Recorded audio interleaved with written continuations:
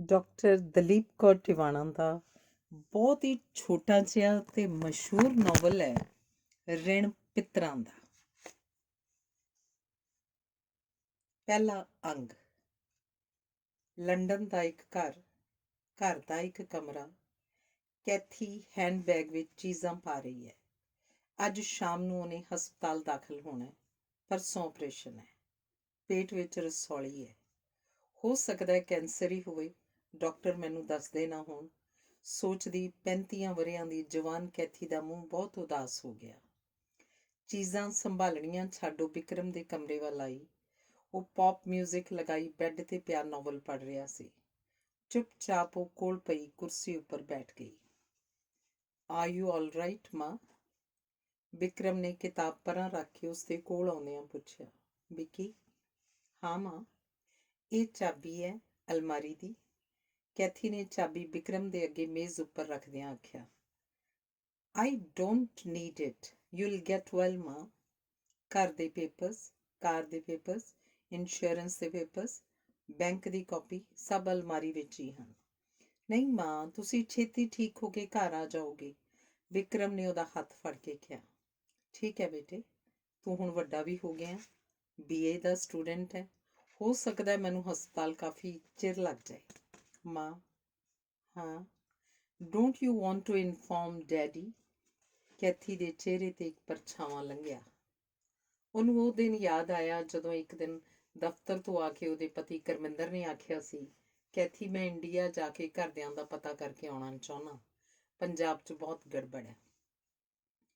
Operation blue star, Mrs Gandhi ਦਾ ਕਤਲ, ਮਗਰੋਂ ਥਾਂਪੁਰ ਥਾਂ ਸਿੱਖਾਂ ਦਾ ਮਾਰਿਆ ਜਾਣਾ, ਸਭ ਕੁਝ ਉਹਨੇ ਟੈਲੀਵਿਜ਼ਨ ਉੱਪਰ ਦੇਖਿਆ ਸੀ ਤੇ ਉਹ ਕਿੰਨੀਆਂ ਹੀ ਚਿੱਠੀਆਂ ਘਰ ਲਿਖ ਚੁੱਕਿਆ ਸੀ। ਮਸਾਂ ਇੱਕ ਅੱਧੀ ਦਾ ਹੀ ਜਵਾਬ ਆਇਆ ਸੀ। ਖਬਰਾਂ ਤੋਂ ਬਿਨਾਂ ਅਫਵਾਹਾਂ ਵੀ ਬੜੀਆਂ ਮਾੜੀਆਂ ਸੁਣੀਂਦੀਆਂ ਸਨ। ਕੋਈ ਆਖਦਾ ਸੀ ਸਰਕਾਰ ਨੇ ਸਾਰੇ ਪੰਜਾਬ ਉੱਪਰ ਬੰਬ ਸੁੱਟਵਾ ਦੇਣੇ ਹਨ ਤੇ ਨਾਮ ਪਾਕਿਸਤਾਨ ਦਾ ਲਾ ਦੇਣਾ। ਕੋਈ ਦੱਸਦਾ ਸੀ ਕਿ ਅੰਮ੍ਰਿਤਸਰ, ਗੁਰਦਾਸਪੁਰ ਜ਼ਿਲ੍ਹਿਆਂ 'ਚ 10 ਸਾਲ ਕੋਈ ਜੰਜ ਨਹੀਂ ਚੜ੍ਹੇਗੀ ਕਿਉਂਕਿ ਜਵਾਨ ਮੁੰਡਾ ਕੋਈ ਛੱਡਿਆ ਹੀ ਨਹੀਂ। ਟੈਰਰਿਸਟ ਆ ਕੇ ਬਹੁਤੇ ਮੁੰਡੇ ਝੂਠੇ ਪੁਲਿਸ ਮੁਕਾਬਲਿਆਂ 'ਚ ਮਰਵਾ ਦਿੱਤੇ ਗਏ ਹਨ ਤੇ ਇੱਕੇ ਦੁੱਕੇ ਜੋ ਬਚੇ ਉਹ ਲੁਕ ਛਿਪ ਕੇ ਬਾਰਡਰ ਟੱਪ ਗਏ ਹਨ ਤੇ ਪਾਕਿਸਤਾਨ 'ਚ ਜਾ ਛੁਪੇ ਹਨ। ਕੋਈ ਆਖਦਾ ਸੀ CRP ਦੇ ਜਵਾਨ ਪਿੰਡਾਂ 'ਚ ਜਿਹਦੇ ਮਰਜ਼ੀ ਘਰ ਜਾ ਵੜਦੇ ਹਨ, ਆਦਮੀਆਂ ਨੂੰ ਫੜ ਕੇ ਲੈ ਜਾਂਦੇ ਹਨ ਤੇ ਔਰਤਾਂ ਦੀ ਬੇਇੱਜ਼ਤੀ ਕਰਦੇ ਹਨ। ਕਰਮਿੰਦਰ ਨੂੰ ਆਪਣਾ ਘਰ ਚੇਤੇ ਆਉਂਦਾ ਤੇ ਆਪਣੇ ਘਰ ਦੇ ਚੇਤੇ ਆਉਂਦੇ। ਉਹਦਾ ਇੱਕ ਮਨ ਕਰਦਾ ਕੈਥੀ ਨੂੰ ਸਭ ਕੁਝ ਦੱਸ ਦਏ ਤੇ ਆਪਣੇ ਘਰਦਿਆਂ ਨੂੰ ਇੱਧਰ ਸੱਦ ਲਏ। ਫਿਰ ਉਹ ਝਿਜਕ ਜਾਂਦਾ ਕਿ ਕੈਥੀ ਖਬਰੇ ਸਭ ਕਾਸੇ ਨੂੰ ਕਿਵੇਂ ਲਵੇ। ਪੰਜਾਬ 'ਚ ਬਹੁਤ ਗੜਬੜ ਹੈ, ਜਾਣਾ ਠੀਕ ਰਹੇਗਾ? ਕੈਥੀ ਨੇ ਪੁੱਛਿਆ। ਜਾਣਾ ਤਾਂ ਹੈ ਹੀ। ਆਪਾਂ ਤਾਂ ਸੋਚਦੇ ਸੀ ਇਕੱਠੇ ਚੱਲਾਂਗੇ ਹਿੰਦੁਸਤਾਨ। ਜੇ ਸਭ ਕੁਝ ਠੀਕ ਠਾਕ ਰਿਹਾ ਕਦੇ ਚੱਲਾਂਗੇ ਵੀ, ਪਰ ਰੱਬ ਨਾ ਕਰੇ ਜੇ ਕੁਝ ਮੈਨੂੰ ਹੋ ਗਿਆ ਤਾਂ ਤੂੰ ਬਿਕਰਮ ਦੀ ਹਿੰਦੀ ਪੰਜਾਬੀ ਦੀ ਪੜ੍ਹਾਈ ਬੰਦ ਨਾ ਕਰੀ, ਤਾਂ ਜੋ ਜਦੋਂ ਵੀ ਉਹ ਇੰਡੀਆ ਪੰਜਾਬ ਜਾਵੇ ਬਿਲਕੁਲ ਅਜਨਬੀ ਨਾ ਮਹਿਸੂਸ ਕਰੇ। ਇੱਕ ਗੱਲ ਹੋਰ, ਦੂਸਰੀ ਸ਼ਾਦੀ ਕਰਨ ਤੋਂ ਪਹਿਲਾਂ ਬਿਕਰਮ ਨੂੰ ਪੰਜਾਬ ਭੇਜਦਾ ਹੀ ਮੇਰੇ ਮਾਂ-ਬਾਪ ਕੋਲ। ਕਰਮਿੰਦਰ ਨੇ ਬੋਝਲ ਆਵਾਜ਼ 'ਚ ਆਖਿਆ ਸੀ। ਇਹ ਕੀ ਆਖ ਰਹੇ ਹੋ? ਇਸ ਤੋਂ ਤਾਂ ਨਾ ਜਾਓ ਉੱਥੇ, ਕੈਥੀ ਨੇ ਘਬਰਾ ਕੇ ਆਖਿਆ ਸੀ। ਨਹੀਂ ਕੈਥੀ, ਇਹ ਨਹੀਂ ਹੋ ਸਕਦਾ ਕਿ ਇਸ ਔਖੇ ਵੇਲੇ ਮੈਂ ਉੱਥੇ ਨਾ ਜਾਵਾਂ। ਪੰਜਾਬ ਦੀ ਅਸਲ ਪ੍ਰੋਬਲਮ ਕੀ ਹੈ? ਤੂੰ ਤਾਂ ਦੱਸਿਆ ਸੀ ਕਿ ਹਿੰਦੁਸਤਾਨ ਦਾ ਸਭ ਤੋਂ ਵੱਧ ਅਮੀਰ ਸੂਬਾ ਪੰਜਾਬ ਹੀ ਹੈ। ਸਭ ਤੋਂ ਤਕੜੇ ਤੇ ਬਹਾਦਰ ਲੋਕ ਵੀ ਉੱਥੋਂ ਦੇ ਹੀ ਹਨ। ਸਭ ਤੋਂ ਵੱਧ ਰਿਸ਼ੀ ਮੁਨੀ ਤੇ ਗੁਰੂ ਉਸੇ ਧਰਤੀ ਤੇ ਹੋਏ ਹਨ। ਇਹ ਸਭ ਗੱਲਾਂ ਠੀਕ ਹਨ ਕੈਥੀ, ਇਸੇ ਲਈ ਉੱਥੋਂ ਦੇ ਲੋਕ ਜਿਉਣ ਮਰਨ ਦੇ ਉਹ ਅਰਥ ਨਹੀਂ ਲੈਂਦੇ ਜੋ ਆਮ ਲੋਕਾਂ ਦੇ ਹੁੰਦੇ ਹਨ। ਇਸ ਵੇਲੇ ਜੋ ਸੰਕਟ ਹੈ ਉਹਦੇ ਕੋਈ ਇਮੀਡੀਏਟ ਕਾਰਨ ਤਾਂ ਹੋਣਗੇ ਹੀ। ਅਸਲ ਕਾਰਨ ਦੇਸ਼ ਦੀ ਵੰਡ ਹੈ, ਜਿਹਨੇ ਮੁਸਲਮਾਨਾਂ ਨੂੰ ਪਾਕਿਸਤਾਨ ਦੇ ਦਿੱਤਾ ਤੇ ਹਿੰਦੂਆਂ ਨੂੰ ਹਿੰਦੁਸਤਾਨ। ਅਸਲ 'ਚ ਸਿੱਖਇਜ਼ਮ, ਇਸਲਾਮ ਤੇ ਹਿੰਦੂਇਜ਼ਮ ਦਾ ਸੁਮੇਲ ਸੀ। ਦੇਸ਼ ਦੀ ਵੰਡ ਨੇ ਸਿੱਖਾਂ ਦੀ ਜਿਵੇਂ ਰੈਲੇਵੈਂਸੀ ਗਵਾ ਦਿੱਤੀ ਤੇ ਉਹ ਹਿੰਦੂ ਧਰਮ ਦੀ ਇੱਕ ਨਿਮਾਣੀ ਸ਼ਾਖ ਬਣ ਕੇ ਜਿਉਣ ਲਈ ਤਿਆਰ ਨਹੀਂ। ਕੀ ਧਰਮ ਅਜੇ ਵੀ ਏਡੀ ਵੱਡੀ ਫੋਰਸ ਹੈ ਇੰਡੀਆ ਵਿੱਚ? ਕੈਥੀ ਨੇ ਪੁੱਛਿਆ। ਇੰਡੀਆ ਦਾ ਤਾਂ ਪਤਾ ਨਹੀਂ, ਸਿੱਖਾਂ ਲਈ ਧਰਮ ਇੱਕ ਵੇ ਆਫ ਲਾਈਫ ਹੈ, ਸਿਰਫ ਧਰਮ ਨਹੀਂ। ਤੂੰ ਗੁਰੂ ਗ੍ਰੰਥ ਸਾਹਿਬ ਦਾ ਅੰਗਰੇਜ਼ੀ ਤਰਜਮਾ ਹੀ ਬੇਸ਼ੱਕ ਪੜ੍ਹ ਕੇ ਵੇਖ ਲੈ, ਉੱਥੇ ਥਾਂ ਪਰ ਥਾਂ ਜਿਉਣ ਦੀ ਜਾਚ ਦੱਸੀ ਹੋਈ ਹੈ ਤੇ ਮਰਨ ਦੀ ਜਾਚ ਵੀ। ਕਰਮਿੰਦਰ ਨੇ ਹੱਸ ਕੇ ਕਿਹਾ। ਕੋਈ ਮਰਨ ਦੀ ਜਾਚ ਵੀ ਹੁੰਦੀ ਹੈ? ਕੈਥੀ ਪੁੱਛ ਰਹੀ ਸੀ। ਜਿਹੜੇ ਲੋਕ ਮੌਤ ਦੇ ਅਰਥ ਨਹੀਂ ਜਾਣਦੇ, ਉਹ ਜਿਉਣ ਦੇ ਅਰਥ ਵੀ ਨਹੀਂ ਜਾਣ ਸਕਦੇ। ਮੈਨੂੰ ਇੰਡੀਅਨ ਲੋਕਾਂ ਦਾ ਨਿਰੀ ਸਤ੍ਹਾ ਉੱਤੇ ਜਿਉਣ ਦੀ ਥਾਂ ਡੂੰਘਾਈ 'ਚ ਕਿਧਰੇ ਮਿਸਟੀਰੀਅਸ ਫੋਰਸਿਸ ਦੇ ਨਾਲ ਜੁੜੇ ਹੋਣਾ ਬਹੁਤ ਚੰਗਾ ਲੱਗਦਾ ਹੈ, ਕੈਥੀ ਦੱਸ ਰਹੀ ਸੀ।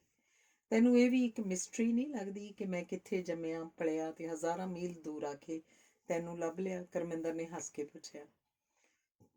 ਬਿਲਕੁਲ, ਤੇ ਫਿਰ ਵਿਕਰਮ ਨੇ ਸਾਨੂੰ ਦੋਵਾਂ ਨੂੰ ਲੱਭ ਲਿਆ, ਕੈਥੀ ਆਖ ਰਹੀ ਸੀ। ਹਾਂ, ਪਰ ਅਜੇ ਹਿੰਦੁਸਤਾਨ ਨੇ ਵਿਕਰਮ ਨੂੰ ਲੱਭਣਾ ਹੈ। ਇਸੇ ਲਈ ਉਹਨੂੰ ਹਿੰਦੀ ਤੇ ਪੰਜਾਬੀ ਬੋਲੀਆਂ ਸਿਖਾਈਆਂ ਹਨ। ਹੋ ਸਕਦਾ ਵਿਕਰਮ ਕਦੇ ਆਪਣੀਆਂ ਜੜ੍ਹਾਂ ਦੀ ਤਲਾਸ਼ 'ਚ ਹਿੰਦੁਸਤਾਨ ਨੂੰ ਲੱਭੇ। ਕਦੇ ਆਪਾਂ ਸਾਰੇ ਹਿੰਦੁਸਤਾਨ ਚੱਲਾਂਗੇ ਕੈਥੀ। ਉੱਥੇ ਦੇਖਾਂਗੇ ਹਿੰਦੁਸਤਾਨ ਸਾਡੇ ਵਿੱਚੋਂ ਆਪਣੇ ਆਪ ਨੂੰ ਲੱਭਦਾ ਹੈ ਕਿ ਅਸੀਂ ਹਿੰਦੁਸਤਾਨ ਵਿੱਚੋਂ ਆਪਣੇ ਆਪ ਨੂੰ ਲੱਭਦੇ ਹਾਂ। ਕਦੋਂ ਚੱਲਾਂਗੇ ਆਪਾਂ ਇੰਡੀਆ? ਕੈਥੀ ਨੇ ਉਤਾਵਲੀ ਹੋ ਕੇ ਪੁੱਛਿਆ ਸੀ। ਹਾਲਾਤ ਠੀਕ ਹੋਣ ਤੇ ਚੱਲਾਂਗੇ। ਕਰਮਿੰਦਰ ਨੇ ਜਦੋਂ ਆਖਿਆ, ਉਹ ਸੋਚਾਂ ਜਿਹੀਆਂ 'ਚ ਕਿਧਰੇ ਗੁਆਚ ਗਿਆ। ਕਮੀ? ਕੈਥੀ ਨੇ ਜਿਵੇਂ ਆਵਾਜ਼ ਮਾਰੀ। ਹਾਂ। ਕਰਮਿੰਦਰ ਜਿਵੇਂ ਨੀਂਦ 'ਚੋਂ ਜਾਗਿਆ। ਕੀ ਸੋਚ ਰਹੇ ਹੋ ਕੈਥੀ?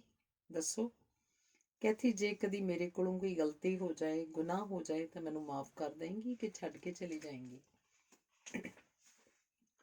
ਕਿਹੋ ਜਿਹੀਆਂ ਗੱਲਾਂ ਕਰਦੇ ਹੋ? ਕੈਥੀ ਨੇ ਲਾਡ ਨਾਲ ਉਹਦੇ ਕੋਲ ਸਰਕਦਿਆਂ ਨਹੋਰੇ ਨਾਲ ਆਖਿਆ।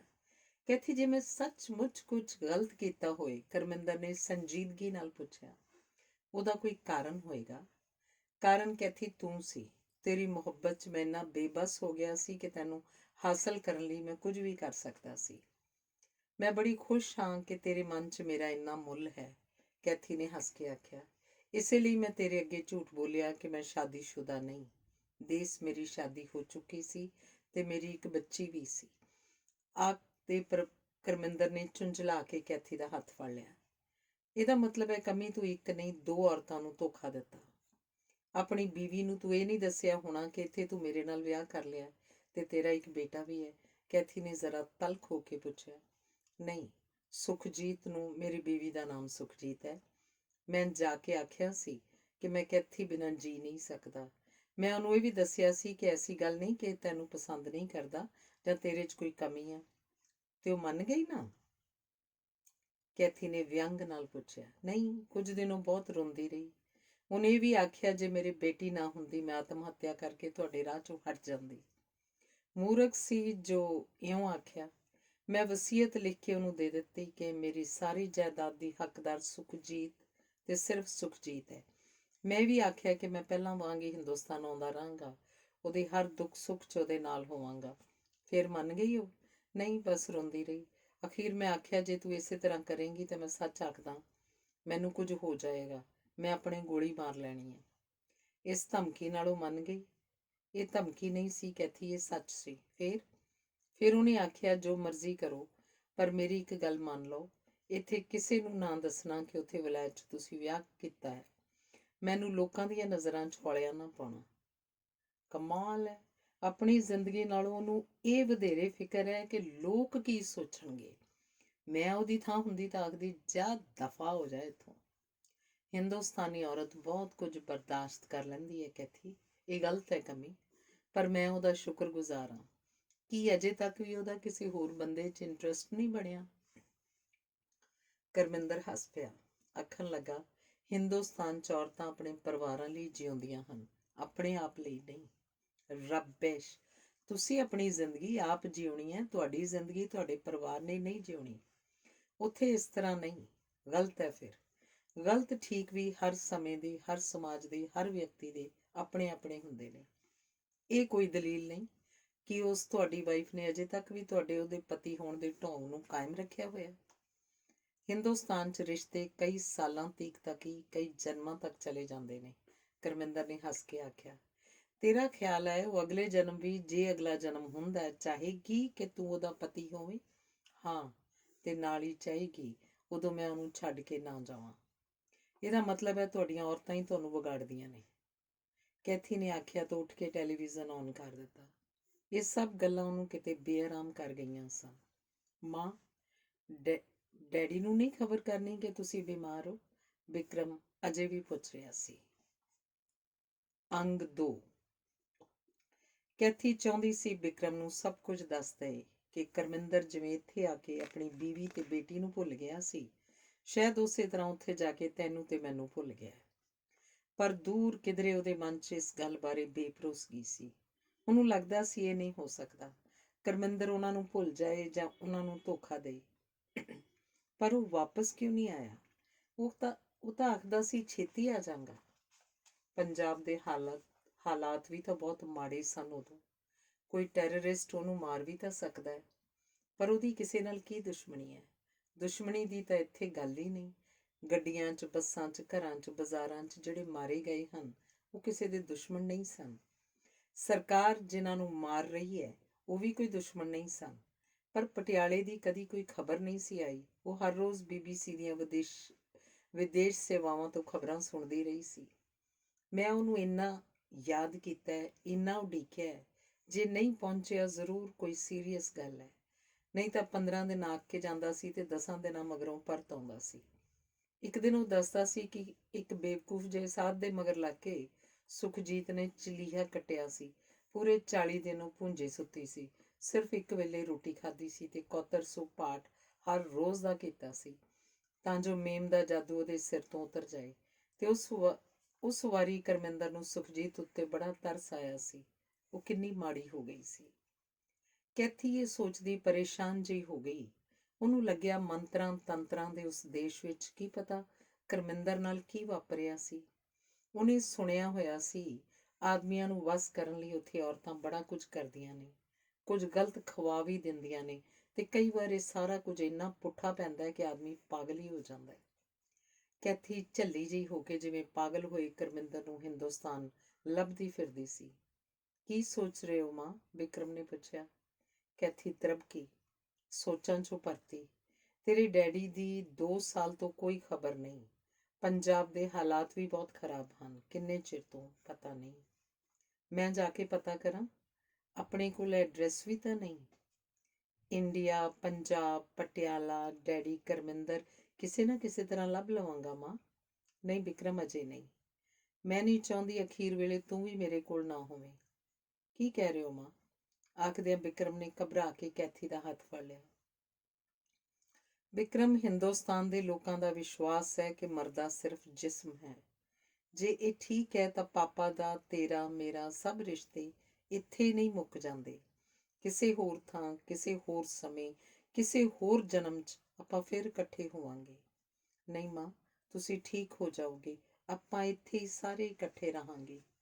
ਠੀਕ ਹੈ, ਫਿਰ ਵੀ ਜੇ ਮੈਂ ਨਾ ਰਹੀ, ਤੂੰ ਇੰਡੀਆ ਆਪਣੇ ਗ੍ਰੈਂਡ ਪੈਰੈਂਟਸ ਕੋਲ ਚਲਾ ਜਾਈਂ। ਹੋ ਸਕਦਾ ਉੱਥੇ ਤੇਰੇ ਡੈਡੀ ਵੀ ਹੋਣ। ਮਮਾ ਪਲੀਜ਼ ਇਹੋ ਜਿਹੀਆਂ ਗੱਲਾਂ ਨਾ ਕਰੋ। ਤੁਸੀਂ ਠੀਕ ਹੋ ਜਾਓ, ਫਿਰ ਆਪਾਂ ਵਰਲਡ ਟੂਰ 'ਤੇ ਚੱਲਾਂਗੇ, ਇੰਡੀਆ ਵੀ ਚੱਲਾਂਗੇ। ਤੇ ਇੰਡੀਆ ਜਾ ਕੇ ਡੈਡੀ ਆਖਦੇ ਸੀ ਮੇਰੀ ਸ਼ਾਦੀ ਕਰਾਂਗੇ, ਮਹਾਰਾਜਿਆਂ ਵਾਂਗ ਕਲਗੀ ਲਾ ਕੇ, ਘੋੜੇ 'ਤੇ ਚੜ੍ਹ ਕੇ, ਬੈਂਡ ਵਾਜਿਆਂ ਨਾਲ। ਕੈਥੀ ਨੇ ਕੋਈ ਉੱਤਰ ਨਾ ਦਿੱਤਾ। ਉਹ ਖਾਲੀ ਖਾਲੀ ਨਜ਼ਰਾਂ ਨਾਲ ਵਿਕਰਮ ਵੱਲ ਵੇਖਦੀ ਰਹੀ। ਕੈਥੀ ਮਰਨਾ ਤਾਂ ਨਹੀਂ ਸੀ ਚਾਹੁੰਦੀ, ਫਿਰ ਵੀ ਕਿਤੇ ਨਾ ਕਿਤੇ ਜਿਵੇਂ ਮੌਤ ਨੂੰ ਉਹਨੇ ਹਾਂ ਕਰ ਦਿੱਤੀ ਸੀ, ਜਿਵੇਂ ਉਹ ਬਹੁਤ ਥੱਕ ਗਈ ਸੀ। ਵਿਕਰਮ ਦਾ ਖਿਆਲ ਵੀ ਉਹਨੂੰ ਅਨੰਤ ਨੀਂਦ ਵੱਲ ਜਾਣ ਤੋਂ ਰੋਕ ਨਹੀਂ ਸੀ ਸਕਿਆ। ਹਵਾਈ ਹਾਦਸੇ 'ਚ ਮਾਰੇ ਗਏ ਆਪਣੇ ਮਾਪਿਓ ਤੋਂ ਮਗਰੋਂ ਕੈਥੀ ਬਹੁਤ ਹੀ ਇਕੱਲੀ ਹੋ ਗਈ ਸੀ। ਸ਼ਾਇਦ ਕਰਮਿੰਦਰ ਨਾਲ ਉਹਨੇ ਵਿਆਹ ਇਸੇ ਲਈ ਕੀਤਾ ਸੀ ਕਿ ਪੂਰਬੀ ਰਿਸ਼ਤੇ ਏਡੇ ਕੱਚੇ ਨਹੀਂ ਹੁੰਦੇ। ਮਾਂ, ਡੈਡੀ ਨੂੰ ਆਪਾਂ ਫੋਨ ਕਰ ਦਿੰਦੇ ਹਾਂ ਕਿ ਤੁਸੀਂ ਠੀਕ ਨਹੀਂ। ਨਹੀਂ ਬੇਟੇ, ਉਹਨਾਂ ਦਾ ਫੋਨ ਨੰਬਰ ਆਪਣੇ ਕੋਲ ਨਹੀਂ ਹੈ, ਆਖਦੀ ਕੈਥੀ ਦੀਆਂ ਅੱਖਾਂ ਭਰ ਆਈਆਂ। ਆਪਾਂ ਟੈਲੀਗ੍ਰਾਮ ਦੇ ਦਿੰਦੇ ਹਾਂ। ਠੀਕ ਐਡਰੈਸ ਵੀ ਤਾਂ ਨਹੀਂ ਆਪਣੇ ਕੋਲ। ਉੱਥੇ ਇੰਡੀਆ ਵਿੱਚ ਤਾਂ ਆਖਦੇ ਨੇ ਸਾਰੇ ਲੋਕ ਸਾਰਿਆਂ ਨੂੰ ਜਾਣਦੇ ਹੁੰਦੇ ਨੇ, ਟੈਲੀਗ੍ਰਾਮ ਪਹੁੰਚ ਹੀ ਜਾਏਗੀ। ਪਤਾ ਨਹੀਂ ਉੱਥੇ ਹਨ ਵੀ ਕਿ ਨਹੀਂ। ਤੁਹਾਡਾ ਮਤਲਬ ਹੈ ਟੈਰਰਿਸਟਾਂ ਨੇ? ਅੱਗੋਂ ਵਿਕਰਮ ਤੋਂ ਜਿਵੇਂ ਆਖਿਆ ਨਾ ਗਿਆ। ਉੱਥੇ ਸਟੇਟ ਦਾ ਟੈਰਰਿਜ਼ਮ ਵੀ ਤਾਂ ਹੈ। ਕਿਸੇ ਨੂੰ ਵੀ ਟੈਰਰਿਸਟ ਆ ਕੇ ਮਾਰਿਆ ਜਾ ਸਕਦਾ ਹੈ। ਕਿਉਂ? ਪਰ ਕਿਉਂ ਮਾਂ? ਇਹ ਟੈਰੇਨੀ ਆਫ ਦ ਨੰਬਰਸ ਹੈ। ਡੈਡੀ ਨੂੰ ਅਜਿਹੇ ਵੇਲੇ ਇੰਡੀਆ ਨਹੀਂ ਸੀ ਜਾਣਾ ਚਾਹੀਦਾ। ਤੇਰੇ ਡੈਡੀ ਵੀ ਜਿਊਜ਼ ਵਾਂਗ ਜਿਸ ਕੌਮ ਨੂੰ ਬਿਲੋਂਗ ਕਰਦੇ ਹਨ, ਉਸ ਕੌਮ ਦੇ ਬੰਦੇ ਪਰਸਨਲ ਫੇਟ ਬਾਰੇ ਨਹੀਂ ਚਿੰਤਾਤੁਰ ਹੁੰਦੇ। ਮਾਂ, ਮੈਂ ਵੀ ਸਿੱਖ ਬਣ ਸਕਦਾ। ਤੂੰ ਤਾਂ ਜਨਮ ਤੋਂ ਸਿੱਖ ਹੈ, ਇੱਕ ਸਿੱਖ ਦਾ ਪੁੱਤਰ ਜੋ ਹੈ। ਮੇਰਾ ਡੈਡੀ ਨੂੰ ਮਿਲਣ ਨੂੰ ਮਨ ਕਰਦਾ ਹੈ ਮਾਂ। ਵਿਕਰਮ ਨੇ ਜਦੋਂ ਆਖਿਆ, ਕੈਥੀ ਬਹੁਤ ਕਲਵਲ ਹੋ ਕੇ ਉਸ ਵੱਲ ਝਾਕੀ ਤੇ ਬੋਲੀ, ਜੀ ਤਾਂ ਮੇਰਾ ਵੀ ਕਰਦਾ ਹੈ ਵਿਕਰਮ। ਚਲੋ ਇੰਡੀਆ ਚੱਲਦੇ ਹਾਂ, ਵਿਕਰਮ ਨੇ ਉਤਸ਼ਾਹ ਨਾਲ ਆਖਿਆ। ਕੱਲ ਤਾਂ ਹਸਪਤਾਲ ਦਾਖਲ ਹੋਣਾ ਹੈ, ਫਿਰ ਪਤਾ ਨਹੀਂ ਕੀ ਬਣਦਾ ਹੈ, ਆਖਦੀ ਕੈਥੀ ਹਸਪਤਾਲ ਨਾਲ ਲੈ ਕੇ ਜਾਣ ਵਾਲਾ ਸਮਾਨ ਫਿਰ ਇੱਕ ਹੈਂਡਬੈਗ 'ਚ ਪਾਉਣ ਲੱਗੀ। ਅੰਗ 3। ਲੰਡਨ ਸ਼ਹਿਰ, ਬਿਲਡਿੰਗਾਂ, ਸੜਕਾਂ, ਦਰਿਆ, ਕਬਰਿਸਤਾਨ। ਸੁੰਨੀ ਜੀ ਡੰਡੀ ਉੱਪਰ ਬਿਕਰਮ ਤੁਰਿਆ ਜਾ ਰਿਹਾ। ਹੱਥਾਂ ਵਿੱਚ ਫੁੱਲਾਂ ਦੀ ਟਾਹਣੀ ਹੈ। ਕਬਰਾਂ ਹੀ ਕਬਰਾਂ। ਇੱਕ ਕਬਰ ਦੇ ਕੋਲ ਜਾ ਕੇ ਖੜੋ ਜਾਂਦਾ ਹੈ। ਕੁਝ ਚਿਰ ਖੜਾ ਦੇਖਦਾ ਰਹਿੰਦਾ ਹੈ। ਕੈਥਰੀਨ ਸਿੱਧੂ, 1947 ਤੋਂ 1985। ਕਬਰ ਦੇ ਸਿਰਹਾਣੇ ਸੰਗਮਰਮਰ ਦੀ ਸਿਲ ਉੱਪਰ ਲਿਖਿਆ ਹੋਇਆ ਹੈ। ਉਹਨੂੰ ਯਾਦ ਆਉਂਦਾ ਇੱਕ ਦਿਨ ਉਹ ਤੇ ਉਹਦੀ ਮਾਂ ਡੈਡੀ ਨੂੰ ਏਅਰਪੋਰਟ ਛੱਡਣ ਗਏ ਸੀ। ਮਾਂ ਦਾ ਖਿਆਲ ਰੱਖੀ ਲਿਟਲ ਮੈਨ, ਡੈਡੀ ਨੇ ਜਾਣ ਵੇਲੇ ਉਹਨੂੰ ਆਖਿਆ ਸੀ। ਉਸ ਦਿਨ ਘਰ ਆ ਕੇ ਮਾਂ ਬਹੁਤ ਰੋਈ ਸੀ। ਫਿਰ ਬੜੀ ਰਾਤ ਤੀਕ ਉਹ ਇਕੱਲੀ ਬੈਠੀ ਜਿੰਨ ਪੀਂਦੀ ਰਹੀ ਸੀ। ਅਗਲੇ ਦਿਨ ਗਿਰਜੇ ਜਾ ਕੇ ਮਾਂ ਨੇ ਤਾਂ ਪਤਾ ਨਹੀਂ ਕੀ ਪ੍ਰੇਅਰ ਕੀਤੀ ਸੀ, ਪਰ ਉਹਨੇ ਗੋਡ ਨੂੰ ਆਖਿਆ ਸੀ ਡੈਡੀ ਛੇਤੀ ਵਾਪਸ ਆ ਜਾਏ। ਮਾਂ ਹਰ ਰੋਜ਼ ਕੰਮ ਤੋਂ ਆ ਕੇ ਸਭ ਤੋਂ ਪਹਿਲਾਂ ਲੈਟਰ ਬਾਕਸ ਦੇਖਦੀ ਸੀ। ਕੁਝ ਦਿਨ ਡੈਡੀ ਦੀ ਹਰ ਰੋਜ਼ ਚਿੱਠੀ ਆਉਂਦੀ ਰਹੀ ਸੀ। ਫਿਰ ਹਫ਼ਤੇ ਮਗਰੋਂ ਆਉਣ ਲੱਗੀ। ਫਿਰ ਮਹੀਨਾ ਲੰਘ ਗਿਆ, 2 ਲੰਘ ਗਏ, 6 ਮਹੀਨੇ ਹੋ ਗਏ, ਸਾਲ ਬੀਤ ਗਿਆ। ਡੈਡੀ ਦੀ ਚਿੱਠੀ ਨਹੀਂ ਸੀ ਆਈ। ਮਾਂ ਜਿਵੇਂ ਝੱਲੀ ਹੋ ਗਈ ਸੀ। ਡੈਡੀ ਦੇ ਘਰ ਦਾ ਪਤਾ ਉਸ ਕੋਲ ਨਹੀਂ ਸੀ। ਡੈਡੀ ਨੇ ਆਪਣੀ ਸ਼ਾਦੀ ਬਾਰੇ ਸ਼ਾਇਦ ਘਰਦਿਆਂ ਨੂੰ ਨਹੀਂ ਸੀ ਦੱਸਿਆ। ਬਿਕਰਮ ਦੀ ਹਿੰਦੀ ਪੰਜਾਬੀ ਦੀ ਪੜ੍ਹਾਈ ਬੰਦ ਨਹੀਂ ਸੀ ਕੀਤੀ ਤੇ ਫਿਰ ਉਹ ਕੰਮ ਕਰਦੀ ਥੱਕਣ ਲੱਗ ਪਈ। ਉਹਦਾ ਰੰਗ ਪੀਲਾ ਪੈਣ ਲੱਗ ਪਿਆ। ਉਹਨੂੰ ਕਰਮਿੰਦਰ ਦੀਆਂ ਦਸੀਆਂ ਜਨਮਾਂ ਦੀਆਂ, ਕਰਮਾਂ ਦੀਆਂ, ਰੂਹਾਂ ਦੀਆਂ, ਮੌਤ ਦੀਆਂ, ਰੱਬ ਦੀਆਂ ਤੇ ਸਭ ਕਾਸੇ ਤੋਂ ਪਾਰ ਦੀਆਂ ਗੱਲਾਂ ਜਿਵੇਂ ਖੋਹ ਪਾਉਣ ਲੱਗ ਪਈਆਂ। ਤੇ ਇੱਕ ਦਿਨ ਕੰਮ ਤੇ ਉਹਨੂੰ ਚੱਕਰ ਆ ਗਏ। ਚੈੱਕ ਕਰਵਾਇਆ, ਪਤਾ ਲੱਗਾ ਉਹਦੀਆਂ ਅੰਤੜੀਆਂ ਗੁੱਛਾ ਮੁੱਛਾ ਹੋ ਕੇ ਰਸੌਲੀ ਬਣ ਗਈਆਂ ਹਨ। ਡਾਕਟਰ ਆਖਦੇ ਸਨ ਆਪਰੇਸ਼ਨ ਨਾਲ ਸਭ ਠੀਕ ਹੋ ਜਾਏਗਾ, ਪਰ ਕੈਥੀ ਜਾਣਦੀ ਸੀ ਸਭ ਠੀਕ ਨਹੀਂ ਹੋ ਜਾਏਗਾ। ਤਦ ਤਾਂ ਉਹਨੇ ਬਿਕਰਮ ਨੂੰ ਆਖਿਆ ਸੀ, ਮੇਰੇ ਮਗਰੋਂ ਤੂੰ ਇੰਡੀਆ ਆਪਣੇ ਗ੍ਰੈਂਡ ਪੈਰੈਂਟਸ ਕੋਲ ਚਲਾ ਜਾਈਂ। ਮੈਂ ਇੰਡੀਆ ਜਾ ਰਿਹਾ ਮਾਂ, ਬਿਕਰਮ ਨੇ ਹੌਕਾ ਭਰ ਕੇ ਆਪਣੀ ਮਾਂ ਦੀ ਕਬਰ ਦੇ ਸਿਰਹਾਣੇ ਵਾਲਾ ਪੱਥਰ ਛੂਹ ਕੇ ਆਖਿਆ ਤੇ ਫਿਰ ਚੁੱਪਚਾਪ ਉਸੇ ਡੰਡੀ ਉੱਪਰੋਂ ਪਰਤਿਆ ਜਾ ਰਿਹਾ ਸੀ। ਅੰਗ 4। ਇੱਕ ਬੈਗ ਤੇ ਕੈਮਰਾ ਮੋਢੇ ਤੇ ਲਟਕਾਈ ਤੇ ਇੱਕ ਬੈਗ ਹੱਥ 'ਚ ਫੜੀ ਜਦੋਂ ਬਿਕਰਮ ਪਾਲਮ ਏਅਰਪੋਰਟ ਉੱਪਰ ਪਾਸਪੋਰਟ ਵਿਖਾ ਕੇ ਕਸਟਮ ਚੈੱਕ ਕਰਵਾ ਕੇ ਬਾਹਰ ਨਿਕਲਿਆ ਤਾਂ ਉਹਨੇ ਦੇਖਿਆ ਆਪਣੇ ਲੋਕਾਂ ਨੂੰ ਉਹਨਾਂ ਦੇ ਘਰ ਦੇ ਲੈਣ ਆਏ ਸਨ। ਕੋਈ ਹਾਰ ਪਾ ਰਿਹਾ ਸੀ, ਕੋਈ ਗਲੇ ਮਿਲ ਰਿਹਾ ਸੀ, ਕੋਈ ਪੈਰੀਂ ਹੱਥ ਲਾ ਰਿਹਾ ਸੀ, ਕੋਈ ਜੱਫੀ ਪਾ ਰਿਹਾ ਸੀ ਤੇ ਬਿਕਰਮ ਉਹਨਾਂ ਵੱਲ ਦੇਖ ਰਿਹਾ ਸੀ। ਹੌਲੀ ਹੌਲੀ ਭੀੜ ਖਿੰਡ ਗਈ। ਸਾਬ ਟੈਕਸੀ। ਬਾਹਰ ਆਉਂਦੇ ਨੂੰ ਇੱਕ ਟੈਕਸੀ ਵਾਲੇ ਨੇ ਸਲਾਮ ਕਰਕੇ ਪੁੱਛਿਆ, बस स्टैंड कितना पैसा? साहब हिंदुस्तानी जानच, खाली 100 रुपया, 7 पाउंड। टैक्सी वाले ने अद्धी गल अपने आप ਨੂੰ ਤੇ ਅੱਧੀ ਬਿਕਰਮ ਨੂੰ ਆਖੀ। ਬਿਕਰਮ ਨੇ ਜੇਬ ਵਿੱਚੋਂ ਕਾਗਜ਼ ਕੱਢਿਆ ਜਿਸ ਉੱਪਰ ਜਿਮ ਨੇ ਉਹਨੂੰ ਸਭ ਕੁਝ ਲਿਖਵਾ ਦਿੱਤਾ ਸੀ ਤਾਂ ਜੋ ਹਿੰਦੁਸਤਾਨ 'ਚ ਉਹਨੂੰ ਠੱਗੀ ਨਾ ਜਾਣ। 40 रुपया, 40। नो साहब, आखिरी बात 50 दे देना। नई गाड़ी एकदम न्यू, ਆਖਦਿਆਂ ਟੈਕਸੀ ਵਾਲੇ ਨੇ ਉਹਦੇ ਹੱਥੋਂ ਬੈਗ ਫੜ ਲਿਆ। नो 40, बिक्रम आख रहा सी। साथ में सवारी लेता, ठीक, 40 देना। आखदा टैक्सी वाला ਉਹਦਾ ਬੈਗ ਚੁੱਕੀ ਟੈਕਸੀ ਵੱਲ ਨੂੰ ਤੁਰ ਪਿਆ। ਉਹਦੀ ਟੈਕਸੀ 'ਚ ਪਹਿਲੇ ਇੱਕ ਲਾਲਾ ਜੀ ਬੈਠੇ ਸਨ। ਚੱਲ ਹੁਣ ਹੋਰ ਪੈਸੇ ਨਾ ਉਡੀਕੀ, ਇਸ ਉੱਲੂ ਦੇ ਪੱਠੇ ਨਹੀਂ ਬਥੇਰੇ ਪੈਸੇ ਦੇ ਦੇਣੇ ਨੇ ਤੈਨੂੰ, ਲਾਲਾ ਜੀ ਨੇ ਟੈਕਸੀ ਵਾਲੇ ਨੂੰ ਆਖਿਆ। ਉਹਨਾਂ ਦਾ ਖਿਆਲ ਸੀ ਉਹਦੀ ਗੱਲ ਸਿਰਫ ਟੈਕਸੀ ਵਾਲਾ ਹੀ ਸਮਝੇਗਾ। ਉੱਲੂ ਦਾ ਪੱਠਾ? बिक्रम ने नाल बैठते लाला जी तो पूछा। हमारा कंट्री में उल्लू का पट्ठा मतलब बहुत अच्छा आदमी, लाला जी ने खतरी हंसी हंसने आख्या। फिर तो आप भी उल्लू का पट्ठा? आप भी बहुत अच्छा आदमी, बिक्रम ने जदों आख्या लाला जी अपनी गोल गोल अखां घुमा के बारी तो बाहर देखण लग पे। अजे थोड़ी दूर ही गए सन कि एक स्कूटर उल्टिया पिया सी। कोल बंदा डिग्या होया सी जिहदे सिर चों खून वग रिहा सी।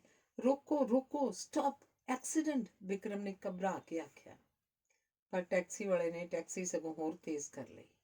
स्टूपिड मैन, एक्सीडेंट है, स्टॉप करो, पुलिस को इन्फॉर्म करो। बिक्रम ने जदों छटपटा के आख्या तो टैक्सी वाले ने पिछा मुंह घुमा के आख्या, अरे साहेब क्यों चिल्लाता है? पुलिस हमें पकड़ लेगी। अगर वो मर गया तो बार बार कचहरी जाना पड़ेगा गवाही देने। कौन इस झंझट में पड़े?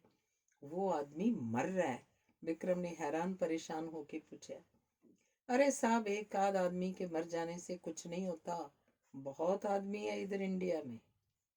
विक्रम टैक्सी वाले की गल सुन के किन्ना चिर उस वल तकदा रहा। इंडिया पहली बारी, मेरा मतलब है फर्स्ट टाइम आया? लाला जी ने पूछा। मेरा फादर इंडियन है। मेम से शादी की आपके फादर ने? हमारा जो भी कोई काम का आदमी होता है सालियां वापस नहीं आउण दिंदियां। पिछली गल लाला जी ने टैक्सी वाले वाल झाक के आखी। सालियां वोट? विक्रम ने पूछा। साडे बंदियां नूं भी तां चिट्टी चमड़ी तो पार फिर कुछ नहीं दिसदा।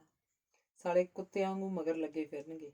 नाले पता हुंदा है भी चकमे चुल्हे वांगू इन्हां सालियां दा इतबार कोई नहीं हुंदा। विक्रम दी गल दी परवाह ना करदियां लाला जी टैक्सी वाले नाल गल्लां करन लग पए। वेस्टर्न लेडीज ईमानदारी से जीता, जो सोचता सो करता, उसको छिपाता नहीं, विक्रम ने अपने आप ही दसिया। तुम कहाँ जाता? लाला जी ने पूछा। पंजाब। पंजाब कहाँ? उधर तो गड़बड़ है। पटियाला। आखदियां विक्रम ने टैक्सी दी बैक नूं हत्थ पा लिया। असल चो घबरा गया सी कि अग्गों एक ही सड़क सी जिस उपर बसां, कारां, ਸਕੂਟਰ, रिक्शे, टैक्सियां आ भी रहे सन ते जा भी रहे सन। ਉਹਨੂੰ लगदा सी कि ਹੁਣ कोई बस ਜਾਂ ट्रक ਉਹਨਾਂ ਦੀ टैक्सी 'ਚ ਆ ਕੇ ਵੱਜੇਗਾ ਤੇ ਉਹ ਸਕੂਟਰ ਵਾਲੇ ਵਾਂਗ ਸੜਕ ਤੇ ਡਿੱਗੇ ਪਏ ਹੋਣਗੇ। ਪਰ ਕਮਾਲ ਸੀ, ਟੈਕਸੀ ਵਾਲਾ ਐਡੀ ਭੀੜ ਵਿੱਚ ਵੀ ਬੜੇ ਆਰਾਮ ਨਾਲ ਐਡੀ ਤੇਜ਼ ਟੈਕਸੀ ਚਲਾ ਰਿਹਾ ਸੀ। ਟੈਕਸੀ ਬੱਸ ਸਟੈਂਡ ਉੱਪਰ ਆ ਕੇ ਰੁਕੀ। ਉਹਨੇ 40 ਰੁਪਏ ਟੈਕਸੀ ਵਾਲੇ ਨੂੰ ਦਿੱਤੇ। ਸਾਹਬ ਬਖਸ਼ੀਸ਼? टैक्सी वाले ने आजिज़ी नाल आख्या। उन्हें खैड़ा छुड़ाण वांग 5 रुपए होर दे दिते। साहब कोई क्वाइन हो वलायती बच्चों के लिए मांगते हैं? वो अजे भी आख रहा सी। जरा को खिज के विक्रम ने 50 पैसे का एक क्वाइन भी दे दिता ते उस वेले देखिया लाला जी ने उन्होंने सिर्फ 25 रुपए दिते सन। ਉਹਦੇ हैंडबैग तो बिना बाकी सारी डिग्गी लाला जी के समान नाल भरी हुई सी। साहब कहाँ जाना? कुली लाला जी के समान वाल ध्यान ना दे के विक्रम नूं पुछ रहा सी। पटियाला, विक्रम ने दसिया। छोड़ देंगे बस पर, खाली 10 रुपया लगेगा, बैग फड़दा कुली बोलिया। नो, हम कैरी कर सकता। विक्रम ने आप ही बैग फड़न की कोशिश की थी। नहीं साहब, हम 8 ले लेगा, अब चलिए। नो, रहने दो। सब 5 तो ज्यादा नहीं आखदा कुली बैग चुक के काली काली तुर गया। 20 कदमां ते पटियाले वाली बस का काउंटर से। लो साहब, ये बस है, यहाँ से टिकट ले लो और हमारा पैसा दो। बैग ਉਹਦੇ ਕੋਲ ਰੱਖਦਿਆਂ ਕੁਲੀ ਨੇ ਆਖਿਆ। ਵਿਕਰਮ ਨੇ 5 ਰੁਪਏ ਦੇ ਦਿੱਤੇ। ਆਲੇ ਦੁਆਲੇ ਦੀਆਂ ਸਵਾਰੀਆਂ ਉਸ ਵੱਲ ਬਿਟ-ਬਿਟ ਵੇਖ ਰਹੀਆਂ ਸਨ। ਅੰਗ 5। ਟਿਕਟ ਲੈ ਕੇ ਜਦੋਂ ਵਿਕਰਮ ਬੱਸ 'ਚ ਚੜਿਆ ਤਾਂ ਬੱਸ ਪਹਿਲਾਂ ਹੀ ਭਰ ਚੁੱਕੀ ਸੀ। ਉਹ ਹੈਰਾਨ ਸੀ ਕਿ ਬੱਸ ਦੀ ਟਿਕਟ ਤਾਂ ਦਿੱਤੀ ਗਈ ਹੈ ਪਰ ਸੀਟ ਨਹੀਂ ਹੈ। ਉਹ ਕੰਡਕਟਰ ਵੱਲ ਪ੍ਰਸ਼ਨ ਪੁੱਛਦੀਆਂ ਅੱਖਾਂ ਨਾਲ ਝਾਕਿਆ। ਸਟੈਂਡਿੰਗ? ਕੰਡਕਟਰ ਨੇ ਜਿਵੇਂ ਉਹਦੀ ਗੱਲ ਸਮਝਦਿਆਂ ਆਖਿਆ। ਉਹ ਛੱਤ ਵਿਚਲੇ ਡੰਡੇ ਨੂੰ ਫੜ ਕੇ ਖੜੋ ਗਿਆ। ਮਗਰੋਂ ਹੋਰ ਲੋਕ ਵੀ ਆ ਸੀਟਾਂ ਵਿਚਕਾਰਲੀ ਥਾਂ 'ਚ ਖੜੋਂਦੇ ਗਏ। ਬੱਸ ਇੱਕ ਹਜੋਕੇ ਨਾਲ ਤੁਰ ਪਈ। ਬਾਹਰ ਨਿੱਘਾ ਨਿੱਘਾ ਦਿਨ ਚੜ ਰਿਹਾ ਸੀ। ਉਹਦੇ ਕੋਲ ਵਾਲੀ ਸੀਟ ਉੱਪਰ ਇੱਕ ਔਰਤ ਆਪਣੇ 2 ਬੱਚਿਆਂ ਨਾਲ ਬੈਠੀ ਸੀ। ਬੱਚਿਆਂ ਦੀਆਂ ਵੀ ਉਹਨੇ ਸ਼ਾਇਦ ਪੂਰੀਆਂ ਸੀਟਾਂ ਲਈਆਂ ਸਨ, ਜਿਸ ਕਰਕੇ ਸਿਰਫ ਉਹੀ ਇਸ ਬੱਸ 'ਚ ਆਰਾਮ ਨਾਲ ਬੈਠੇ ਸਨ। ਇੱਕ ਅੱਧੀ ਵਾਰੀ ਔਰਤ ਵਿਕਰਮ ਵੱਲ ਝਾਕੀ ਵੀ। ਅੱਧੇ ਕੁ ਘੰਟੇ ਮਗਰੋਂ ਉਹਨੇ ਇੱਕ ਬੱਚੇ ਨੂੰ ਆਪਣੀ ਗੋਦੀ 'ਚ ਬਿਠਾ ਲਿਆ ਤੇ ਵਿਕਰਮ ਨੂੰ ਹੱਥ ਦੇ ਇਸ਼ਾਰੇ ਨਾਲ ਬੈਠਣ ਨੂੰ ਆਖਿਆ। ਥੈਂਕਸ ਆਖ ਕੇ ਵਿਕਰਮ ਉਹਨਾਂ ਦੇ ਨਾਲ ਬੈਠ ਗਿਆ। ਲਵਲੀ ਡੇ, ਕੁਝ ਚਿਰ ਮਗਰੋਂ ਉਹਨੇ ਉਸ ਔਰਤ ਨੂੰ ਜਿਵੇਂ ਸੰਬੋਧਨ ਕਰਕੇ ਆਖਿਆ। ਉਹ ਔਰਤ ਬਾਰੀ ਤੋਂ ਬਾਹਰ ਝਾਕੀ। ਸੂਰਜ ਚੜ੍ਹ ਰਿਹਾ ਸੀ, ਸਾਰੀ ਕਾਇਨਾਤ ਜਾਗ ਰਹੀ ਸੀ। ਖੇਤ, ਰੁੱਖ, ਧਰਤੀ, ਅਸਮਾਨ ਕਿੰਨੇ ਸੋਹਣੇ ਸਨ, ਉਹਨੂੰ ਕਦੇ ਖਿਆਲ ਹੀ ਨਹੀਂ ਸੀ ਆਇਆ। ਬਾਹਰੋਂ ਆਏ ਹੋ? ਕਿਹੜੀ ਕੰਟਰੀ ਤੋਂ? ਔਰਤ ਨੇ ਪੁੱਛਿਆ। ਇੰਗਲੈਂਡ ਤੋਂ। But my country is India. My father is an Indian. ਪਟਿਆਲੇ ਜਾ ਰਹੇ ਹੋ? ਉੱਥੇ ਤੁਹਾਡੇ ਕੌਣ ਨੇ? ਗ੍ਰੈਂਡ ਪੈਰੈਂਟਸ ਨੇ। ਕਿਸ ਪਾਸੇ ਹੈ ਕੋਠੀ ਤੁਹਾਡੀ? ਡੂ ਨਾਟ ਨੋ। ਤਾਰ ਨਹੀਂ ਸੀ ਪਾਈ? ਕੋਈ ਲੈਣ ਕਿਉਂ ਨਹੀਂ ਆਇਆ? ਐਡਰੈਸ ਨਹੀਂ।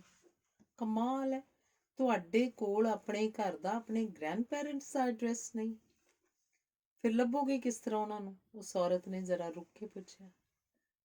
ਡੂ ਨਾਟ ਨੋ, ਵਿਕਰਮ ਨੇ ਜਦੋਂ ਆਖਿਆ ਉਹ ਆਪ ਵੀ ਜਿਵੇਂ ਪਰੇਸ਼ਾਨ ਜਿਹਾ ਹੋ ਗਿਆ। ਨਾਂ ਕੀ ਹੈ ਤੁਹਾਡੇ ਗ੍ਰੈਂਡਫਾਦਰ ਦਾ? ਸੰਪੂਰਨ ਸਿੰਘ ਸਿੱਧੂ। ਕੀ ਕਰਦੇ ਹਨ ਉਹ? ਕੁਛ ਨਹੀਂ, ਹੀ ਇਜ਼ ਅ ਲੈਂਡਲॉर्ड। ਮੇਰੇ ਪੈਰੈਂਟਸ ਵੀ ਪਟਿਆਲੇ ਰਹਿੰਦੇ ਨੇ, ਮੈਂ ਉਹਨਾਂ ਪਾਸ ਹੀ ਜਾ ਰਹੀ ਹਾਂ। ਮੈਂ ਆਪਣੇ ਬ੍ਰਦਰ ਨੂੰ ਆਖ ਦਿਆਂਗੀ, ਉਹ ਤੁਹਾਡੇ ਨਾਲ ਜਾ ਕੇ ਪਟਿਆਲੇ ਦੀਆਂ ਇੰਪੋਰਟੈਂਟ ਸਿੱਧੂ ਫੈਮਲੀਜ਼ ਤੋਂ ਪਤਾ ਕਰ ਆਏਗਾ। Thanks very much. ਮੇਰੇ ਕੋਲ ਇੱਕ ਕੈਮਰਾ ਹੈ, ਤੁਹਾਡੇ ਬ੍ਰਦਰ ਨੂੰ ਮੈਂ ਉਹ ਦੇ ਦਿਆਂਗਾ। ਵਿਕਰਮ ਨੇ ਜਦੋਂ ਆਖਿਆ, ਔਰਤ ਜ਼ਰਾ ਕੁ ਹਰਕ ਕੇ ਬੋਲੀ, ਇੱਥੇ ਹਿੰਦੁਸਤਾਨ 'ਚ ਹਰ ਕੰਮ ਨਕਦ ਕੈਸ਼ ਤੇ ਨਹੀਂ ਹੁੰਦਾ। ਬਹੁਤ ਸਾਰਾ ਲੈਣ ਦੇਣ ਜ਼ਿੰਦਗੀ 'ਚ ਤੇ ਜ਼ਿੰਦਗੀ ਤੋਂ ਪਾਰ ਵੀ ਤੁਰਦਾ ਰਹਿੰਦਾ ਹੈ। ਸੌਰੀ, ਮੈਂ ਸਮਝਿਆ ਨਹੀਂ। ਅਸੀਂ ਤੇ ਉਧਾਰ ਅਗਲੇ ਜਨਮ ਤੱਕ ਦਾ ਕਰ ਲੈਂਦੇ ਹਾਂ। ਉਹ ਹੱਸ ਕੇ ਆਖਣ ਲੱਗੀ, ਕਿਸ ਤਰ੍ਹਾਂ? ਤੁਹਾਡਾ ਹਿੰਦੁਸਤਾਨ ਆਉਣਾ, ਮੇਰਾ ਬਸ 'ਚ ਮਿਲਣਾ ਮਹਿਜ਼ ਇੱਕ ਇਤਫਾਕ ਨਹੀਂ। ਇਤਫਾਕ ਲੱਗਦਾ ਜ਼ਰੂਰ ਹੈ। ਮੇਰਾ ਮਤਲਬ ਹੈ, ਅਗਰ ਮੈਂ ਤੁਹਾਡੇ ਲਈ ਕੁਝ ਕਰ ਰਹੀ ਹੋਵਾਂਗੀ, ਉਹਦੇ ਬਦਲੇ ਜਾਂ ਪਿਛਲੇ ਜਨਮ 'ਚ ਮੇਰਾ ਕਦੇ ਕੁਝ ਤੁਸੀਂ ਕੀਤਾ ਹੋਏਗਾ ਜਾਂ ਅਗਲੇ ਜਨਮ 'ਚ ਕਰੋਗੇ। ਇਸ ਜਨਮ 'ਚ ਕਿਉਂ ਨਹੀਂ?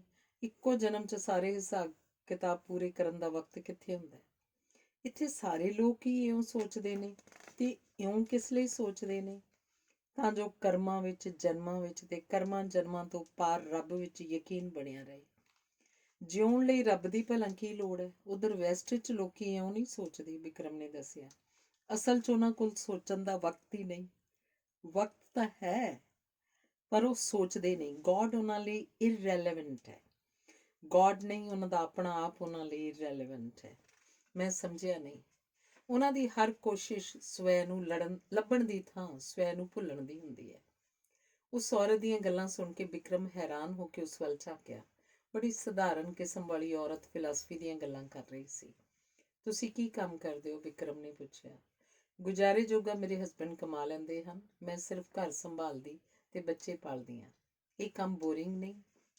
ਬੱਚੇ, ਬੂਟੇ ਤੇ ਆਈਡੀਆਜ਼ ਦੇ ਗਰੋ ਕਰਨ 'ਚ ਹੱਥ ਵਟਾਉਣਾ ਦਫ਼ਤਰਾਂ, ਫਾਈਲਾਂ, ਫੈਕਟਰੀਆਂ ਦੇ ਕੰਮਾਂ ਨਾਲੋਂ ਕਿਤੇ ਕ੍ਰੀਏਟਿਵ ਕੰਮ ਹੈ। ਪਰ ਅਫਸੋਸ ਇਹ ਹੈ ਕਿ ਪੱਛਮ ਵਾਂਗ ਸਾਨੂੰ ਵੀ ਸੋਚਣ ਲਾਇਆ ਜਾ ਰਿਹਾ ਹੈ ਕਿ ਕ੍ਰੀਏਟਿਵ ਕੰਮ ਬੋਰਿੰਗ ਹਨ। ਮੈਨੂੰ ਇਹ ਸਮਝ ਨਹੀਂ ਆਉਂਦੀ ਕਿ ਬੱਚਿਆਂ ਦੀ ਡਿਵੈਲਪਮੈਂਟ ਵੱਟੇ ਪੈਸੇ ਵਟਾ ਲੈਣੀ ਕਿੱਧਰ ਦੀ ਅਕਲ ਹੈ। ਮੈਨੂੰ ਸਮਝ ਨਹੀਂ ਲੱਗੀ ਕਿ ਕੀ ਆਖ ਰਹੇ ਹੋ ਤੁਸੀਂ। ਸਾਡੀ ਭਾਰਤੀ ਫਿਲਾਸਫੀ ਆਖਦੀ ਹੈ ਕਿ ਬੱਚੇ ਦਾ ਪਹਿਲਾ ਗੁਰੂ ਮਾਂ ਹੁੰਦੀ ਹੈ। ਜੇ ਮਾਂ ਹੀ ਘਰੋਂ ਗਾਇਬ ਹੈ, ਬੱਚਾ ਹਰ ਪੱਖੋਂ ਯਤੀਮ ਨਹੀਂ ਰਹਿ ਜਾਏਗਾ? ਜੇ ਮਾਂ-ਬਾਪ ਬੱਚੇ ਦੀ ਪਰਵਾਹ ਨਹੀਂ ਕਰਨਗੇ ਤਾਂ ਬੱਚਾ ਮਾਂ-ਬਾਪ ਦੀ ਪਰਵਾਹ ਕਿਉਂ ਕਰੇਗਾ? ਜੇ ਮਾਂ-ਬਾਪ ਬੱਚੇ ਦੀ ਤੇ ਬੱਚਾ ਮਾਂ-ਬਾਪ ਦੀ ਪਰਵਾਹ ਨਹੀਂ ਕਰਦਾ, ਫਿਰ ਉਹ ਹੋਰ ਲੋਕਾਂ ਦੀ ਪਰਵਾਹ ਕਿਉਂ ਕਰੇਗਾ? ਤੇ ਸੰਸਾਰ ਦੀ ਬਹੁਤ ਸਾਰੀ ਕਮਾਈ ਫਿਰ ਜੰਗੀ ਹਥਿਆਰ ਪੈਦਾ ਕਰਨ ਤੇ ਕਿਉਂ ਨਹੀਂ ਲੱਗੇਗੀ? ਤੁਸੀਂ ਕਿੰਨੀ ਪੜ੍ਹਾਈ ਕੀਤੀ ਹੈ? ਵਿਕਰਮ ਨੇ ਪੁੱਛਿਆ। ਉਹ ਔਰਤ ਹੱਸ ਪਈ। ਜੇ ਮੈਂ ਬਹੁਤੀ ਪੜ੍ਹੀ ਹੁੰਦੀ, ਮੈਨੂੰ ਇਹ ਸਾਰੀਆਂ ਗੱਲਾਂ ਭੁੱਲ ਜਾਣੀਆਂ ਸਨ। ਮੈਂ ਸਿਰਫ ਸਕੂਲ ਤੱਕ ਪੜ੍ਹਾਈ ਕੀਤੀ ਹੈ। ਮੇਰੀ ਮਾਂ ਵੀ ਬਹੁਤ ਇੰਟੈਲੀਜੈਂਟ ਸੀ। ਵਿਕਰਮ ਨੇ ਉਦਾਸ ਹੋ ਕੇ ਆਖਿਆ। ਸੀ? ਹਾਂ, ਹੁਣ ਨਹੀਂ ਹੈ। ਵਿਕਰਮ ਨੇ ਜਦੋਂ ਦੱਸਿਆ ਤਾਂ ਔਰਤ ਕੁਝ ਨਾ ਬੋਲੀ। ਮੈਂ ਫੜ ਲਵਾਂ? ਤੁਸੀਂ ਥੱਕ ਗਏ ਹੋਗੇ? ਵਿਕਰਮ ਨੇ ਬੱਚੇ ਵੱਲ ਹੱਥ ਕਰਕੇ ਪੁੱਛਿਆ। ਰਵੀ ਜਾਣਾ ਹੈ? ਔਰਤ ਨੇ ਬੱਚੇ ਨੂੰ ਪੁੱਛਿਆ। ਬੱਚੇ ਨੇ ਨਾਂ 'ਚ ਸਿਰ ਹਿਲਾ ਦਿੱਤਾ। ਮੈਂ ਖੜਾ ਹੋ ਜਾਣਾ ਕੁਝ ਚਿਰ, ਆਖਦਾ ਵਿਕਰਮ ਖੜਾ ਹੋ ਗਿਆ। ਔਰਤ ਨੇ ਬੱਚੇ ਨੂੰ ਸੀਟ ਤੇ ਬਿਠਾ ਦਿੱਤਾ। ਸੜਕ ਉੱਪਰ ਆਵਾਜਾਈ ਵੱਧ ਗਈ ਸੀ। ਪਾਣੀਪਤ ਆਉਣ ਵਾਲਾ ਸੀ। ਬੱਸ ਸਟੈਂਡ ਆਇਆ ਤਾਂ ਕੁਝ ਲੋਕ ਉਤਰ ਗਏ। ਉਸ ਔਰਤ ਨੇ ਆਪਣੇ ਅੱਗੇ ਵਾਲੀ ਖਾਲੀ ਸੀਟ ਉੱਪਰ ਪਰਸ ਰੱਖ ਕੇ ਵਿਕਰਮ ਲਈ ਸੀਟ ਰੋਕ ਲਈ। ਵਿਕਰਮ ਹੇਠਾਂ ਉਤਰ ਕੇ ਪੌਪਕਾਰਨ ਦੇ 4 ਪੈਕੇਟ ਲੈ ਆਇਆ। 3 ਉਹਨਾਂ ਨੂੰ ਦੇ ਦਿੱਤੇ, ਇੱਕ ਆਪ ਲੈ ਲਿਆ। ਉਸ ਔਰਤ ਨੇ ਪੌਪਕਾਰਨ ਦਾ ਧੰਨਵਾਦ ਨਹੀਂ ਕੀਤਾ। ਵਿਕਰਮ ਨੂੰ ਇਹ ਗੱਲ ਸਗੋਂ ਚੰਗੀ ਲੱਗੀ। ਰਵੀ ਕੀ ਹੁੰਦਾ? ਕੁਝ ਚਿਰ ਮਗਰੋਂ ਨੇ ਪਿਛਲੀ ਸੀਟ ਵੱਲ ਮੂੰਹ ਕਰਕੇ ਉਸ ਔਰਤ ਤੋਂ ਪੁੱਛਿਆ। ਰਵੀ ਸੂਰਜ ਨੂੰ ਆਖਦੇ ਨੇ, ਸਨ ਨੂੰ। ਤੁਸੀਂ ਬੱਚੇ ਦਾ ਨਾਮ ਰਵੀ ਕਿਉਂ ਰੱਖਿਆ? Universe is part of our cell and we are a part of the universe, ਔਰਤ ਨੇ ਦੱਸਿਆ। Universe is part of our cell and we are a part of the universe, Vikram ਨੇ ਮਨ 'ਚ ਦੁਹਰਾਇਆ। ਪਟਿਆਲੇ ਕਿੱਥੇ ਰਹੋਗੇ? ਉਸ ਔਰਤ ਨੇ ਪੁੱਛਿਆ। ਕਿਸੇ ਹੋਟਲ 'ਚ ਠਹਿਰਾਂਗਾ। ਚਾਹੋ ਤਾਂ ਸਾਡੇ ਘਰ ਵੀ ਰਹਿ ਸਕਦੇ ਹੋ। ਮੇਰੇ ਫਾਦਰ ਨੇ, ਮਦਰ ਨੇ, ਬ੍ਰਦਰ ਹੈ, ਇੱਕ ਭੈਣ ਹੈ ਉੱਥੇ। ਉਹ ਮੈਨੂੰ ਪੇਇੰਗ ਗੈਸਟ ਰੱਖ ਲੈਣਗੇ? ਮੈਂ ਆਖਾਂਗੀ ਤਾਂ ਰੱਖ ਲੈਣਗੇ, ਪਰ ਪੈਸੇ ਨਹੀਂ ਲੈਣਗੇ। ਇਹ ਕਿਵੇਂ ਹੋ ਸਕਦਾ ਹੈ? ਇੰਡੀਆ 'ਚ ਇਉਂ ਹੀ ਹੁੰਦਾ ਹੈ, ਖਾਸ ਕਰ ਪੰਜਾਬ ਵਿੱਚ। ਫਿਰ ਮੈਂ ਹੋਟਲ ਵਿੱਚ ਹੀ ਰਹਿ ਜਾਵਾਂਗਾ। ਠੀਕ ਹੈ, ਕਿਸੇ ਤੋਂ ਉਹੀ ਲੋਕ ਕੁਝ ਕਰਵਾ ਸਕਦੇ ਹੁੰਦੇ ਨੇ ਜਿਨ੍ਹਾਂ ਦਾ ਬੜਾ ਵੱਡਾ ਦਿਲ ਹੋਵੇ। ਉਂਝ ਮੈਂ ਤੁਹਾਡੇ ਘਰ ਆਵਾਂਗਾ। ਤੁਹਾਡੇ ਬ੍ਰਦਰ ਦੀ ਮਦਦ ਨਾਲ ਮੈਂ ਆਪਣੇ ਗ੍ਰੈਂਡ ਪੈਰੈਂਟਸ ਵੀ ਤਾਂ ਲੱਭਣੇ ਹਨ। ਉਹ ਲੱਭ ਜਾਣਗੇ। ਉਹ ਕਿਸ ਤਰ੍ਹਾਂ? ਵਿਕਰਮ ਨੇ ਉਤਸੁਕਤਾ ਨਾਲ ਪੁੱਛਿਆ। ਜਿਹੜੀਆਂ ਮੋਹ ਦੀਆਂ ਤੰਦਾਂ ਨੇ ਤੁਹਾਨੂੰ ਏਡੀ ਦੂਰ ਖਿੱਚ ਲਿਆਂਦਾ ਹੈ, ਉਹੀ ਤੰਦਾਂ ਦੂਜੇ ਪਾਸੇ ਵੀ ਤਾਂ ਅੰਦਰਾਂ 'ਚ ਖੋ ਪਾਉਣਗੀਆਂ। ਮੈਂ ਤਾਂ ਆਪਣੀ ਮਰਜ਼ੀ ਨਾਲ ਆਇਆ, ਵਿਕਰਮ ਨੇ ਉਹਦੀ ਗੱਲ ਨਾ ਸਮਝਦਿਆਂ ਆਖਿਆ। ਇਹ ਮਰਜ਼ੀ ਵੀ ਤਾਂ ਤੁਹਾਨੂੰ ਤੁਹਾਡੀ ਮਰਜ਼ੀ ਨਾਲ ਨਹੀਂ ਮਿਲੀ, ਉਹ ਔਰਤ ਆਖ ਰਹੀ ਸੀ। ਬੱਸ ਨੇ ਹੌਰਨ ਦਿੱਤਾ। ਸਵਾਰੀਆਂ ਮੁੜ ਆਪਣੀਆਂ ਸੀਟਾਂ ਤੇ ਬੈਠ ਗਈਆਂ। ਬੱਸ ਦਾ ਵਿਹੜਾ ਫਿਰ ਉਸੇ ਤਰ੍ਹਾਂ ਭਰ ਗਿਆ। ਹੁਣ ਪਿੱਛਾਂ ਮੂੰਹ ਕਰਕੇ ਉਸ ਔਰਤ ਨਾਲ ਗੱਲਾਂ ਨਹੀਂ ਸੀ ਕੀਤੀਆਂ ਜਾ ਸਕਦੀਆਂ। ਸਿੱਧਾ ਹੋ ਕੇ ਬੈਠ ਕੇ ਵਿਕਰਮ ਇੱਕ ਨੋਵਲ ਪੜ੍ਹਨ ਲੱਗ ਪਿਆ। ਬੱਸ ਤੁਰੀ ਜਾ ਰਹੀ ਸੀ। ਅੰਗ 6। ਉਸ ਔਰਤ ਅੰਮ੍ਰਿਤ ਦਾ ਭਰਾ ਉਹਨੂੰ ਬੱਸ ਸਟੈਂਡ ਉੱਪਰ ਲੈਣ ਆਇਆ ਹੋਇਆ ਸੀ। ਬੱਸ ਤੋਂ ਉਤਰਦੀ ਭੈਣ ਦੇ ਭਰਾ ਨੇ ਪੈਰੀਂ ਹੱਥ ਲਾਇਆ। ਬੱਚੇ ਮਾਮਾ ਜੀ ਕਰਦੇ ਉਹਦੇ ਦੁਆਲੇ ਹੋ ਗਏ। ਬਿੱਲੂ, ਇਹ ਲੜਕਾ ਇੰਗਲੈਂਡ ਤੋਂ ਆਇਆ, ਇਹਨੂੰ ਕਾਰਨਰ ਹੋਟਲ 'ਚ ਕਮਰਾ ਲੈ ਕੇ ਸਮਾਨ ਰਖਵਾ ਕੇ ਘਰ ਲੈ ਆਈ। ਆਪਣਾ ਘਰ ਦੇਖ ਲਏਗਾ। ਮੈਂ ਰਿਕਸ਼ਾ ਲੈ ਕੇ ਘਰ ਚੱਲਦੀ ਹਾਂ, ਉਸ ਔਰਤ ਨੇ ਆਪਣੇ ਭਰਾ ਨੂੰ ਆਖਿਆ। ਉਹਨਾਂ ਨੂੰ ਰਿਕਸ਼ੇ 'ਚ ਬਿਠਾ ਕੇ ਬਿੱਲੂ ਨੇ ਵਿਕਰਮ ਵੱਲ ਧਿਆਨ ਦਿੱਤਾ। Hello, I'm Billu. I'm Vikram. Let's go to corner hotel. ਕਿੰਨੀ ਦੂਰ ਹੈ? ਸਾਹਮਣੇ ਹੀ ਤਾਂ ਹੈ, ਬਿੱਲੂ ਨੇ ਹੋਟਲ ਵੱਲ ਹੱਥ ਕਰਕੇ ਦੱਸਿਆ।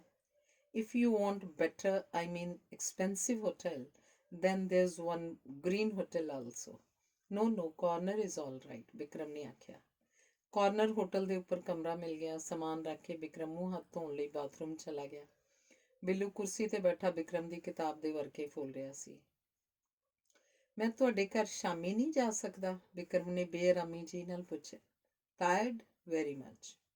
ਠੀਕ ਹੈ, ਖਾ ਪੀ ਕੇ ਆਰਾਮ ਕਰੋ, ਮੈਂ ਸ਼ਾਮੀ ਆ ਜਾਵਾਂਗਾ, ਬਿੱਲੂ ਨੇ ਹੱਥ ਅੱਗੇ ਕਰਦਿਆਂ ਆਖਿਆ। Cannot we be friends? I don't like to be formal. ਠੀਕ ਹੈ, we are friends, Billu and Vikram. I'll come at 5. No, 4. I'll be waiting. Your sister is very nice person and intelligent also. She's a typical Indian lady. By the way, what's your father? ਉਹ retired army ਅਫਸਰ ਹਨ। ਤੇ ਮਾਮਾ? ਉਹ ਬਸ ਮਾਮਾ। ਅੱਛਾ, 4 ਵਜੇ ਆਵਾਂਗਾ ਫਿਰ, ਆਖਦਾ ਬਿੱਲੂ ਪੌੜੀਆਂ 'ਚ ਉਤਰ ਗਿਆ।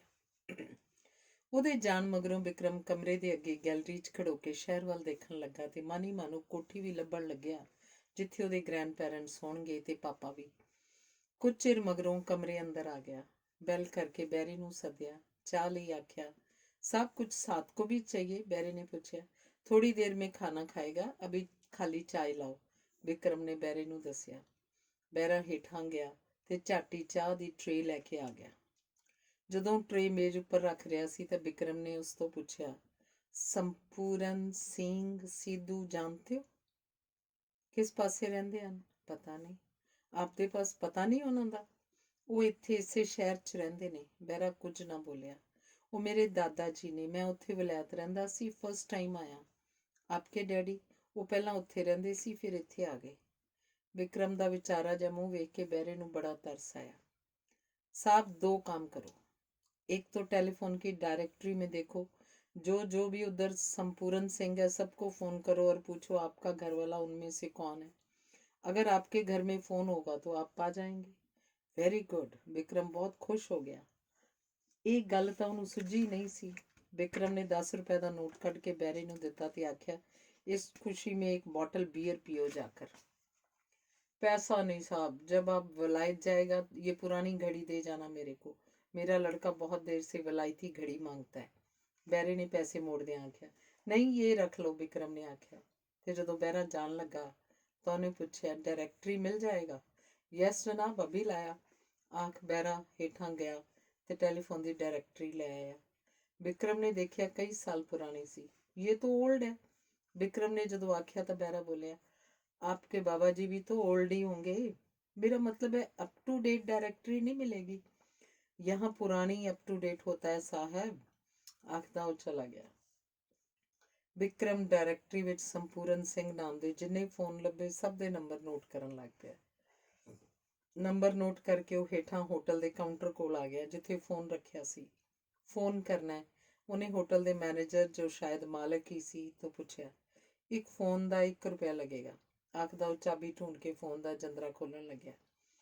पहला नंबर 72970 सी। घुमाया, घंटी वज रही सी। हेलो, उधरों आवाज आई। Who speaking? हेलो, कौन बोलता है जी? ये किसका घर है? आपको किसका घर चाहिए? किसी जनाना आवाज ने पूछा।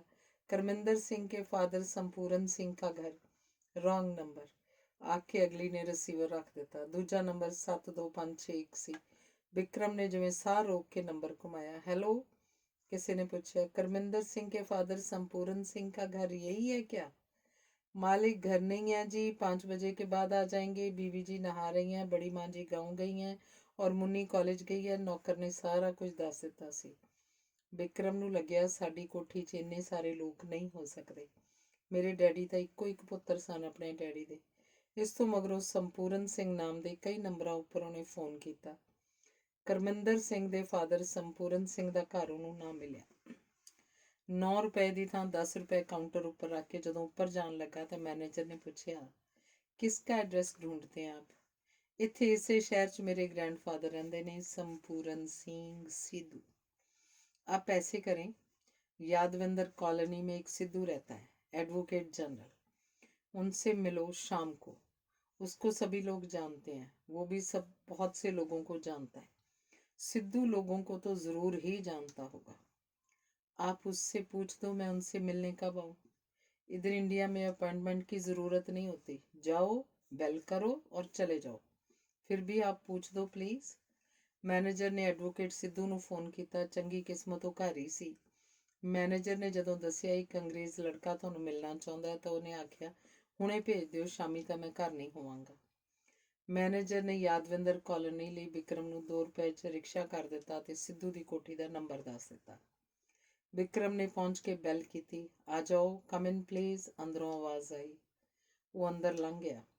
ਸੋਫੇ ਉੱਪਰ ਸਿੱਧੂ ਬੈਠਾ ਸੀ, ਬੱਬਰ ਸ਼ੇਰ ਵਰਗਾ ਬੰਦਾ। ਡਰਾਇੰਗ ਰੂਮ ਵਿੱਚ ਹੀ ਟੈਲੀਵਿਜ਼ਨ ਚੱਲ ਰਿਹਾ ਸੀ। ਛੱਤ ਤੀਕ ਲੱਗੀਆਂ ਅਲਮਾਰੀਆਂ ਕਿਤਾਬਾਂ ਨਾਲ ਭਰੀਆਂ ਪਈਆਂ ਸਨ। ਲੋਕੀ ਖਾ ਖਾ ਕੇ ਸਿਹਤ ਬਣਾਉਂਦੇ ਨੇ।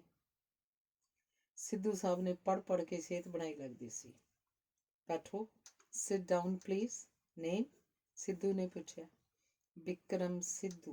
वेरी गुड, अब इंग्लिश मैन भी सिद्धू होने लगा। What would you like you have young man? Mister Sidhu. No thanks, what can I do for you? Sampuran Singh Sidhu मेरे ग्रैंडफादर ने। I want to know where he lives. Young man, तेरे grandfather ਦਾ ਮੈਨੂੰ ਕੀ ਪਤਾ ਹੋ ਸਕਦਾ? ਮੈਂ ਆਪਣੇ ग्रैंडफादर ਬਾਰੇ ਦੱਸ ਸਕਦਾ। ਸਿੱਧੂ ਨੇ ਹੱਸ ਕੇ ਆਖਿਆ। विक्रम का मुंह जिवें कुमला गया। Patiala is a small place, आपके ग्रैंडफादर को ढूंढ लेंगे। आपके फादर कहाँ हैं? पहले उत्थे यूके सन, फिर वापस आ गए। करमिंदर सिंह तो नहीं सी आपके डैडी का नाम? यस यस, विक्रम ने काली नाल आख्या। वो तो बेचारे। What happened? की होया? विक्रम ने घबरा के पूछा। तुहानू नहीं पता, उन्हां दी कार हादसे च डेथ हो गई सी। ਸਿੱਧੂ ਨੇ ਜਦੋਂ ਦੱਸਿਆ, ਵਿਕਰਮ ਦਾ ਜਿਵੇਂ ਸਿਰ ਚੱਕਰਾ ਗਿਆ। ਉਹ ਤਾਂ ਸੋਚਦਾ ਸੀ ਆਪਣੇ ਗ੍ਰੈਂਡਫਾਦਰ ਦੇ ਘਰ ਜਦੋਂ ਪਹੁੰਚੇਗਾ ਉੱਥੇ ਉਹਦੇ ਡੈਡੀ ਵੀ ਹੋਣਗੇ। ਇੱਕਦਮ ਵਿਕਰਮ ਦਾ ਮੂੰਹ ਜਿਵੇਂ ਪੀਲਾ ਪੈ ਗਿਆ। ਆਪਕੇ ग्रैंडफादर से अभी बात करते हैं, ਆਖਦਿਆਂ ਸਿੱਧੂ ਸਾਹਿਬ ਨੇ ਫੋਨ ਚੁੱਕਿਆ, ਨੰਬਰ ਘੁਮਾਇਆ। ਸਰਦਾਰ ਸਾਹਿਬ ਘਰ ਨਹੀਂ ਸਨ। 5 ਵਜੇ ਤੋਂ ਬਾਅਦ ਮਗਰੋਂ ਆਉਣਾ ਸੀ। ऐसे करो, उनकी कोठी पर ड्राइवर छोड़ आता है। ग्रैंडफादर 5 बजे के पीछे आएंगे। घर पर और लोग तो होंगे ही। थैंक्स, पहले मैं होटल जाना है। 4 o'clock एक फ्रेंड आएगा। ठीक है, भूपेंद्र नगर, कोठी नंबर 23 है। कोई भी रिक्शे वाला ले जाएगा। Thanks sir. करमिंदर ने उधर लंदन में शादी किया था? सिद्धू साहब ने जदों पूछा। विक्रम नूं इस सवाल बेमायना जिहा लग्या। इन्ने जवान सुंदर ग्रैंडसन को देखकर सरदार साहब बहुत खुश होंगे। मैं आऊँगा उधर आपके घर इतवार को। सिद्धू साहब ने सोफे ते बैठे ही ਉਹਨੂੰ ਤੁਰਦੇ ਨੂੰ ਆਖਿਆ। ਹੋਟਲ ਨੂੰ ਵਾਪਸ ਪਰਤਦਾ ਵਿਕਰਮ ਸੋਚ ਰਿਹਾ ਸੀ, ਮਾਂ, ਡੈਡੀ ਦੀ ਕਾਰ ਐਕਸੀਡੈਂਟ ਨਾਲ ਡੈਥ ਹੋ ਗਈ ਹੈ ਤੇ ਉਹਦੀਆਂ ਅੱਖਾਂ ਭਰ ਆਈਆਂ। ਅੰਗ 7। 4 ਵਜੇ ਬਿੱਲੂ ਹੋਟਲ ਆ ਗਿਆ। ਮੇਰੇ ਗ੍ਰੈਂਡਫਾਦਰ ਦਾ ਘਰ ਮਿਲ ਗਿਆ, ਵਿਕਰਮ ਨੇ ਬਿੱਲੂ ਨੂੰ ਦੱਸਿਆ। Very good. 23 ਨੰਬਰ ਕੋਠੀ, ਭੁਪਿੰਦਰਾ ਨਗਰ। ਇਹ ਐਡਰੈਸ ਵਿਕਰਮ ਨੇ ਡਾਇਰੀ ਖੋਲ ਕੇ ਦੱਸਿਆ। ਬਹੁਤੀ ਦੂਰ ਨਹੀਂ, 22 ਨੰਬਰ ਫਾਟਕ ਦੇ ਕੋਲ ਹੀ ਹੈ। 22 ਨੰਬਰ ਫਾਟਕ ਕਿੱਥੇ ਹੈ? ਨਵੇਂ ਪਟਿਆਲੇ 'ਚ। ਨਵਾਂ ਪਟਿਆਲਾ ਕਿੱਧਰ ਹੈ? ਮੈਂ ਆਪ ਛੱਡ ਆਵਾਂਗਾ। ਪਟਿਆਲੇ 'ਚ ਘਰ ਲੱਭਣਾ ਕੋਈ ਔਖਾ ਨਹੀਂ। ਹੁਣ ਆਪਾਂ ਪਹਿਲੇ ਸਾਡੇ ਘਰ ਚੱਲਦੇ ਹਾਂ। ਠੀਕ ਹੈ, ਆਖ ਵਿਕਰਮ ਬਿੱਲੂ ਨਾਲ ਜਾਣ ਲਈ ਤਿਆਰ ਹੋ ਗਿਆ। ਆਪਣੇ ਸਕੂਟਰ ਦੇ ਪਿੱਛੇ ਬਿਠਾ ਕੇ ਬਿੱਲੂ ਉਹਨੂੰ ਜੌੜੀਆਂ ਭੱਠੀਆਂ ਕੋਲ ਆਪਣੇ ਘਰ ਲੈ ਗਿਆ। ਸ਼ਹਿਰ ਦੇ ਵਿਚਕਾਰ ਭੀੜੀ ਜੀ ਸੜਕ ਤੋਂ ਲੰਘ ਕੇ ਉਹ ਬਿੱਲੂ ਦੇ ਖੁੱਲ੍ਹੇ ਜਿਹੇ ਘਰ ਪਹੁੰਚ ਗਏ। ਵੱਡੇ ਸਾਰੇ ਗੇਟ ਦੇ ਅੰਦਰ ਬਗੀਚਾ ਸੀ, ਬਗੀਚੇ ਤੋਂ ਪਾਰ ਕੋਠੀ ਸੀ। ਡਰਾਇੰਗ ਰੂਮ 'ਚ ਪੁਰਾਣੀ ਕਿਸਮ ਦਾ ਫਰਨੀਚਰ ਸੀ। ਗੱਦਿਆਂ ਵਾਲਾ ਸੋਫਾ, ਸੁਨਹਿਰੀ ਫਰੇਮਾਂ ਵਾਲੀਆਂ ਤਸਵੀਰਾਂ, ਰੇਡੀਓਗ੍ਰਾਮ, ਸ਼ੈਂਡਲੀਅਰ ਆਦਿ ਤੋਂ ਲੱਗਦਾ ਸੀ ਇਹ ਕਿਸੇ ਪੁਰਾਣੇ ਰਈਸ ਦਾ ਘਰ ਸੀ। ਸਰਦਾਰ ਬਖਸ਼ੀਸ਼ ਸਿੰਘ ਨੇ ਵਿਕਰਮ ਨੂੰ ਧਿਆਨ ਨਾਲ ਦੇਖਿਆ। ਸਤਿ ਸ੍ਰੀ ਅਕਾਲ ਜੀ, ਵਿਕਰਮ ਨੇ ਜਦੋਂ ਆਖਿਆ ਤਾਂ ਉਹਨਾਂ ਨੇ ਖੁਸ਼ ਹੋ ਕੇ ਆਖਿਆ, ਆਓ ਆਓ, ਵੈਰੀ ਗੁੱਡ। ਵਿਕਰਮ ਸਾਹਮਣੇ ਸੋਫੇ ਤੇ ਬੈਠ ਗਿਆ। ਬਿੱਲੂ ਚਾਹ ਲਈ ਆਖਣ ਚਲਾ ਗਿਆ। ਅੰਮ੍ਰਿਤ ਆ ਗਈ। ਫੇਰ ਲੱਭ ਗਿਆ ਘਰ? ਉਹਨੇ ਖੁਸ਼ ਹੋ ਕੇ ਪੁੱਛਿਆ। ਹਾਂਜੀ, ਵਿਕਰਮ ਨੇ ਖੜੇ ਹੁੰਦਿਆਂ ਦੱਸਿਆ। ਮੈਂ ਤਾਂ 3-4 ਦਿਨ ਹੀ ਰਹਾਂਗੀ। ਪਾਪਾ ਇੱਥੇ ਨਹੀਂ, ਬਿੱਲੂ ਹੈ, ਫਿਰ ਵੀ ਆ ਜਾਇਆ ਕਰਨਾ, ਉਹ ਬੋਲੀ। ਹਾਂਜੀ, ਵਿਕਰਮ ਨੇ ਸੋਫੇ ਤੇ ਬੈਠਦਿਆਂ ਆਖਿਆ। ਡੈਡੀ ਨਹੀਂ ਨਾਲ ਆਏ? ਸਰਦਾਰ ਬਖਸ਼ੀਸ਼ ਸਿੰਘ ਨੇ ਪੁੱਛਿਆ। ਉਹ ਪਹਿਲਾਂ ਆ ਗਏ ਸੀ, ਕਾਰ ਐਕਸੀਡੈਂਟ ਨਾਲ ਡੈਥ ਹੋ ਗਈ ਹੈ। ਵਿਕਰਮ ਨੇ ਜਿਵੇਂ ਇੱਕ ਹੀ ਫਿਕਰੇ 'ਚ ਸਭ ਕੁਝ ਦੱਸ ਦਿੱਤਾ। ਉਹ, ਸਰਦਾਰ ਬਖਸ਼ੀਸ਼ ਸਿੰਘ ਨੇ ਸਾਰੀ ਗੱਲ ਸਮਝਦਿਆਂ ਆਖਿਆ। ਇਹਨੇ ਨੂੰ ਸਕਰਟ ਪਾਈ, 2 ਗੁੱਤਾਂ ਕਰੀ, ਚਾਹ ਦੀ ਟਰੇ ਲਈ ਆ ਰਹੇ ਗੇਂਦਾ ਰਾਮ ਦੇ ਪਿੱਛੇ ਪਿੱਛੇ ਬਿਸਕਟਾਂ ਦੀ ਪਲੇਟ ਫੜੀ ਡੌਲੀ ਆ ਰਹੀ ਸੀ। ਹੈਲੋ, ਉਹਨੇ ਵਿਕਰਮ ਨੂੰ ਆਖਿਆ। ਸਤਿ ਸ੍ਰੀ ਅਕਾਲ ਜੀ, ਵਿਕਰਮ ਨੇ ਹੱਥ ਜੋੜ ਕੇ ਜਵਾਬ ਦਿੱਤਾ। ਇਹ ਲੋਕ ਇੰਡੀਆ ਆਉਣ ਵੇਲੇ 2-4 ਲਫ਼ਜ਼ ਹਿੰਦੀ ਪੰਜਾਬੀ ਦੇ ਜ਼ਰੂਰ ਸਿੱਖ ਆਉਂਦੇ ਨੇ, ਡੌਲੀ ਨੇ ਅੰਮ੍ਰਿਤ ਨੂੰ ਸੰਬੋਧਨ ਕਰਕੇ ਆਖਿਆ। ਇਹ ਗੱਲ ਨਹੀਂ, ਸਾਡੇ ਘਰ ਇਹਨਾਂ ਤੇਰੇ ਜੀਜਾ ਜੀ ਦਾ ਇੱਕ ਅੰਗਰੇਜ਼ ਦੋਸਤ ਆ ਕੇ ਹਫ਼ਤਾ ਕੁਰਿਆ। ਵਹੁਟੀ ਉਹਦੀ ਜਰਮਨ ਸੀ। ਅਸੀਂ ਆਪਸ 'ਚ ਹਿੰਦੀ ਪੰਜਾਬੀ ਵਿੱਚ ਗੱਲਾਂ ਕਰਦੇ ਉਹਨਾਂ ਮੀਆਂ ਬੀਵੀ ਨੂੰ ਮਜ਼ਾਕ ਕਰਦੇ ਰਹੇ। ਜਿਸ ਦਿਨ ਉਹਨਾਂ ਨੇ ਜਾਣਾ ਸੀ ਉਹ ਜਰਮਨ ਔਰਤ ਹਿੰਦੀ ਬੋਲਣ ਲੱਗ ਪਈ। ਬੜੀ ਸ਼ਰਮ ਆਈ ਵੀ ਇਹ ਤਾਂ ਸਾਡੀਆਂ ਸਾਰੀਆਂ ਗੱਲਾਂ ਸਮਝਦੀ ਹੋਊ। ਮੈਨੂੰ ਵੀ ਹਿੰਦੀ ਪੰਜਾਬੀ ਆਉਂਦੀ ਹੈ, ਵਿਕਰਮ ਨੇ ਜਦੋਂ ਆਖਿਆ। ਸਰਦਾਰ ਬਖਸ਼ੀਸ਼ ਸਿੰਘ ਬਹੁਤ ਖੁਸ਼ ਹੋ ਕੇ ਉਸ ਵੱਲ ਝਾਕੇ। ਮੈਨੂੰ ਤਾਂ ਹਿੰਦੀ ਪੰਜਾਬੀ 'ਚ ਗੱਲਾਂ ਕਰਦੇ ਲੋਕ ਬਹੁਤ ਉਜੱਡ ਲੱਗਦੇ ਨੇ, ਡੌਲੀ ਆਖ ਰਹੀ ਸੀ। ਬੰਦੇ ਦੀ ਅਸਲੀ ਬੋਲੀ ਤਾਂ ਮਦਰ ਟੰਗ ਹੀ ਹੁੰਦੀ ਹੈ, ਅੰਮ੍ਰਿਤ ਨੇ ਆਖਿਆ। ਮਦਰ ਟੰਗ ਤੇ ਫਾਦਰ ਟੰਗ ਦੋਨੋਂ ਹੋਣੀਆਂ ਚਾਹੀਦੀਆਂ ਨੇ, ਵਿਕਰਮ ਨੇ ਹੱਸ ਕੇ ਦੱਸਿਆ। ਤੁਸੀਂ ਇੰਗਲੈਂਡ ਛੱਡ ਕੇ ਇੱਥੇ ਕਿਉਂ ਆ ਗਏ ਹੋ ਫਿਰ ਅਜਿਹੇ ਮੌਸਮ ਵਿੱਚ? ਡੌਲੀ ਨੇ ਵਿਕਰਮ ਨੂੰ ਪੁੱਛਿਆ। ਗ੍ਰੈਂਡ ਪੈਰੈਂਟਸ ਨੂੰ ਮਿਲਣ ਤੇ ਇੰਡੀਆ ਵੇਖਣ ਲਈ, ਵਿਕਰਮ ਨੇ ਦੱਸਿਆ। ਇਹ ਤਾਂ ਸੈਂਟੀਮੈਂਟਲ ਗੱਲ ਹੈ। ਇੰਡੀਆ 'ਚ ਦੇਖਣ ਵਾਲਾ ਹੈ ਹੀ ਕੀ? ਮੱਖੀਆਂ, ਮੱਛਰ, ਮਿੱਟੀ, ਘੱਟਾ, ਧੁੱਪ, ਗਰਮੀ ਕਿ ਗਰੀਬੀ, ਡੌਲੀ ਆਖ ਰਹੀ ਸੀ। ਇੱਥੋਂ ਦੇ ਲੋਕ ਚੰਗੇ ਨੇ, ਵਿਕਰਮ ਨੇ ਜਦੋਂ ਆਖਿਆ। ਡੌਲੀ ਝੂਮ ਜੀ ਗਈ। ਇੱਥੇ ਕਿੰਨਾ ਚਿਰ ਰਹੋਗੇ? ਸਰਦਾਰ ਬਖਸ਼ੀਸ਼ ਸਿੰਘ ਨੇ ਪੁੱਛਿਆ। ਪਤਾ ਨਹੀਂ, ਸ਼ਾਇਦ ਹਮੇਸ਼ਾ ਲਈ ਰਹਿ ਜਾਵਾਂ, ਸ਼ਾਇਦ ਛੇਤੀ ਚਲਿਆ ਜਾਵਾਂ, ਇਟ ਡਿਪੈਂਡਸ। ਉੱਥੋਂ ਵਾਲੀਆਂ ਸਹੂਲਤਾਂ ਤਾਂ ਇੱਥੇ ਨਹੀਂ ਮਿਲਣਗੀਆਂ। ਹਾਂ, ਦਾਦਾ ਦਾਦੀ ਪਿਆਰ ਬਹੁਤ ਕਰਨਗੇ। ਹੋਰ ਲਓ ਚਾਹ? ਅੰਮ੍ਰਿਤ ਨੇ ਕੇਤਲੀ 'ਚੋਂ ਹੋਰ ਚਾਹ ਪਾਉਂਦਿਆਂ ਪੁੱਛਿਆ। ਨੋ ਥੈਂਕਸ, ਵਿਕਰਮ ਬੋਲਿਆ ਤੇ ਨਾਲ ਹੀ ਘੜੀ ਦੇਖਣ ਲੱਗਾ। ਸਾਰਾ 10 ਮਿੰਟ ਦਾ ਰਸਤਾ ਹੈ ਸਕੂਟਰ ਉੱਪਰ, ਅਜੇ ਬੜਾ ਟਾਈਮ ਪਿਆ, ਬਿੱਲੂ ਨੇ ਆਪਣੀ ਘੜੀ ਦੇਖਦਿਆਂ ਦੱਸਿਆ। ਕਿਸੇ ਵੀ ਕਿਸਮ ਦੀ ਲੋੜ ਹੋਵੇ ਆ ਜਾਣਾ, ਸਰਦਾਰ ਬਖਸ਼ੀਸ਼ ਸਿੰਘ ਨੇ ਫੇਰ ਆਖਿਆ। ਜ਼ਰੂਰ, ਵਿਕਰਮ ਦਾ ਜਵਾਬ ਸੀ। ਮਗਰੋਂ ਚਾਹ ਚੂ ਮੁਕਾ ਕੇ ਬਿੱਲੂ ਉਹਨੂੰ ਆਪਣੇ ਸਕੂਟਰ ਉੱਪਰ ਬਿਠਾ ਕੇ ਭੁਪਿੰਦਰਾ ਨਗਰ 23 ਨੰਬਰ ਕੋਠੀ ਲੈ ਗਿਆ। ਗੇਟ ਕੋਲ ਸਕੂਟਰ ਰੋਕ ਕੇ ਉਹਨੇ ਵਿਕਰਮ ਨੂੰ ਆਖਿਆ। ਅੱਛਾ, when can I see you again? ਕੱਲ ਸ਼ਾਮੀ ਮੈਂ ਆਪੇ ਆ ਜਾਵਾਂਗਾ। ਠੀਕ ਹੈ, ਬਾਏ, ਆਖਦਾ ਬਿੱਲੂ ਚਲਾ ਗਿਆ। ਹੁਣ ਵਿਕਰਮ ਆਪਣੇ ਹੀ ਘਰ ਅੱਗੇ ਬੇਗਾਨਿਆਂ ਵਾਂਗ ਖੜਾ ਸੀ। ਅੰਗ 8। ਲੋਹੇ ਦੇ ਗੇਟ ਅੱਗੇ ਲਿਖਿਆ ਸੀ ਸੰਪੂਰਨ ਲੌਜ। ਵਿਕਰਮ ਸਮਝ ਗਿਆ ਇਹੀ ਕੋਠੀ ਹੈ। ਫਾਟਕ ਖੋਲ ਕੇ ਅੰਦਰ ਗਿਆ ਤਾਂ ਕਾਫੀ ਵੱਡਾ ਬਾਗ ਸੀ। ਬਾਗ ਦੇ ਵਿਚਕਾਰ ਕੋਠੀ ਸੀ। ਵਿਕਰਮ ਨੇ ਬੈਲ ਕੀਤੀ। ਨੌਕਰ ਨੇ ਆ ਕੇ ਸਲਾਮ ਕੀਤੀ ਤੇ ਪੁੱਛਿਆ, ਜੀ ਸਾਹਿਬ, ਹੁਕਮ ਕਰੋ। ग्रैंडफादर, मेरा मतलब है सरदार साहब हैं? जी, आप कौन है, कहाँ से आए? मेरा नाम विक्रम है तो मैं इंग्लैंड तो आया। आइए अंदर बैठिए, मैं सरदार साहब को खबर कर देता हूँ, आखदा नौकर ਉਹਨੂੰ ਅੰਦਰ ਡਰਾਇੰਗ ਰੂਮ 'ਚ ਲੈ ਗਿਆ। ਵਿਕਰਮ ਨੂੰ ਸੋਫੇ ਉੱਪਰ ਬਿਠਾ ਕੇ ਨੌਕਰ ਸਰਦਾਰ ਸਾਹਿਬ ਨੂੰ ਖਬਰ ਕਰਨ ਚਲਾ ਗਿਆ। ਵੱਡਾ ਸਾਰਾ ਕਮਰਾ ਸੀ, ਅਮੀਰਾਂ ਦੇ ਘਰ ਦੇ ਡਰਾਇੰਗ ਰੂਮ ਵਰਗਾ ਡਰਾਇੰਗ ਰੂਮ। ਮਹਿੰਗਾ ਕਾਰਪੈਟ, ਮਹਿੰਗੇ ਪਰਦੇ, ਮਹਿੰਗੇ ਸੋਫੇ, ਮਹਿੰਗਾ ਸਾਰਾ ਸਜਾਵਟ ਦਾ ਸਮਾਨ। ਇੰਨੇ ਚਿਰ ਨੂੰ ਵਿਕਰਮ ਦੀ ਨਜ਼ਰ ਕਾਰਨਸ 'ਤੇ ਰੱਖੀਆਂ ਤਸਵੀਰਾਂ ਉੱਤੇ ਪੈ ਗਈ। ਉੱਠ ਕੇ ਦੇਖਣ ਲੱਗ ਪਿਆ। ਉੱਥੇ ਸਭ ਤੋਂ ਵੱਡੀ ਉਹਦੇ ਡੈਡੀ ਦੀ ਤਸਵੀਰ ਸੀ।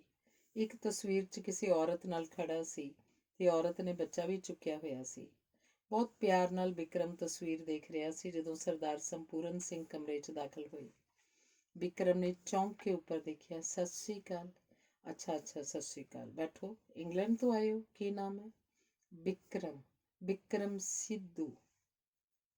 ਵਿਕਰਮ ਨੇ ਮੁੜ ਸੋਫੇ ਤੇ ਬੈਠਦਿਆਂ ਦੱਸਿਆ। ਅੱਛਾ ਸਿੱਧੂ, ਸਰਦਾਰ ਬਖਸ਼ੀ ਸਿੰਘ ਨੇ ਜ਼ਰਾ ਖੁਸ਼ ਹੋ ਕੇ ਪੁੱਛਿਆ। ਸਰਦਾਰ ਸੰਪੂਰਨ ਸਿੰਘ ਨੇ ਜ਼ਰਾ ਖੁਸ਼ ਹੋ ਕੇ ਪੁੱਛਿਆ। ਕੀਰਤੀ, ਖਾਣ ਪੀਣ ਲਈ ਲੈ ਕੇ ਆ। ਕੀ ਪੀਓਗੇ? ਚਾਹ, ਕੌਫੀ ਜਾਂ ਕੁਝ ਠੰਡਾ? ਪਹਿਲੀ ਗੱਲ ਨੌਕਰ ਨੂੰ ਤੇ ਦੂਜੀ ਸਰਦਾਰ ਨੇ ਵਿਕਰਮ ਨੂੰ ਆਖੀ। ਮੈਂ ਠੰਡਾ ਮਿਲਕ ਪੀ ਲਵਾਂਗਾ, ਚਾਹ ਕੁਝ ਦੇਰ ਪਹਿਲੇ ਪੀਤੀ ਸੀ। ਇੰਗਲੈਂਡ ਤੋਂ ਕਦ ਆਏ? ਕੱਲ ਆਇਆ ਸੀ। ਪਟਿਆਲੇ ਕਿਸ ਤਰ੍ਹਾਂ ਆਏ? ਸਰਦਾਰ ਨੇ ਜਦੋਂ ਪੁੱਛਿਆ ਵਿਕਰਮ ਕੁਝ ਨਰਵਸ ਜਿਹਾ ਹੋ ਗਿਆ, ਪਰ ਸੰਭਲ ਕੇ ਬੋਲਿਆ, ਮਾਮਾ ਨੇ ਆਖਿਆ ਸੀ ਇੰਡੀਆ ਆਪਣੇ ਗ੍ਰੈਂਡ ਪੈਰੈਂਟਸ ਕੋਲ ਚਲਾ ਜਾਈਂ। ਵਲੈਤ 'ਚ ਪਲੇ ਬੱਚਿਆਂ ਦਾ ਇੱਥੇ ਇੰਡੀਆ ਮਨ ਲੱਗਣਾ ਮੁਸ਼ਕਿਲ ਹੀ ਹੈ। ਖੈਰ, ਤੁਹਾਡੇ ਗ੍ਰੈਂਡ ਪੈਰੈਂਟਸ ਇੱਥੇ ਪਟਿਆਲੇ ਰਹਿੰਦੇ ਨੇ? ਸਰਦਾਰ ਨੇ ਜਦੋਂ ਪੁੱਛਿਆ ਵਿਕਰਮ ਦਾ ਮੂੰਹ ਫਿੱਕਾ ਜਿਹਾ ਪੈ ਗਿਆ। ਇੰਨੇ ਨੂੰ ਸਰਦਾਰਨੀ ਕਮਰੇ 'ਚ ਆਈ। ਮੈਨੂੰ ਜਾਣੀ ਕਰਮਿੰਦਰ ਵਰਗਾ ਬੋਲ ਲੱਗਿਆ। ਖਬਰੇ ਉਹੀ ਭੁਚੱਕੇ ਆਉਂਦੇ ਰਹਿੰਦੇ ਨੇ। ਉਹਨੇ ਜਿਵੇਂ ਆਪਣੇ ਆਪ ਨਾਲ ਗੱਲ ਕੀਤੀ। ਵਿਕਰਮ ਨੇ ਉੱਠ ਕੇ ਹੱਥ ਜੋੜੇ ਤੇ ਪੈਰਾਂ ਵੱਲ ਝੁਕਿਆ। ਜਿਉਂਦਾ ਰਹੋ ਪੁੱਤ, ਤੇਰੇ ਮਾਪਿਆਂ ਦੀਆਂ ਅੱਖਾਂ ਹਮੇਸ਼ਾ ਠੰਡੀਆਂ ਰਹਿਣ। ਅੰਗਰੇਜ਼ ਹੋ ਕੇ ਵੀ ਪੈਰੀਂ ਹੱਥ ਲਾਏ ਨੇ ਲੈਕ ਪੁੱਤ ਨੇ। ਸਰਦਾਰਨੀ ਨੇ ਆਖਿਆ। ਇੱਥੇ ਕਿਹਦੇ ਘਰ ਰਿਸ਼ਤੇਦਾਰੀ ਹੈ ਕਾਕੇ ਦੀ? ਜ਼ਰਾ ਕੁ ਰੁਕ ਕੇ ਸਰਦਾਰਨੀ ਨੇ ਪੁੱਛਿਆ। ਡੈਡੀ ਨੇ ਤੁਹਾਨੂੰ ਦੱਸਿਆ ਨਹੀਂ ਸੀ ਮੈਂ ਉਹਨਾਂ ਦਾ ਬੇਟਾ? ਵਿਕਰਮ ਨੇ ਕਾਰਨਸ ਤੇ ਪਈ ਆਪਣੇ ਡੈਡੀ ਦੀ ਫੋਟੋ ਵੱਲ ਹੱਥ ਕਰਕੇ ਆਖਿਆ। ਕਰਮਿੰਦਰ ਦਾ ਬੇਟਾ?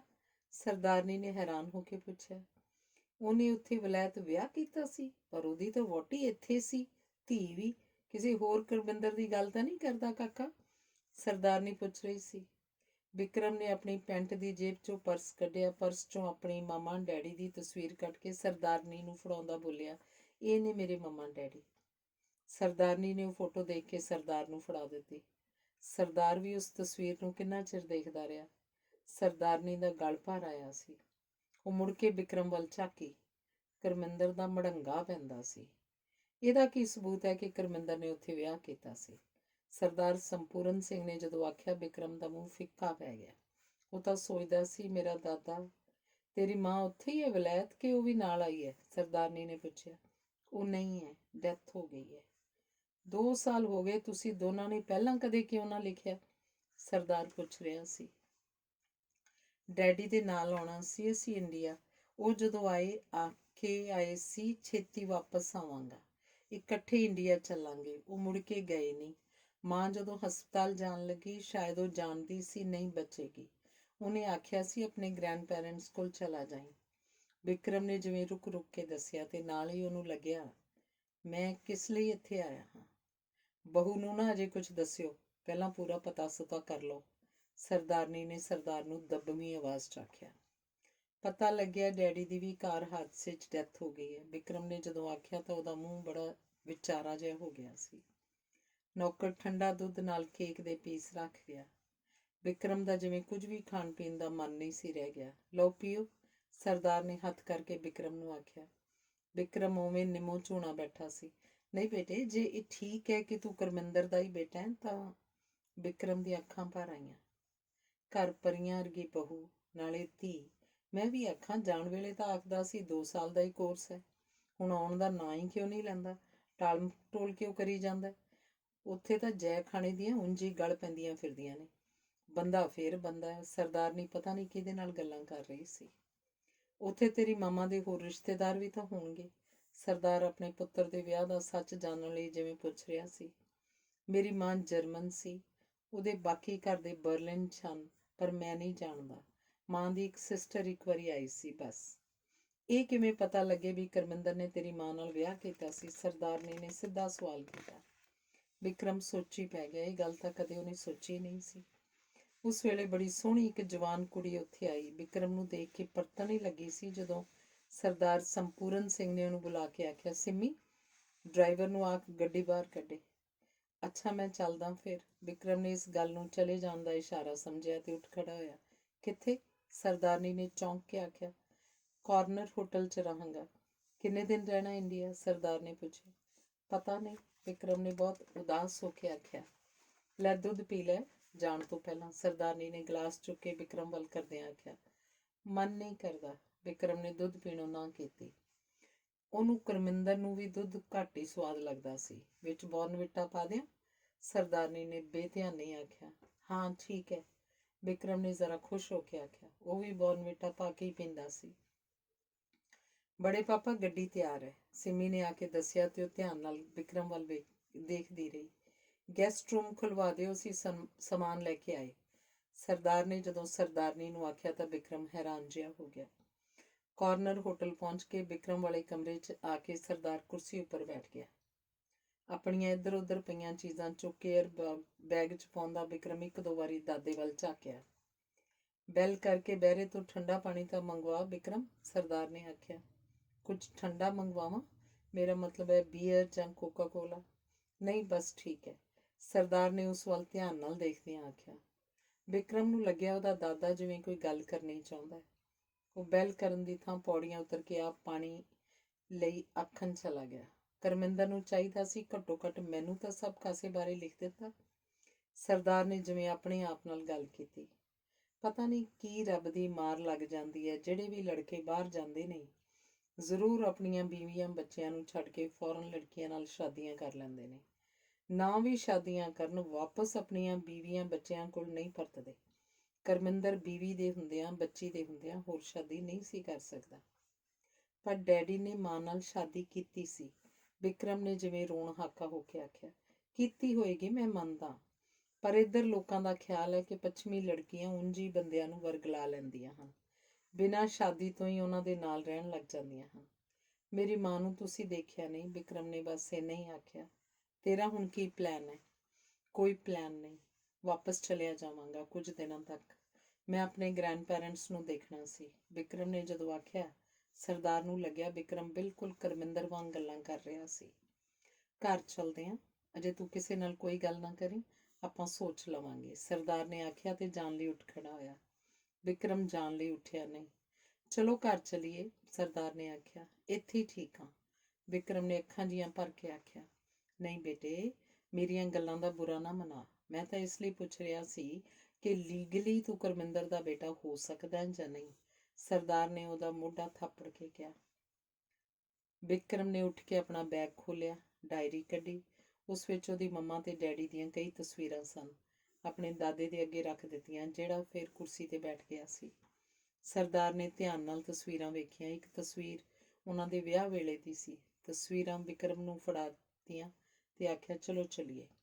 ਸਮਾਨ ਇੱਥੇ ਰਹਿਣ ਦਿੰਦੇ ਹਾਂ, ਵਿਕਰਮ ਨੇ ਆਖਿਆ।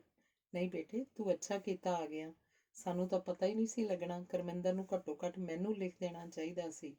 ਖੈਰ ਤੇਰਾ ਤਾਂ ਕੋਈ ਕਸੂਰ ਨਹੀਂ। ਵਿਕਰਮ ਨੇ ਬੈਲ ਕਰਕੇ ਬਹਿਰੇ ਨੂੰ ਸੱਦਿਆ, ਬਿੱਲ ਦਿੱਤਾ, ਸਮਾਨ ਕਾਰ 'ਚ ਰਖਵਾਇਆ ਤੇ ਉਹ ਘਰ ਆ ਗਏ। ਅੰਗ 10। ਘਰ ਆ ਕੇ ਗੈਸਟ ਰੂਮ 'ਚ ਵਿਕਰਮ ਦਾ ਸਮਾਨ ਰਖਵਾ ਦਿੱਤਾ ਗਿਆ ਸੀ। ਕਮਰੇ ਦੀ ਹਰ ਚੀਜ਼ ਨੂੰ ਧਿਆਨ ਨਾਲ ਦੇਖਦਾ ਉਹ ਬਾਥਰੂਮ 'ਚ ਗਿਆ, ਮੂੰਹ ਹੱਥ ਧੋ ਕੇ ਕੱਪੜੇ ਬਦਲੇ ਤੇ ਫਿਰ ਕੋਠੀ ਤੋਂ ਬਾਹਰ ਆ ਕੇ ਹਰ ਇੱਕ ਬੂਟੇ ਨੂੰ ਧਿਆਨ ਨਾਲ ਵੇਖਦਾ ਉਹ ਬਾਗ 'ਚ ਘੁੰਮਣ ਲੱਗ ਪਿਆ। ਇੰਨੇ ਨੂੰ ਸਰਦਾਰਨੀ ਬਾਹਰ ਆਈ ਤੇ ਉਹਦੇ ਕੋਲ ਆ ਕੇ ਪੁੱਛਣ ਲੱਗੀ, ਵਿਕਰਮ ਰਾਤ ਦੇ ਖਾਣੇ 'ਚ ਕੀ ਖਾਏਗਾ? ਕੁਝ ਵੀ ਖਾ ਲਵਾਂਗਾ, ਇੱਕੋ ਜ਼ਰੂਰ ਬਣਾ ਲੈਣਾ, ਗ੍ਰੀਨ ਚਟਨੀ। ਮੇਰੇ ਡੈਡੀ ਨੇ ਮਾਂ ਨੂੰ ਸਿਖਾਈ ਸੀ ਬਣਾਉਣੀ। ਅਸੀਂ ਆਪਣੇ ਘਰ ਉਗਾਉਂਦੇ ਸੀ ਉਹ ਪੱਤੇ। ਆਪਣੇ ਬਥੇਰਾ ਖੜਾ ਪੁਦੀਨਾ ਪਿਛਲੇ ਪਾਸੇ। ਹੋਰ ਕੋਈ ਮਿੱਠੀ ਚੀਜ਼ ਕੀ ਖਾਏਗਾ? ਖੀਰ, ਵਿਕਰਮ ਨੇ ਜਦੋਂ ਆਖਿਆ, ਸਰਦਾਰਨੀ ਜਿਵੇਂ ਖੁਸ਼ ਹੋ ਕੇ ਅੰਦਰ ਨੂੰ ਪਰਤ ਗਈ।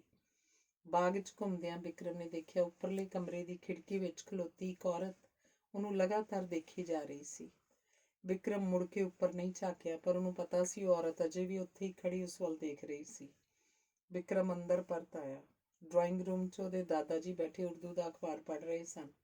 ਵਿਕਰਮ ਨੂੰ ਵੇਖ ਉਹਨਾਂ ਨੇ ਅਖਬਾਰ ਪਰਾਂ ਰੱਖ ਦਿੱਤੀ। ਵੱਡੇ ਪਾਪਾ, ਮੇਰੇ ਡੈਡੀ ਦੀ ਉਹ ਬੇਟੀ ਕਿੱਥੇ ਹੈ? ਵਿਕਰਮ ਨੇ ਦਾਦੇ ਨੂੰ ਪੁੱਛਿਆ। ਸਿੰਮੀ ਆਈ ਤਾਂ ਸੀ ਸਾਡੇ ਕੋਲ। You mean Simmi is my sister? How grand, Vikram ਨੇ ਖੁਸ਼ ਹੋ ਕੇ ਆਖਿਆ। ਤੇ ਡੈਡੀ ਦੀ ਵਾਈਫ? ਉਹ ਵੀ ਇੱਥੇ ਹੀ ਹੈ, ਆਪਣੇ ਕਮਰੇ 'ਚ ਹੋਏਗੀ ਉੱਪਰ। ਇਹ ਹਾਊਸ ਤੇ ਗਾਰਡਨ ਸਭ ਤੁਹਾਡੇ ਹੀ ਨੇ? ਵਿਕਰਮ ਨੇ ਪੁੱਛਿਆ। ਇਹ ਕੋਠੀ ਤੇ ਬਾਗ ਤਾਂ ਤੇਰੇ ਡੈਡੀ ਦੇ ਨਾਮ ਹਨ। ਬੜੇ ਪਾਪਾ, ਮੈਂ ਆ ਜਾਵਾਂ? ਸਿੰਮੀ ਨੇ ਪੁੱਛਿਆ। ਡਾਕਟਰ ਨੂੰ ਫੋਨ ਕਰਨਾ, ਮੰਮੀ ਦੀ ਤਬੀਅਤ ਠੀਕ ਨਹੀਂ। ਫੋਨ ਵੀ ਕਰ ਦਿਓ ਤੇ ਗੱਡੀ ਵੀ ਭੇਜ ਦਿਓ ਲੈਣ, ਸਰਦਾਰ ਸਾਹਿਬ ਨੇ ਆਖਿਆ। ਅੱਜ ਫੇਰ ਰੋਈ ਸੀ ਸੁਖਜੀਤ? ਉਹਨਾਂ ਨੇ ਜ਼ਰਾ ਕੁ ਰੁੱਕ ਕੇ ਪੁੱਛਿਆ। ਰੋਏ ਤਾਂ ਸ਼ਾਇਦ ਨਹੀਂ, ਪਤਾ ਨਹੀਂ, ਮੈਂ ਤਾਂ ਸੁੱਤੀ ਹੋਈ ਸੀ ਆਪਣੇ ਕਮਰੇ 'ਚ, ਆਖਦੀ ਸਿਮੀ ਨੇ ਡਾਕਟਰ ਨੂੰ ਫੋਨ ਕੀਤਾ। ਡਾਕਟਰ ਅੰਕਲ, ਮੰਮੀ ਦੀ ਤਬੀਅਤ ਠੀਕ ਨਹੀਂ, ਤੁਸੀਂ ਆ ਜਾਓ, ਗੱਡੀ ਭੇਜ ਰਹੇ ਹਾਂ ਤੁਹਾਨੂੰ ਲੈਣ। ਫੋਨ ਦਾ ਰਿਸੀਵਰ ਰੱਖ ਕੇ ਉੱਥੇ ਹੀ ਰੁਕ ਗਈ। ਸਿਮੀ, ਇਹ ਬਿਕਰਮ ਹੈ, ਸਰਦਾਰ ਨੇ ਜਦੋਂ ਆਖਿਆ। ਬਿਕਰਮ ਨੇ ਵਿਸ਼ ਕਰਨ ਲਈ ਹੱਥ ਜੋੜੇ। ਇਹ ਸਿਮੀ ਹੈ, ਮੇਰੀ ਬੇਟੀ, ਗ੍ਰੈਂਡ ਡਾਟਰ। ਤੇ ਸਿਮੀ ਨੇ ਵੀ ਹੱਥ ਜੋੜ ਦਿੱਤੇ। ਸਿਮੀ ਉਡੀਕਦੀ ਰਹੀ ਕਿ ਬੜੇ ਪਾਪਾ ਬਿਕਰਮ ਬਾਰੇ ਅੱਗੋਂ ਕੁਝ ਆਖਣਗੇ, ਪਰ ਉਹਨਾਂ ਨੇ ਕੁਝ ਨਹੀਂ ਆਖਿਆ। ਤੁਸੀਂ ਬੜੇ ਪਾਪਾ ਦਵਾਈ ਲੈ ਲਈ? ਸਿਮੀ ਨੇ ਪੁੱਛਿਆ। ਓਹੋ, ਦਵਾਈ ਤਾਂ ਭੁੱਲ ਹੀ ਗਈ ਸੀ। ਸਰਦਾਰ ਸਾਹਿਬ ਨੇ ਆਪਣੀ ਵਾਸਕਟ ਦੀ ਜੇਬ 'ਚੋਂ ਹੋਮਿਓਪੈਥੀ ਦੀ ਦਵਾਈ ਦੀ ਇੱਕ ਸ਼ੀਸ਼ੀ ਕੱਢ ਕੇ ਢੱਕਣ 'ਚ ਗੋਲੀਆਂ ਪਾਉਂਦਿਆਂ ਆਖਿਆ। ਗੈਸਟ ਰੂਮ ਵਾਲਾ ਟੈਲੀਵਿਜ਼ਨ ਚੱਲਦਾ ਹੈ ਨਾ? ਸਰਦਾਰ ਨੇ ਸਿਮੀ ਨੂੰ ਪੁੱਛਿਆ। ਨਹੀਂ ਤਾਂ ਬਿਕਰਮ ਬੋਰ ਹੋ ਜਾਏਗਾ, ਨਹੀਂ ਤਾਂ ਕੱਲ ਮਾਡਰਨ ਟੀਵੀ ਵਾਲਿਆਂ ਨੂੰ ਫੋਨ ਕਰਕੇ ਬੰਦਾ ਬੁਲਾ ਲੈਣਾ। ਕੋਈ ਕਿਤਾਬ ਚਾਹੀਦੀ ਹੋਵੇ ਤਾਂ ਸਿਮੀ ਤੋਂ ਲੈ ਲੈਣੀ, ਬਹੁਤ ਕਿਤਾਬਾਂ ਨੇ ਇਹਦੇ ਕੋਲ। ਸਰਦਾਰ ਨੇ ਪਹਿਲੀ ਗੱਲ ਸਿਮੀ ਤੇ ਦੂਜੀ ਬਿਕਰਮ ਨੂੰ ਆਖੀ। ਅੱਧੀਆਂ ਤਾਂ ਵਿੱਚੋਂ ਪਾਪਾ ਦੀਆਂ ਨੇ ਤੇ ਅੱਧੀਆਂ ਬੜੇ ਪਾਪਾ ਦੀਆਂ, ਮੇਰੀਆਂ ਤੇ ਇੰਨੀਆਂ ਨਹੀਂ, ਸਿਮੀ ਨੇ ਦੱਸਿਆ। ਮੈਂ ਦੇਖ ਸਕਦਾ? ਬਿਕਰਮ ਨੇ ਸਿਮੀ ਤੋਂ ਪੁੱਛਿਆ। ਸਿਮੀ ਦਾਦੇ ਵੱਲ ਝਾਕੀ। ਦਿਖਾ ਦੇ ਬੇਟੇ, ਬਿਕਰਮ ਬੇਗਾਨਾ ਨਹੀਂ, ਇਹਨੂੰ ਆਪਣਾ ਬ੍ਰਦਰ ਹੀ ਸਮਝ, ਸਰਦਾਰ ਨੇ ਸਿਮੀ ਨੂੰ ਆਖਿਆ। ਸਿਮੀ ਬਿਕਰਮ ਨੂੰ ਆਪਣੇ ਕਮਰੇ 'ਚ ਲੈ ਗਈ। 3 ਅਲਮਾਰੀਆਂ ਕਿਤਾਬਾਂ ਦੀਆਂ ਭਰੀਆਂ ਦੇਖੋ ਬਹੁਤ ਖੁਸ਼ ਹੋ ਗਿਆ ਤੇ ਇੱਕ ਨੂੰ ਖੋਲ ਕੇ ਕਿਤਾਬਾਂ ਵੇਖਣ ਲੱਗ ਪਿਆ। ਸਿਮੀ ਨੇ ਕੁਰਸੀ ਉਹਦੇ ਕੋਲ ਨੂੰ ਖਿੱਚ ਦਿੱਤੀ ਤਾਂ ਜੋ ਆਰਾਮ ਨਾਲ ਬੈਠ ਕੇ ਕਿਤਾਬਾਂ ਦੇਖ ਸਕੇ। Now I can understand why you are so beautiful. I mean, there is something metaphysical about you. Bikram ਨੇ ਜਦੋਂ ਪਹਿਲੇ ਕਿਤਾਬਾਂ ਤੇ ਫਿਰ ਸਿਮੀ ਵੱਲ ਤੱਕ ਕੇ ਮਨ 'ਚ ਆਖਿਆ। ਸਿਮੀ ਉਸ ਵੱਲ ਸਿਰਫ ਦੇਖਦੀ ਰਹੀ, ਬੋਲੀ ਕੁਝ ਨਹੀਂ। ਮੇਰੀ ਮਾਂ ਵੀ ਬਹੁਤ beautiful C. There was something unearthly about her also. ਸ਼ਾਇਦ ਇਸੇ ਲਈ ਬਹੁਤ ਦੇਰ ਜਿੰਦਾ ਨਹੀਂ ਰਹੀ। ਉਹ ਜਿਵੇਂ ਇਸ ਅਰਥ ਨੂੰ ਬਿਲੋਂਗ ਹੀ ਨਹੀਂ ਸੀ ਕਰਦੀ। ਜ਼ਰਾ ਕੁ ਰੁਕ ਕੇ ਬਿਕਰਮ ਨੇ ਆਖਿਆ। Have your father married again? No. Bikram ਨੇ ਏਡਾ ਉਦਾਸ ਹੋ ਕੇ ਆਖਿਆ ਕਿ ਸਿਮੀ ਨੇ ਅੱਗੋਂ ਗੱਲ ਉੱਥੇ ਹੀ ਛੱਡ ਦਿੱਤੀ। ਬਾਹਰ ਕਾਰ ਦਾ ਖੜਕਾ ਹੋਇਆ, ਸ਼ਾਇਦ ਡਾਕਟਰ ਅੰਕਲ ਆ ਗਏ ਸੀ। ਆਖਦੀ ਸਿਮੀ ਉੱਥੋਂ ਚਲੀ ਗਈ। ਕਿਤਾਬਾਂ ਤੋਂ ਬਿਨਾਂ ਬਿਕਰਮ ਨੇ ਸਿਮੀ ਦੇ ਕਮਰੇ ਵੱਲ ਵੀ ਧਿਆਨ ਨਾਲ ਦੇਖਿਆ। ਕਿੱਡੇ ਸਲੀਕੇ ਨਾਲ ਸਜਾਇਆ ਹੋਇਆ ਸੀ। ਫਿਰ ਉਹ ਕਿਤਾਬਾਂ ਦੇਖਣ ਲੱਗ ਪਿਆ। ਕਾਫੀ ਚਿਰ ਮਗਰੋਂ ਸਿਮੀ ਵਾਪਸ ਆਈ ਤਾਂ ਉਹਨੇ ਪੁੱਛਿਆ, ਮਾਂ ਹੁਣ ਕੈਸੀ ਹੈ? ਡਾਕਟਰ ਅੰਕਲ ਇੰਜੈਕਸ਼ਨ ਲਗਾ ਗਏ ਹਨ, ਹੁਣ ਸੌਂ ਜਾਏਗੀ। What's wrong with her? Heart sink ਕਰਨ ਲੱਗ ਜਾਂਦਾ ਹੈ ਕਦੇ ਕਦੇ। ਕਿਉਂ? ਪਤਾ ਨਹੀਂ, ਸ਼ਾਇਦ ਜਿਸ ਦਿਨ ਮਮਾ ਰੋਂਦੇ ਰਹਿਣ ਜਾਂ ਹੋਰ ਕੋਈ ਟੈਨਸ਼ਨ ਵਾਲੀ ਗੱਲ ਹੋ ਜਾਏ ਜਾਂ ਜੇ ਪਾਪਾ ਦਾ ਕੋਈ ਬਕਸਾ ਖੋਲ ਲੈਣ। ਹਿੰਦੁਸਤਾਨ 'ਚ ਤਾਂ ਲੋਕ ਗੋਡ 'ਚ ਯਕੀਨ ਰੱਖਦੇ ਨੇ, ਫਿਰ ਮਾਂ ਇੰਨੀ ਔਖੀ ਕਿਉਂ ਹੋ ਜਾਂਦੀ ਹੈ? ਬਿਕਰਮ ਨੇ ਪੁੱਛਿਆ। ਪਤਾ ਨਹੀਂ, ਪਾਠ ਵੀ ਬਹੁਤ ਕਰਦੀ ਹੈ। Can I go to see her? ਨਹੀਂ, ਹੁਣ ਸੌਂ ਗਏ ਹੋਣਗੇ, ਕੱਲ ਮਿਲ ਲੈਣਾ। ਕਿੰਨੇ ਦਿਨ ਰਹੋਗੇ ਇੱਥੇ ਸਾਡੇ ਕੋਲ? ਸਿਮੀ ਨੇ ਪੁੱਛਿਆ। ਜਿੰਨੇ ਦਿਨ ਰੱਖੋਗੇ, ਬਿਕਰਮ ਨੇ ਹੱਸ ਕੇ ਆਖਿਆ। ਬੇਸ਼ੱਕ ਹਮੇਸ਼ਾ ਲਈ ਰਹਿ ਜਾਓ, ਸਿਮੀ ਨੇ ਮਜ਼ਾਕ ਵਾਂਗ ਆਖਿਆ। ਠੀਕ ਹੈ, ਬਿਕਰਮ ਨੇ ਵੀ ਉਸੇ ਤਰ੍ਹਾਂ ਆਖ ਦਿੱਤਾ। ਅੱਛਾ, ਅਸੀਂ ਡਰਾਇੰਗ ਰੂਮ 'ਚ ਹਾਂ, ਜਦੋਂ ਮਨ ਕਰੇ ਨੀਚੇ ਆ ਜਾਣਾ। 9 ਵਜੇ ਖਾਣਾ ਤਿਆਰ ਹੋਏਗਾ। ਭੁੱਖ ਤੇ ਨਹੀਂ ਲੱਗ ਗਈ? ਸਿਮੀ ਨੇ ਪੁੱਛਿਆ। ਠੀਕ ਹੈ, ਮੈਂ 9 ਵਜੇ ਆ ਜਾਵਾਂਗਾ, ਬਿਕਰਮ ਨੇ ਕਿਤਾਬ ਫਰੋਲਦਿਆਂ ਹੀ ਆਖਿਆ। ਸਿਮੀ ਹੇਠਾਂ ਚਲੀ ਤਾਂ ਬਿਕਰਮ ਨੇ ਜਿਵੇਂ ਆਪਣੇ ਆਪ ਨੂੰ ਆਖਿਆ, she is my sister, how great, ਤੇ ਉਹਨੇ ਆਪਣੀ ਛਾਤੀ ਉੱਪਰ ਕ੍ਰਾਸ ਬਣਾ ਕੇ ਜਿਵੇਂ ਰੱਬ ਦਾ ਧੰਨਵਾਦ ਕੀਤਾ। ਅਗਲੇ ਦਿਨ ਦੁਪਹਿਰੇ ਬਿਕਰਮ ਆਪਣੇ ਕਮਰੇ 'ਚ ਮਿਊਜ਼ਿਕ ਸੁਣ ਰਿਹਾ ਸੀ ਤੇ ਬੈੱਡ ਉੱਪਰ ਪਿਆ ਉਹ ਛੱਤ ਵੱਲ ਝਾਕਦਾ ਪਤਾ ਨਹੀਂ ਕੀ ਸੋਚ ਰਿਹਾ ਸੀ। ਤੁਹਾਡਾ ਫੋਨ? ਸਿਮੀ ਨੇ ਬੂਹੇ ਤੇ ਨੌਕ ਕਰਕੇ ਆਖਿਆ। ਬਿਕਰਮ ਹੈਰਾਨ ਹੋ ਗਿਆ ਕਿ ਉਹਦਾ ਫੋਨ ਕਿੱਥੋਂ ਆ ਗਿਆ। ਕਾਹਲੀ ਨਾਲ ਉਹ ਹੇਠਾਂ ਆਇਆ, ਰਿਸੀਵਰ ਚੁੱਕ ਕੇ ਉਹਨੇ ਆਖਿਆ, hello Bikram, you are a liar. ਤੂੰ ਆਖਦਾ ਸੀ ਕੱਲ ਆਵਾਂਗਾ। ਸੁਣ ਰਿਹਾ ਨਾ, ਮੈਂ ਡੋਲੀ ਬੋਲ ਰਹੀ ਹਾਂ। ਮੈਂ ਸਾਰਾ ਦਿਨ ਉਡੀਕਦੀ ਰਹੀ। ਦੀਦੀ ਬੇਜੀ ਨਾਲ ਬਾਜ਼ਾਰ ਗਈ ਹੈ ਤੇ ਬਿੱਲੂ ਯੂਨੀਵਰਸਿਟੀ 'ਚ। ਘਰ ਸਿਰਫ ਪਾਪਾ ਹਨ ਤੇ ਉਹ ਦੁਪਹਿਰ ਤੱਕ ਅਖਬਾਰ ਹੀ ਪੜ੍ਹਨਗੇ। ਤੂੰ ਹੁਣੇ ਨਹੀਂ ਆ ਸਕਦਾ? ਡੋਲੀ ਇੱਕੋ ਸਾਹ ਕਿੰਨਾ ਕੁਝ ਆ ਗਈ। ਮੈਂ ਇਵਨਿੰਗ ਨੂੰ ਆਵਾਂਗਾ, ਬਿਕਰਮ ਨੇ ਇੰਨਾ ਹੀ ਆਖਿਆ। ਜ਼ਰੂਰ ਆਣਾ, I am dying to see you. ਕਿੰਨੇ ਵਜੇ ਆਏਗਾ? ਅੱਜ ਸਿਮੀ ਕਾਲਜ ਨਹੀਂ ਆਈ, ਜ਼ਰੂਰ ਤੇਰੇ ਕਰਕੇ ਨਹੀਂ ਆਈ ਹੋਣੀ। She is my sister, Bikram ਨੇ ਜਿਵੇਂ ਝੁੰਝਲਾ ਕੇ ਆਖਿਆ। ਵਿਆਹ ਤੋਂ ਪਹਿਲਾਂ ਹਿੰਦੁਸਤਾਨ 'ਚ ਸਾਰੀਆਂ ਕੁੜੀਆਂ ਸਿਸਟਰਸ ਹੀ ਹੁੰਦੀਆਂ ਨੇ। ਉਹਨਾਂ ਵਿੱਚੋਂ ਇੱਕ ਵਿਆਹ ਲਈ ਚੁਣ ਲਈ ਜਾਂਦੀ ਹੈ ਨਾ? Fraud, hypocrisy. but do not call me your sister. Dolly, you are silly. Do not pretend to be Indian. I don't like Indian boys. They are mama's pet. ਡੋਲੀ ਮੈਂ ਆਵਾਂਗਾ ਤਾਂ ਆਪਾਂ ਗੱਲ ਕਰਾਂਗੇ। ਕਦੋਂ ਆਏਂਗਾ? ਸ਼ਾਮ ਨੂੰ। ਮੈਂ ਇੰਤਜ਼ਾਰ ਕਰਾਂਗੀ। ਠੀਕ ਹੈ। ਆਖਦਿਆਂ ਬਿਕਰਮ ਨੇ ਫੋਨ ਰੱਖ ਦਿੱਤਾ। ਉਹ ਫਿਰ ਉੱਪਰ ਆ ਕੇ ਮਿਊਜ਼ਿਕ ਸੁਣਦਾ ਇੱਕ ਮੈਗਜ਼ੀਨ ਪੜ੍ਹਨ ਲੱਗ ਪਿਆ। ਸੁਖਜੀਤ ਉਹਦੀ ਦੂਜੀ ਮਾਂ ਉਹਦੇ ਕਮਰੇ ਦੇ ਅੱਗੋਂ ਦੀ ਲੰਘ ਕੇ ਹੇਠਾਂ ਗਈ। ਸਰਦਾਰ ਸੰਪੂਰਨ ਸਿੰਘ ਡਰਾਇੰਗ ਰੂਮ 'ਚ ਕੁਰਸੀ ਉੱਤੇ ਬੈਠੇ ਅਖਬਾਰ ਪੜ੍ਹ ਰਹੇ ਸਨ। ਸਰਦਾਰਨੀ ਆਥਣ ਦੀ ਸਬਜ਼ੀ ਲਈ ਮਟਰ ਕੱਢ ਰਹੀ ਸੀ। ਸੁਖਜੀਤ ਸੱਸ ਦੇ ਕੋਲ ਕੁਰਸੀ ਖਿੱਚ ਕੇ ਬੈਠ ਗਈ ਤੇ ਮਟਰ ਕਢਾਉਣ ਲੱਗ ਪਈ। ਪਾਪਾ, ਇਹ ਲੜਕਾ ਕੌਣ ਹੈ? ਅਚਾਨਕ ਉਹਨੇ ਸਰਦਾਰ ਨੂੰ ਪੁੱਛਿਆ। ਇਹ ਬਿਕਰਮ ਹੈ, ਬਿਕਰਮ ਸਿੱਧੂ, ਕਰਮਿੰਦਰ ਦਾ ਬੇਟਾ। ਸਰਦਾਰ ਨੇ ਅਖਬਾਰ ਦਾ ਸਫ਼ਾ ਪਲਟਦਿਆਂ ਉਸ ਵੱਲ ਝਾਕ ਕੇ ਆਖਿਆ। ਤੁਹਾਨੂੰ ਕਿਸ ਤਰ੍ਹਾਂ ਪਤਾ ਹੈ ਉਹਨਾਂ ਦਾ ਬੇਟਾ ਹੈ? ਉਸੇ ਦਾ ਬੇਟਾ ਹੈ। ਪਾਪਾ, ਉਹਦੀ ਮਾਂ ਨੇ ਅੱਧੀ ਜਾਇਦਾਦ ਲੈਣ ਲਈ ਇਹਨੂੰ ਇੱਥੇ ਭੇਜ ਦਿੱਤਾ ਹੋਵੇਗਾ। ਮਾਂ ਇਹਦੀ ਗੁਜ਼ਰ ਗਈ ਹੈ। ਆ ਗਈ ਹੋਏਗੀ, ਉੱਥੇ ਚਲਾ ਜਾਈਂ। ਕੁਝ ਚਿਰ ਚੁੱਪ ਕਰਕੇ ਸੁਖਜੀਤ ਨੇ ਫੇਰ ਆਖਿਆ, ਜੇ ਇਹ ਕਰਮਿੰਦਰ ਦਾ ਬੇਟਾ ਆਪਣੇ ਘਰ ਤਾਂ ਫਿਰ ਇਹਨੇ ਆਉਣਾ ਹੀ ਸੀ। ਕੀ ਸਬੂਤ ਹੈ ਕਿ ਉਹਨਾਂ ਨੇ ਇਸ ਦੀ ਮਾਂ ਨਾਲ ਸ਼ਾਦੀ ਵੀ ਕੀਤੀ ਸੀ? ਸ਼ਾਦੀ ਤਾਂ ਕੀਤੀ ਹੈ, ਪਰ ਤੇਰੀ ਕੰਸੈਂਟ ਨਾਲ ਹੀ ਕੀਤੀ ਹੋਏਗੀ। ਜਦੋਂ ਸਰਦਾਰ ਨੇ ਆਖਿਆ, ਸੁਖਜੀਤ ਜਿਵੇਂ ਸੁੰਨ ਹੀ ਹੋ ਗਈ। ਹਾਂ ਪਾਪਾ, ਉਹਨਾਂ ਨੇ ਸ਼ਾਦੀ ਮੇਰੀ ਕੰਸੈਂਟ ਨਾਲ ਹੀ ਕੀਤੀ ਸੀ। ਆਖ ਕੇ ਸੁਖਜੀਤ ਉੱਠ ਕੇ ਚਲੀ ਗਈ। ਕੁਝ ਚਿਰ ਮਗਰੋਂ ਕਰਮਿੰਦਰ ਦਾ ਇੱਕ ਪੁਰਾਣਾ ਖੱਤ ਲੈ ਆਈ ਤੇ ਆਪਣੇ ਸਹੁਰੇ ਅੱਗੇ ਰੱਖ ਕੇ ਬੋਲੀ, ਪੜ੍ਹ ਲਓ, ਆਪੇ ਪਤਾ ਲੱਗ ਜਾਊਗਾ। ਸਰਦਾਰ ਨੇ ਚਿੱਠੀ ਨੂੰ ਉਲਟ ਪੁਲਟ ਕੇ ਦੇਖਿਆ। ਲਿਖਿਆ ਸੀ, ਸੁਖਜੀਤ, ਮੈਂ ਤੇਰੀ ਬਹੁਤ ਹੀ ਰਿਸਪੈਕਟ ਕਰਦਾ। ਮੈਂ ਤੇਰੇ ਅੱਗੇ ਝੂਠ ਨਹੀਂ ਬੋਲਣਾ ਚਾਹੁੰਦਾ। ਇੱਕ ਜਰਮਨ ਲੜਕੀ ਮੇਰੀ ਜ਼ਿੰਦਗੀ 'ਚ ਆ ਗਈ ਹੈ ਤੇ ਹੁਣ ਉਹਨੂੰ ਮੈਂ ਆਪਣੀ ਜ਼ਿੰਦਗੀ 'ਚੋਂ ਕੱਢ ਨਹੀਂ ਸਕਦਾ। ਇਹਦਾ ਇਹ ਮਤਲਬ ਨਹੀਂ ਕਿ ਤੂੰ ਮੈਨੂੰ ਚੰਗੀ ਨਹੀਂ ਲੱਗਦੀ। ਮੈਂ ਤੇਰੇ ਕੋਲੋਂ ਇੱਕ ਰਿਆਇਤ ਚਾਹੁੰਦਾ। ਮੈਂ ਤੇਰੀ ਮਿੰਨਤ ਕਰਦਾ, ਜੇ ਤੂੰ ਮੈਨੂੰ ਖੁਸ਼ ਦੇਖਣਾ ਚਾਹੁੰਦੀ ਹੈ ਤਾਂ ਇਸ ਲੜਕੀ ਨਾਲ ਸ਼ਾਦੀ ਕਰਨ ਦੀ ਇਜਾਜ਼ਤ ਦੇ ਦੇ। ਬਹੁਤ ਵੱਡੀ ਗੱਲ ਤੇਰੇ ਕੋਲੋਂ ਮੰਗ ਰਿਹਾ, ਇਸੇ ਲਈ ਕਿ ਜਾਣਦਾ ਕਿ ਤੂੰ ਆਮ ਸਧਾਰਨ ਔਰਤ ਨਹੀਂ ਜੋ ਮੇਰੀ ਗੱਲ ਸਮਝ ਨਹੀਂ ਸਕੇਂਗੀ। ਹਾਂ, ਇਸ ਗੱਲ ਕਰਕੇ ਮੈਂ ਇੰਡੀਆ ਸਭ ਦੀਆਂ ਨਜ਼ਰਾਂ 'ਚ ਤੈਨੂੰ ਹੌਲਿਆਂ ਨਹੀਂ ਕਰਾਂਗਾ। ਇੱਥੇ ਤੂੰ ਹੀ ਮੇਰੀ ਬੀਵੀ ਰਹੇਂਗੀ। ਨਾਲ ਮੈਂ ਕਾਗਜ਼ ਬਣਾ ਕੇ ਭੇਜ ਰਿਹਾ, ਜਿਸ ਅਨੁਸਾਰ ਤੂੰ ਹੀ ਮੇਰੇ ਘਰ-ਬਾਰ, ਜ਼ਮੀਨ ਜਾਇਦਾਦ ਦੀ ਮਾਲਕ ਹੋਏਂਗੀ। ਹਮੇਸ਼ਾ ਤੂੰ ਹੀ ਮਾਲਕ ਰਹੇਂਗੀ। ਇਹ ਗੱਲ ਵੀ ਕੋਈ ਨਹੀਂ ਜਾਣੇਗਾ ਕਿ ਤੇਰੇ ਬਿਨਾਂ ਮੇਰੀ ਕੋਈ ਹੋਰ ਬੀਵੀ ਹੈ।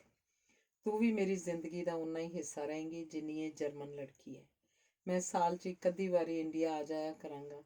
ਕਦੇ ਤੂੰ ਚਾਹੇ ਸਾਡੇ ਕੋਲ ਆ ਸਕੇਂਗੀ। ਜੇ ਤੈਨੂੰ ਇਹ ਗੱਲ ਮਨਜ਼ੂਰ ਨਾ ਹੋਈ ਤਾਂ ਮੈਂ ਕਦੇ ਮੁੜ ਕੇ ਇੰਡੀਆ ਨਹੀਂ ਆਵਾਂਗਾ। ਸਿੰਮੀ ਨੂੰ, ਵੱਡੀ ਹੋਈ ਨੂੰ, ਇਹ ਗੱਲ ਦੱਸ ਦਿਆਂਗੇ। ਅਜੇ ਉਹ ਸਮਝ ਨਹੀਂ ਸਕੇਗੀ। ਤੇਰੀ ਚਿੱਠੀ ਦਾ ਮੈਂ 1 ਮਹੀਨਾ ਇੰਤਜ਼ਾਰ ਕਰਾਂਗਾ। ਜੇ ਚਿੱਠੀ ਨਾ ਆਈ, ਸਮਝਾਂਗਾ ਤੈਨੂੰ ਮੇਰੀ ਗੱਲ ਮਨਜ਼ੂਰ ਨਹੀਂ ਤੇ ਮੈਂ ਹਮੇਸ਼ਾ ਲਈ ਕਿਧਰੇ ਚਲਾ ਜਾਵਾਂਗਾ। ਇੱਕ ਗੱਲ ਮੈਂ ਤੈਨੂੰ ਹੋਰ ਦੱਸਣਾ ਚਾਹੁੰਦਾ, ਇਹ ਵੀ ਇੱਕ ਸੱਚ ਹੈ ਕਿ ਆਦਮੀ ਇੱਕੋ ਵੇਲੇ ਇੱਕ ਤੋਂ ਵੱਧ ਔਰਤਾਂ ਨੂੰ ਵੀ ਚਾਹ ਸਕਦਾ ਹੈ। ਮੈਂ ਕਿਤੇ ਵੀ ਰਹਾਂ, ਤੂੰ ਵੀ ਮੇਰੀ ਜ਼ਿੰਦਗੀ ਦਾ ਉਨਾ ਹੀ ਹਿੱਸਾ ਰਹੇਂਗੀ। ਤੇਰੀ ਚਿੱਠੀ ਦੇ ਇੰਤਜ਼ਾਰ 'ਚ, ਤੇਰਾ ਕਰਮਿੰਦਰ। ਚਿੱਠੀ ਪੜ੍ਹਦਿਆਂ ਸਰਦਾਰ ਦੇ ਚਿਹਰੇ ਤੇ ਕਈ ਰੰਗ ਆਏ ਤੇ ਕਈ ਗਏ। ਚਿੱਠੀ ਵਾਪਸ ਫੜਾਉਂਦਿਆਂ ਉਹਨੇ ਦੇਖਿਆ ਸੁਖਜੀਤ ਰੋ ਰਹੀ ਸੀ। ਠੀਕ ਹੈ, ਕਰਮਿੰਦਰ ਦੀ ਸਾਰੀ ਜਾਇਦਾਦ ਦੀ ਮਾਲਕ ਸਿੰਮੀ ਹੋਏਗੀ। ਵਿਕਰਮ ਨੂੰ ਮੈਂ ਆਪਣੇ ਹਿੱਸੇ 'ਚੋਂ ਦੇ ਦਿਆਂਗਾ, ਸਰਦਾਰ ਨੇ ਗੰਭੀਰ ਹੋ ਕੇ ਆਖਿਆ। ਗੱਲ ਸਿਰਫ ਜ਼ਮੀਨ ਜਾਇਦਾਦ ਦੀ ਨਹੀਂ। ਹੁਣ ਲੋਕਾਂ ਨੂੰ ਮੈਂ ਇਹ ਕਿਵੇਂ ਦੱਸਾਂ ਕਿ ਉਹਨਾਂ ਨੇ ਮੈਨੂੰ ਛੱਡ ਕੇ ਵਲੈਤ ਵਿਆਹ ਕਰ ਲਿਆ ਸੀ? ਨਾ ਸਹੀ, ਕਹਿ ਦਿਆਂਗੇ ਵਿਕਰਮ ਕਰਮਿੰਦਰ ਦੇ ਕਿਸੇ ਦੋਸਤ ਦਾ ਲੜਕਾ ਹੈ, ਪਰ ਕਿਸੇ ਬੇਗਾਨੇ ਲੜਕੇ ਨੂੰ ਤੁਸੀਂ ਘਰ 'ਚ ਕਿਵੇਂ ਰੱਖ ਸਕਦੇ ਹੋ? ਵਿਕਰਮ ਬੇਗਾਨਾ ਨਹੀਂ। ਕਾਨਗੜੀਏ ਸਰਦਾਰਾਂ ਨਾਲ ਸਿੰਮੀ ਦੇ ਵਿਆਹ ਦੀ ਗੱਲ ਚੱਲ ਰਹੀ ਹੈ। ਉਹਨਾਂ ਨੂੰ ਪਤਾ ਲੱਗੇਗਾ ਤਾਂ ਕੀ ਸੋਚਣਗੇ? ਇਹ ਸਭ ਗੱਲਾਂ ਠੀਕ ਨੇ, ਪਰ ਉਸ ਬੱਚੇ ਦਾ ਕੀ ਕਸੂਰ ਹੈ ਜਿਹਦੀ ਹੁਣ ਨਾ ਮਾਂ ਹੈ ਤੇ ਨਾ ਬਾਪ? ਇਹਦੀ ਮੈਂ ਤਾਂ ਨਹੀਂ ਜ਼ਿੰਮੇਵਾਰ। ਸੁਖਜੀਤ ਨੇ ਹਾਕੀ ਹੋ ਕੇ ਆਖਿਆ। ਸਾਹਮਣੇ ਉਹ ਵਿਕਰਮ ਤੁਰਿਆ ਆ ਰਿਹਾ ਸੀ। ਉਹਨੇ ਸੁਖਜੀਤ ਨੂੰ ਹੱਥ ਜੋੜ ਕੇ ਵਿਸ਼ ਕੀਤਾ। ਸੁਖਜੀਤ ਨੂੰ ਉਹ ਚੰਗਾ ਵੀ ਲੱਗਿਆ ਤੇ ਉਸ ਉੱਪਰ ਗੁੱਸਾ ਵੀ ਆਇਆ ਕਿ ਉਹ ਕਿਉਂ ਆ ਗਿਆ ਇੱਥੇ। ਬੜੇ ਪਾਪਾ, ਮੈਂ ਬਿੱਲੂ ਦੇ ਘਰ ਜਾਣਾ। ਸਿੰਮੀ ਦੀ ਰੀਸ ਵਿਕਰਮ ਨੇ ਵੀ ਸਰਦਾਰ ਨੂੰ ਬੜੇ ਪਾਪਾ ਆ ਕੇ ਸੰਬੋਧਨ ਕੀਤਾ। ਗੱਡੀ ਲੈ ਜਾ, ਤੁਹਾਨੂੰ ਚਾਹੀਦੀ ਹੋਏਗੀ। ਮੈਂ ਤਾਂ ਕਿਧਰੇ ਜਾਣਾ ਨਹੀਂ, ਅਸੀਂ ਬਾਜ਼ਾਰ ਜਾਣਾ। ਸੁਖਜੀਤ ਨੇ ਜ਼ਰਾ ਕੁ ਧਮਕ ਕੇ ਆਖਿਆ। ਫਿਰ ਜੀਪ ਲੈ ਜਾ, ਸਰਦਾਰ ਨੇ ਵਿਕਰਮ ਨੂੰ ਆਖਿਆ। ਮੈਨੂੰ ਇੱਥੋਂ ਦੀਆਂ ਸੜਕਾਂ ਦਾ ਕੁਝ ਪਤਾ ਨਹੀਂ, ਡਰਾਈਵਰ ਲੈ ਕੇ ਜਾਏਗਾ। ਥੈਂਕ ਯੂ ਸੋ ਮਚ ਬੜੇ ਪਾਪਾ। ਆ ਕੇ ਵਿਕਰਮ ਬਾਹਰ ਆ ਗਿਆ। ਡਰਾਈਵਰ ਜੀਪ ਲੈ ਆਇਆ। ਵਿਕਰਮ ਕਿਧਰੇ ਜਾ ਰਿਹਾ? ਸਿਮੀ ਨੇ ਉੱਪਰੋਂ ਹੀ ਬਾਰੀ ਵਿੱਚੋਂ ਆਵਾਜ਼ ਮਾਰ ਕੇ ਪੁੱਛਿਆ। ਬਿੱਲੂ ਦੇ ਘਰ ਜਾ ਰਹੇ ਹਾਂ, ਵਿਕਰਮ ਨੇ ਦੱਸਿਆ। ਜਲਦੀ ਆ ਜਾਈਂ, ਅੱਜ ਬੜੀ ਅੱਛੀ ਪਿਕਚਰ ਆਉਣੀ ਹੈ ਟੈਲੀਵਿਜ਼ਨ ਉੱਪਰ। ਕਿਹੜੀ ਪਿਕਚਰ? ਵਿਕਰਮ ਨੇ ਪੁੱਛਿਆ। ਮਹਾਤਮਾ ਗਾਂਧੀ। ਅੱਛਾ, ਆਖ ਕੇ ਵਿਕਰਮ ਚਲਾ ਗਿਆ। ਜਦੋਂ ਦਾ ਆਇਆ ਜਾਣੀ ਘਰ ਭਰਿਆ ਭਰਿਆ ਲੱਗਦਾ। ਸਰਦਾਰਨੀ ਨੇ ਸਰਦਾਰ ਵੱਲ ਝਾਕ ਕੇ ਆਖਿਆ, ਮੈਂ ਇਸ ਲੜਕੇ ਨੂੰ ਇੱਥੇ ਨਹੀਂ ਰੱਖ ਸਕਦੀ। ਜਦੋਂ ਸੁਖਜੀਤ ਨੇ ਆਖਿਆ, ਸਰਦਾਰ ਨੇ ਚੌਂਕ ਕੇ ਉਸ ਵੱਲ ਦੇਖਿਆ, ਪਰ ਆਖਿਆ ਕੁਝ ਨਹੀਂ। ਹੋਸਟਲ 'ਚ ਭੇਜ ਦਿਓ, 10ਵੇਂ 20ਵੇਂ ਦਿਨ ਮਿਲ ਆਇਆ ਕਰਾਂਗੇ। ਸਰਦਾਰਨੀ ਨੇ ਜਿਵੇਂ ਨੂੰਹ ਦੀ ਗੱਲ ਪ੍ਰਵਾਨ ਕਰਨ ਵਾਂਗ ਆਖਿਆ। ਹੋਸਟਲ 'ਚੋਂ ਇੰਗਲੈਂਡ ਵੀ ਰਹਿ ਸਕਦਾ ਸੀ, ਇੱਥੇ ਉਹ ਘਰ 'ਚ ਰਹਿਣ ਲਈ ਆਇਆ। ਠੀਕ ਹੈ, ਫਿਰ ਮੈਂ ਆਪਣੇ ਪੇਕੇ ਚਲੀ ਜਾਵਾਂਗੀ ਸਿੰਮੀ ਨੂੰ ਲੈ ਕੇ, ਤੁਸੀਂ ਉਹਨੂੰ ਇੱਥੇ ਰੱਖ ਲਓ। ਸੁਖਜੀਤ ਨੇ ਰੋਣ ਹਾਕੀ ਹੋ ਕੇ ਆਖਿਆ ਤੇ ਉੱਥੋਂ ਉੱਠ ਕੇ ਚਲੀ ਗਈ। ਅੰਗ 11। ਕੈਸੇ ਨੇ ਤੇਰੇ ਘਰ ਦੇ? ਬਿੱਲੂ ਨੇ ਚਾਹ ਪੀਣ ਮਗਰੋਂ ਵਿਕਰਮ ਨੂੰ ਪੁੱਛਿਆ। Quite right. ਫਿਰ ਇੱਥੇ ਹੀ ਰਹੇਗਾ ਨਾ? ਹੋਰ ਕੀ। ਐਉਂ ਕਰ, ਇੱਕ ਵਾਰ ਵਾਪਸ ਜਾ ਕੇ BA ਦਾ ਇਮਤਿਹਾਨ ਦੇ ਕੇ ਆ, ਵਾਪਸ ਆ ਕੇ ਯੂਨੀਵਰਸਿਟੀ ਦਾਖਲ ਹੋ ਜਾਈਂ। ਬਿਊਟੀਫੁਲ ਗਰਲਜ਼ ਹੈਗੀਆਂ ਉੱਥੇ? ਵਿਕਰਮ ਨੇ ਮਜ਼ਾਕ ਵਾਂਗ ਪੁੱਛਿਆ। ਬਹੁਤ। ਫੇਰ ਠੀਕ ਹੈ, ਵਿਕਰਮ ਨੇ ਹੱਸ ਕੇ ਆਖਿਆ। ਇੰਨੇ ਨੂੰ ਡੋਲੀ ਚਾਹ ਲੈ ਕੇ ਆ ਗਈ। ਉਹਨੇ ਆਪਣੇ ਵਾਲ ਕਟਵਾ ਕੇ ਸੈੱਟ ਕਰਵਾ ਲਏ ਹੋਏ ਸਨ, ਜੀਨ ਤੇ ਬਲਾਊਜ਼ ਪਾਏ ਹੋਏ ਸਨ। Hello Vikram. Hello, you look very smart, Vikram ਨੇ ਰਿਵਾਜ਼ਾਂ ਨਹੀਂ ਆਖਿਆ। ਥੈਂਕਸ। ਤੂੰ ਸੱਚ ਨਾ ਸਮਝ ਆਈ, ਕੰਪਲੀਮੈਂਟਸ ਦੇਣਾ ਵਲਾਇਤ ਦਾ ਫੈਸ਼ਨ ਹੈ, ਬਿੱਲੂ ਨੇ ਹੱਸ ਕੇ ਡੋਲੀ ਨੂੰ ਕਿਹਾ। ਤੈਨੂੰ ਕਿਉਂ ਜੈਲਸੀ ਹੁੰਦੀ ਹੈ? ਤੈਨੂੰ ਤਾਂ ਕੋਈ ਝੂਠਿਆਂ ਵੀ ਕੰਪਲੀਮੈਂਟਸ ਨਹੀਂ ਦਿੰਦਾ। ਉੱਥੇ ਇੰਗਲੈਂਡ 'ਚ ਵੀ ਏਡੀਆਂ ਕਮਲੀਆਂ ਕੁੜੀਆਂ ਹੁੰਦੀਆਂ ਨੇ ਬਿੱਲੂ ਨੇ ਹੱਸ ਕੇ ਵਿਕਰਮ ਨੂੰ ਪੁੱਛਿਆ। ਇਸ ਤੋਂ ਵੀ ਕਮਲੀਆਂ ਹਨ ਉੱਥੇ, ਵਿਕਰਮ ਨੇ ਜਵਾਬ ਦਿੱਤਾ। ਤੁਸੀਂ ਆਦਮੀ ਭਾਵੇਂ ਹਿੰਦੁਸਤਾਨੀ ਹੋਵੋ ਜਾਂ ਵਲੈਤੀ, ਸਭ ਦੇ ਸਭ ਔਰਤ ਜਾਤ ਦੇ ਦੁਸ਼ਮਣ। ਨਾ ਤੁਹਾਨੂੰ ਕੋਈ ਔਰਤ ਸੱਚੀ ਮੁੱਚੀ ਸੋਹਣੀ ਲੱਗਦੀ ਹੈ ਤੇ ਨਾ ਸਿਆਣੀ, ਡੋਲੀ ਨੇ ਝੂਠ ਮੂਠ ਦੇ ਗੁੱਸੇ ਨਾਲ ਆਖਿਆ।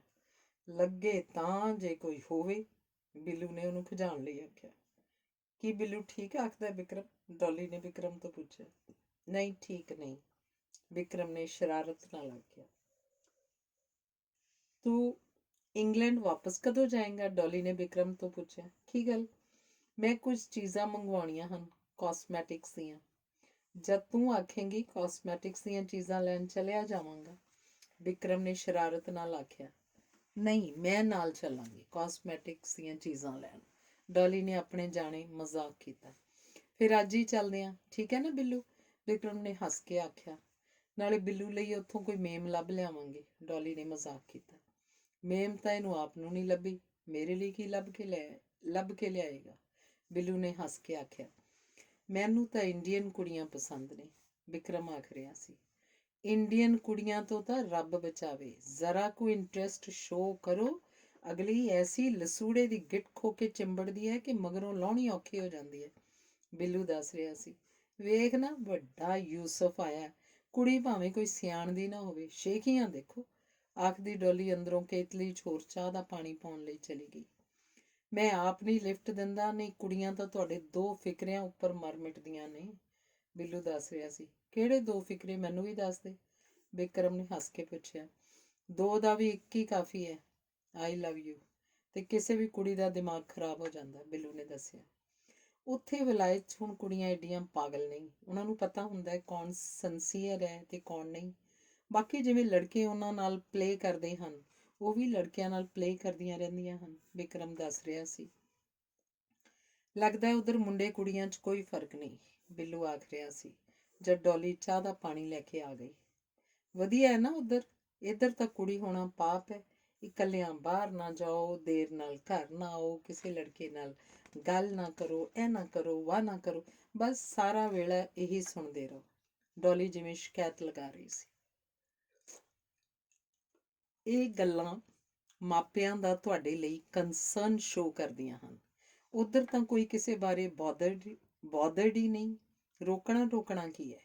ਇਹਦਾ ਮਤਲਬ ਹੈ ਉੱਥੇ ਸਭ ਲੋਕ ਆਪਣੀ ਆਪਣੀ ਜ਼ਿੰਦਗੀ ਜਿਉਂਦੇ ਨੇ, ਤੇ ਇੱਥੇ ਹਰ ਬੰਦਾ ਆਪਣੀ ਜ਼ਿੰਦਗੀ ਛੱਡ ਕੇ ਦੂਸਰੇ ਦੀ ਜਿਉਣਾ ਚਾਹੁੰਦਾ ਹੈ, ਡੋਲੀ ਨੇ ਆਖਿਆ। ਅੰਦਰ ਫੋਨ ਖੜਕਣ ਲੱਗ ਪਿਆ, ਬਿੱਲੂ ਉੱਠ ਕੇ ਸੁਣਨ ਚਲਾ ਗਿਆ। ਮੈਂ ਤੈਨੂੰ ਸਵੇਰ ਦੀ ਉਡੀਕ ਰਹੀ ਸੀ, ਮਗਰੋਂ ਡੋਲੀ ਨੇ ਆਖਿਆ। ਕਿਉਂ? ਵਿਕਰਮ ਨੇ ਪੁੱਛਿਆ। ਮਨ ਕਰਦਾ ਸੀ ਤੈਨੂੰ ਦੇਖਣ ਨੂੰ। ਸੈਂਟੀਮੈਂਟਲ ਨਹੀਂ ਹੋਈਦਾ, ਉਂਝ ਤੇਰਾ ਇਉਂ ਆਖਣਾ ਮੈਨੂੰ ਚੰਗਾ ਲੱਗਾ। ਹਰ ਰੋਜ਼ ਆਇਆ ਕਰੇਂਗਾ ਨਾ ਸਾਡੇ ਵੱਲ? ਹਰ ਰੋਜ਼ ਕਿਸ ਲਈ? ਮੈਨੂੰ ਮਿਲਣ। ਵਿਕਰਮ ਹੱਸ ਪਿਆ ਤੇ ਆਖਣ ਲੱਗਿਆ, ਦੀਦੀ ਨਹੀਂ ਕਿਧਰੇ ਦਿਸ ਰਹੀ। ਉਹ ਬੇਜੀ ਨਾਲ ਬਾਜ਼ਾਰ ਗਈ ਹੈ। ਉਹ ਜਦੋਂ ਵੀ ਆਉਂਦੀ ਹੈ ਬੇਜੀ ਉਹਨੂੰ ਬਹੁਤ ਚੀਜ਼ਾਂ ਲੈ ਕੇ ਦਿੰਦੇ ਨੇ। ਚੰਗੀ ਗੱਲ ਹੈ। ਚੰਗੀ ਗੱਲ ਨਹੀਂ, ਉਹਦੀ ਸ਼ਾਦੀ ਹੋ ਗਈ ਹੈ, ਆਪਣੇ ਆਦਮੀ ਤੋਂ ਲਵੇ ਜੋ ਕੁਝ ਲੈਣਾ। ਬਿੱਲੂ ਫੋਨ ਸੁਣ ਕੇ ਵਾਪਸ ਆ ਰਿਹਾ ਸੀ। ਕਿਹਦਾ ਫੋਨ ਸੀ? ਡੌਲੀ ਨੇ ਪੁੱਛਿਆ। ਜੀਜਾ ਜੀ ਦਾ ਫੋਨ ਸੀ। ਪੁੱਛਦੇ ਸੀ ਦੀਦੀ ਕਦੋਂ ਵਾਪਸ ਆ ਰਹੀ ਹੈ। ਆਹੋ, ਜਿਸ ਆਦਮੀ ਨੂੰ ਕੁੱਕ, ਆਇਆ, ਧੋਬੀ, ਦਰਜੀ, ਹਾਊਸਕੀਪਰ ਤੇ ਬੀਵੀ ਸਿਰਫ ਰੋਟੀ ਕੱਪੜੇ ਤੇ ਮਿਲੀ ਹੋਵੇ, ਫਿਰ ਅਜਿਹੀ ਜਿਹਨੂੰ ਇਹਨਾਂ ਵਿੱਚੋਂ ਕਿਸੇ ਗੱਲ ਤੇ ਵੀ ਇਤਰਾਜ਼ ਨਾ ਹੋਵੇ, ਉਸ ਲਈ ਤਾਂ ਆਦਮੀ ਪੁੱਛੇਗਾ ਹੀ ਕਿ ਕਦੋਂ ਆਏਗੀ। ਡੌਲੀ ਨੇ ਜ਼ਰਾ ਤਮਕ ਕੇ ਆਖਿਆ। ਅਗਰ ਕੰਮ ਨਹੀਂ ਕਰੇਗੀ ਤਾਂ ਔਰਤ ਹੋਰ ਕੀ ਕਰੇਗੀ? ਬਿੱਲੂ ਨੇ ਪੁੱਛਿਆ। ਇਸ ਸਭ ਕਾਸੇ ਦਾ ਔਰਤ ਨੂੰ ਕੋਈ ਕ੍ਰੈਡਿਟ ਵੀ ਤਾਂ ਨਹੀਂ ਦਿੱਤਾ ਜਾਂਦਾ। ਕੁਝ ਰਿਸ਼ਤੇ ਹਿਸਾਬਾਂ ਕਿਤਾਬਾਂ ਤੋਂ ਉੱਪਰ ਹੁੰਦੇ ਨੇ। ਉਹ ਤੇਰੀ ਸਮਝ 'ਚ ਨਹੀਂ ਆ ਸਕਦੇ ਡੌਲੀ ਸਾਹਿਬਾ, ਬਿੱਲੂ ਨੇ ਖਿਜਾਣ ਵਾਂਗ ਆਖਿਆ। ਇਹ ਆਖ ਕੇ ਹੀ ਤਾਂ ਔਰਤ ਨੂੰ ਐਕਸਪਲੋਇਟ ਕੀਤਾ ਜਾਂਦਾ ਹੈ। ਉਹ ਬੇਟੀ ਹੈ, ਭੈਣ ਹੈ, ਬੀਵੀ ਹੈ, ਮਾਂ ਹੈ। ਇਹ ਆਖ ਕੇ ਇਹਨਾਂ ਦੀਆਂ ਡਿਊਟੀਆਂ ਉਹਨੂੰ ਦੇ ਦਿੱਤੀਆਂ ਜਾਂਦੀਆਂ ਨੇ। ਪਰ ਮੈਂ ਆਖਦੀ ਹਾਂ ਮਹਿਜ਼ ਪਾਰਟ ਨੇ ਜੋ ਉਹਨੂੰ ਕਰਨੇ ਪੈਂਦੇ ਨੇ, ਨਿਭਾਉਣੇ ਪੈਂਦੇ ਨੇ। ਇਹ ਸਭ ਠੀਕ ਹੈ ਤਾਂ ਉਹ ਹੋਰ ਕੀ ਹੈ? ਵਿਕਰਮ ਨੇ ਗੰਭੀਰ ਹੋ ਕੇ ਪੁੱਛਿਆ। ਇੱਕ ਹਿਊਮਨ ਬੀਇੰਗ ਜੋ ਉਹਨੂੰ ਕਦੀ ਸਮਝਿਆ ਨਹੀਂ ਜਾਂਦਾ। ਆਦਮੀ ਆਪਸ 'ਚ ਲੜਦੇ ਹਨ ਤਾਂ ਵੀ ਗਾਲਾਂ ਮਾਂ ਭੈਣ ਦੀਆਂ ਕੱਢਣਗੇ, ਡੌਲੀ ਖਿਝ ਕੇ ਆਖ ਰਹੀ ਸੀ। ਇੰਟੈਲੀਜੈਂਟ ਆਰਗੂਮੈਂਟ, ਵਿਕਰਮ ਨੇ ਆਖਿਆ। ਅਜਿਹੀਆਂ ਕੁੜੀਆਂ ਨਾਲ ਵਿਆਹ ਕਰਨ ਤੋਂ ਅਗਲੇ ਡਰਨ ਲੱਗ ਜਾਂਦੇ ਨੇ, ਬਿੱਲੂ ਨੇ ਮਜ਼ਾਕ ਕੀਤਾ। ਨਹੀਂ, ਇਹ ਠੀਕ ਨਹੀਂ, ਵਿਕਰਮ ਨੇ ਜਿਵੇਂ ਡੌਲੀ ਦੀ ਹਿਮਾਇਤ ਕੀਤੀ। ਦੀਦੀ ਹੋਰੀ ਸ਼ਾਪਿੰਗ ਕਰਕੇ ਆ ਗਏ ਸਨ। ਦੀਦੀ ਵਿਕਰਮ ਨੂੰ ਵੇਖ ਕੇ ਬਹੁਤ ਖੁਸ਼ ਹੋਈ। ਖੁਸ਼ ਹੈ ਨਾ? ਉਹਨੇ ਵਿਕਰਮ ਨੂੰ ਪੁੱਛਿਆ। ਬਹੁਤ। ਮੈਂ ਤੇ ਕੱਲ ਚਲੀ ਜਾਣਾ। ਦਿੱਲੀ ਕਦੇ ਆਉਣਾ ਹੋਇਆ ਤਾਂ ਬਿੱਲੂ ਤੋਂ ਸਾਡਾ ਪਤਾ ਲੈ ਲਈ। ਤੁਸੀਂ ਫੇਰ ਕਦੋਂ ਆਓਗੇ? ਉਂਝ ਤਾਂ 6 ਮਹੀਨੇ ਤੋਂ ਪਹਿਲਾਂ ਨਹੀਂ ਆ ਹੋਣਾ। ਜੇ ਬਿੱਲੂ ਜਾਂ ਤੇਰਾ ਵਿਆਹ ਹੋਵੇ ਤਾਂ ਪਹਿਲਾਂ ਵੀ ਆ ਸਕਦੀਆਂ, ਦੀਦੀ ਨੇ ਹੱਸ ਕੇ ਆਖਿਆ। ਇਹਨਾਂ ਦੋਵਾਂ ਨਾਲ ਕਿਹੜੀ ਕੁੜੀ ਵਿਆਹ ਕਰਨਾ ਪਸੰਦ ਕਰੇਗੀ? ਨਾ ਕੋਈ ਜੌਬ, ਨਾ ਬਿਜ਼ਨਸ, ਨਾ ਪ੍ਰਾਪਰਟੀ, ਨਾ ਬੈਂਕ ਬੈਲੈਂਸ, ਡੌਲੀ ਮਜ਼ਾਕ ਕਰ ਰਹੀ ਸੀ। ਪ੍ਰਾਪਰਟੀ ਕਿਉਂ ਨਹੀਂ? ਬਿੱਲੂ ਖਿਜਿਆ। ਉਹ ਤਾਂ ਅਜੇ ਪਾਪਾ ਦੀ ਹੈ। ਪਾਪਾ ਵੀ ਤਾਂ ਮੇਰੇ ਹਨ, ਇਸ ਤਰ੍ਹਾਂ ਤੋਂ ਮੇਰੇ ਵੀ ਪਾਪਾ ਹਨ। ਮੈਂ ਮੰਨਦਾ ਕਿ ਪ੍ਰਾਪਰਟੀ 'ਚ ਤੇਰਾ ਵੀ ਹਿੱਸਾ ਹੈ। ਜੇ ਪਾਪਾ ਨੇ ਵਿਲ ਕਰਕੇ ਤੈਨੂੰ ਬਾਹਰ ਨਾ ਕੱਢ ਦਿੱਤਾ ਹੋਵੇ। ਮੈਨੂੰ ਕਿਉਂ ਬਾਹਰ ਕੱਢਣਗੇ? ਇਸ ਲਈ ਕਿ ਕੁਲ ਵੰਸ਼ ਨੂੰ ਅੱਗੇ ਤੋਰਨ ਵਾਲੇ ਘਰ ਦੇ ਪੁੱਤ ਪੋਤਰੇ ਹੁੰਦੇ ਨੇ, ਧੀਆਂ ਨਹੀਂ। ਇਹ ਸਭ ਗਲਤ ਹੈ। ਕਿਉਂ ਲੜਦੇ ਹੋ? ਮੰਨ ਲੈਂਦੇ ਹਾਂ ਕਿ ਡੌਲੀ ਬਿੱਲੂ ਨਾਲੋਂ ਕਿਸੇ ਗੱਲੋਂ ਵੀ ਘੱਟ ਨਹੀਂ, ਦੀਦੀ ਨੇ ਉਹਨੂੰ ਸਮਝਾਉਣ ਵਾਂਗ ਆਖਿਆ।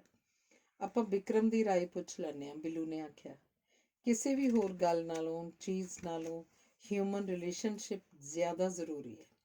ਪਤਾ ਨਹੀਂ ਵਿਕਰਮ ਕਿਸ ਗੱਲ ਦਾ ਜਵਾਬ ਦੇ ਰਿਹਾ ਸੀ ਤੇ ਫਿਰ ਅਚਾਨਕ ਉੱਠ ਖੜਾ ਹੋਇਆ।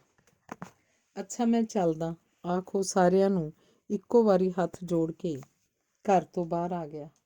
ਜੀਪ 'ਚ ਬੈਠ ਗਿਆ ਤੇ ਜੀਪ ਡਰਾਈਵਰ ਨੇ ਸਟਾਰਟ ਕਰ ਲਈ। ਉਹ ਆਲੇ ਦੁਆਲੇ ਝਾਕ ਰਿਹਾ ਸੀ, ਡੌਲੀ ਤੇ ਬਿੱਲੂ ਦੀਆਂ ਗੱਲਾਂ ਬਾਰੇ ਸੋਚ ਰਿਹਾ ਸੀ, ਪਰ ਇਸ ਸਭ ਕਾਸੇ ਦੀ ਉਹਨੂੰ ਅਜੇ ਜਿਵੇਂ ਸਮਝ ਨਹੀਂ ਸੀ ਲੱਗ ਰਹੀ।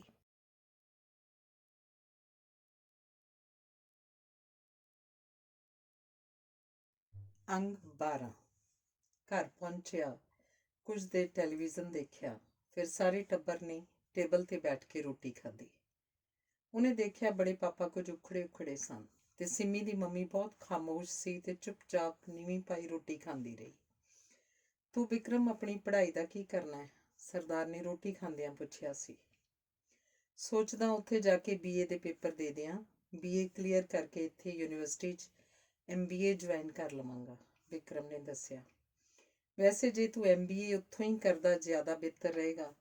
ਇੱਕ ਤਾਂ ਉੱਧਰ ਪੜ੍ਹਾਈ ਅੱਛੀ ਹੈ, ਦੂਸਰੀ ਇੱਧਰਲੇ ਨੌਕਰੀ ਭੱਜ ਕੇ ਦਿੰਦੇ ਨੇ।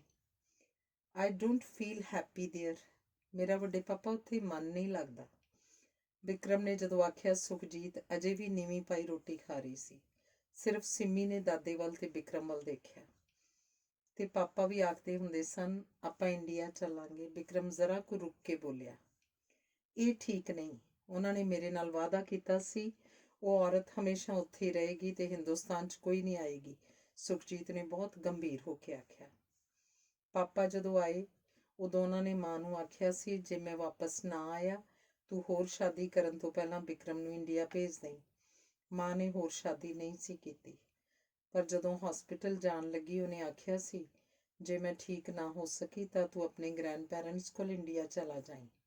ਵਿਕਰਮ ਨੇ ਉਹੀ ਗੱਲ ਜਿਹੜੀ ਪਹਿਲਾਂ ਆਪਣੇ ਦਾਦੇ ਨੂੰ ਦੱਸੀ ਸੀ, ਸੁਖਜੀਤ ਦੇ ਸਾਹਮਣੇ ਫੇਰ ਦੁਹਰਾਈ।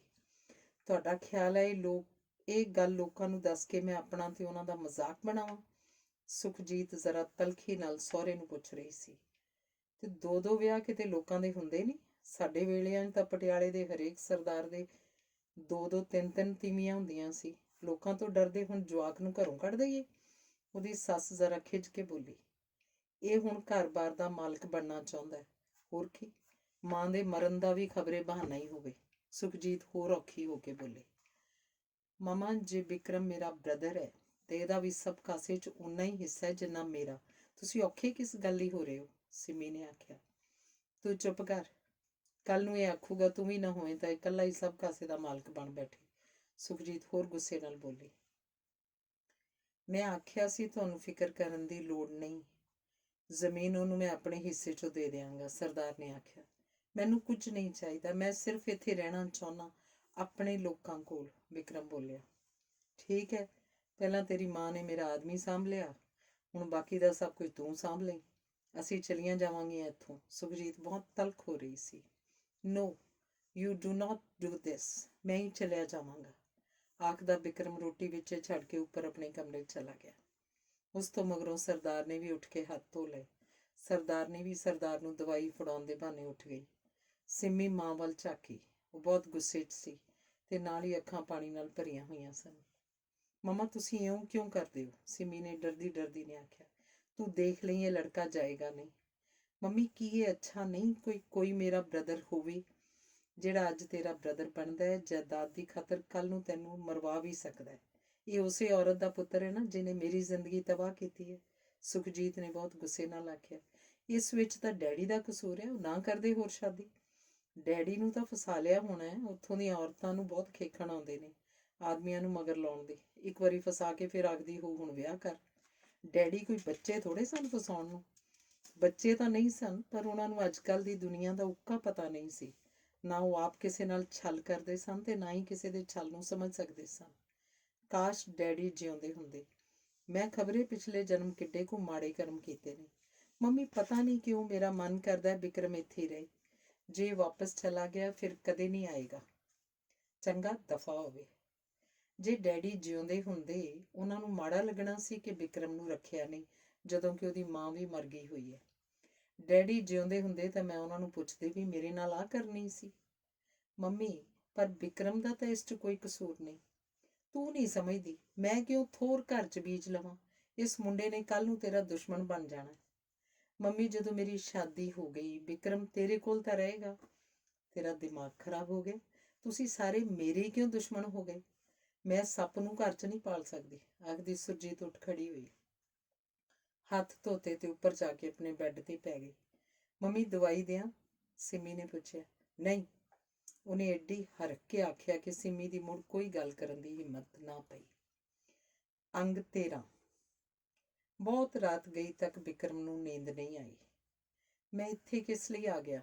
ਉਹ ਜਿਵੇਂ ਆਪਣੇ ਆਪ ਨੂੰ ਪੁੱਛ ਰਿਹਾ ਸੀ। ਮਾਂ, ਮੈਂ ਵਾਪਸ ਜਾਣਾ ਚਾਹੁੰਦਾ, ਉਹਨੇ ਜਿਵੇਂ ਆਪਣੀ ਮਰੀ ਮਾਂ ਨੂੰ ਆਖਿਆ। ਰਾਤ ਭਰ ਉਹਨੂੰ ਅਜੀਬ ਸੁਪਨੇ ਆਉਂਦੇ ਰਹੇ। ਸੁਪਨੇ 'ਚ ਇੱਕ ਥਾਂ ਉਹ ਰਾਹ ਭੁੱਲ ਗਿਆ ਸੀ। ਰਸਤਾ ਪੁੱਛਣ ਦੀ ਥਾਂ ਉਹ ਕਿਸੇ ਨੂੰ ਪੁੱਛ ਰਿਹਾ ਸੀ, ਮੈਂ ਕਿੱਥੇ ਜਾਣਾ ਹੈ? ਤੇ ਫਿਰ ਜਿਵੇਂ ਉਹ ਆਪਣੇ ਹੀ ਸਵਾਲ ਉੱਪਰ ਘਬਰਾ ਗਿਆ ਸੀ। ਫਿਰ ਸੁਪਨੇ ਵਿੱਚ ਹੀ ਜਿਵੇਂ ਉਹ ਲੰਡਨ ਵਾਲੇ ਆਪਣੇ ਘਰ ਹੈ। ਕਿਧਰੋਂ ਬਹੁਤ ਪਾਣੀ ਦੌੜ ਆਇਆ ਤੇ ਉਹਨਾਂ ਦਾ ਘਰ ਡੁੱਬਦਾ ਜਾ ਰਿਹਾ ਸੀ। ਉਹ ਘਬਰਾ ਕੇ ਉੱਠ ਬੈਠਾ ਸੀ। ਬਾਰੀ ਵਿੱਚੋਂ ਬਾਹਰ ਝਾਕਿਆ। ਖਿੜੀ ਹੋਈ ਚਾਨਣੀ ਰਾਤ ਸੀ। ਘੜੀ ਦੇਖੀ, ਰਾਤ ਦੇ 2 ਵਜੇ ਸਨ। ਸਾਹਮਣੇ ਬਾਗ 'ਚ ਉਹਨੂੰ ਕੋਈ ਪਰਛਾਵਾਂ ਜਿਹਾ ਫਿਰਦਾ ਦਿਸਿਆ। ਉਹ ਧਿਆਨ ਨਾਲ ਦੇਖਦਾ ਰਿਹਾ। ਨੇੜੇ ਆਉਣ ਤੇ ਉਹਨੇ ਦੇਖਿਆ ਉਹਦਾ ਦਾਦਾ ਪਾਠ ਕਰਦਾ ਤੁਰਿਆ ਫਿਰ ਰਿਹਾ ਸੀ। ਕੀ ਰੱਬ ਕਿਧਰੇ ਹੈ?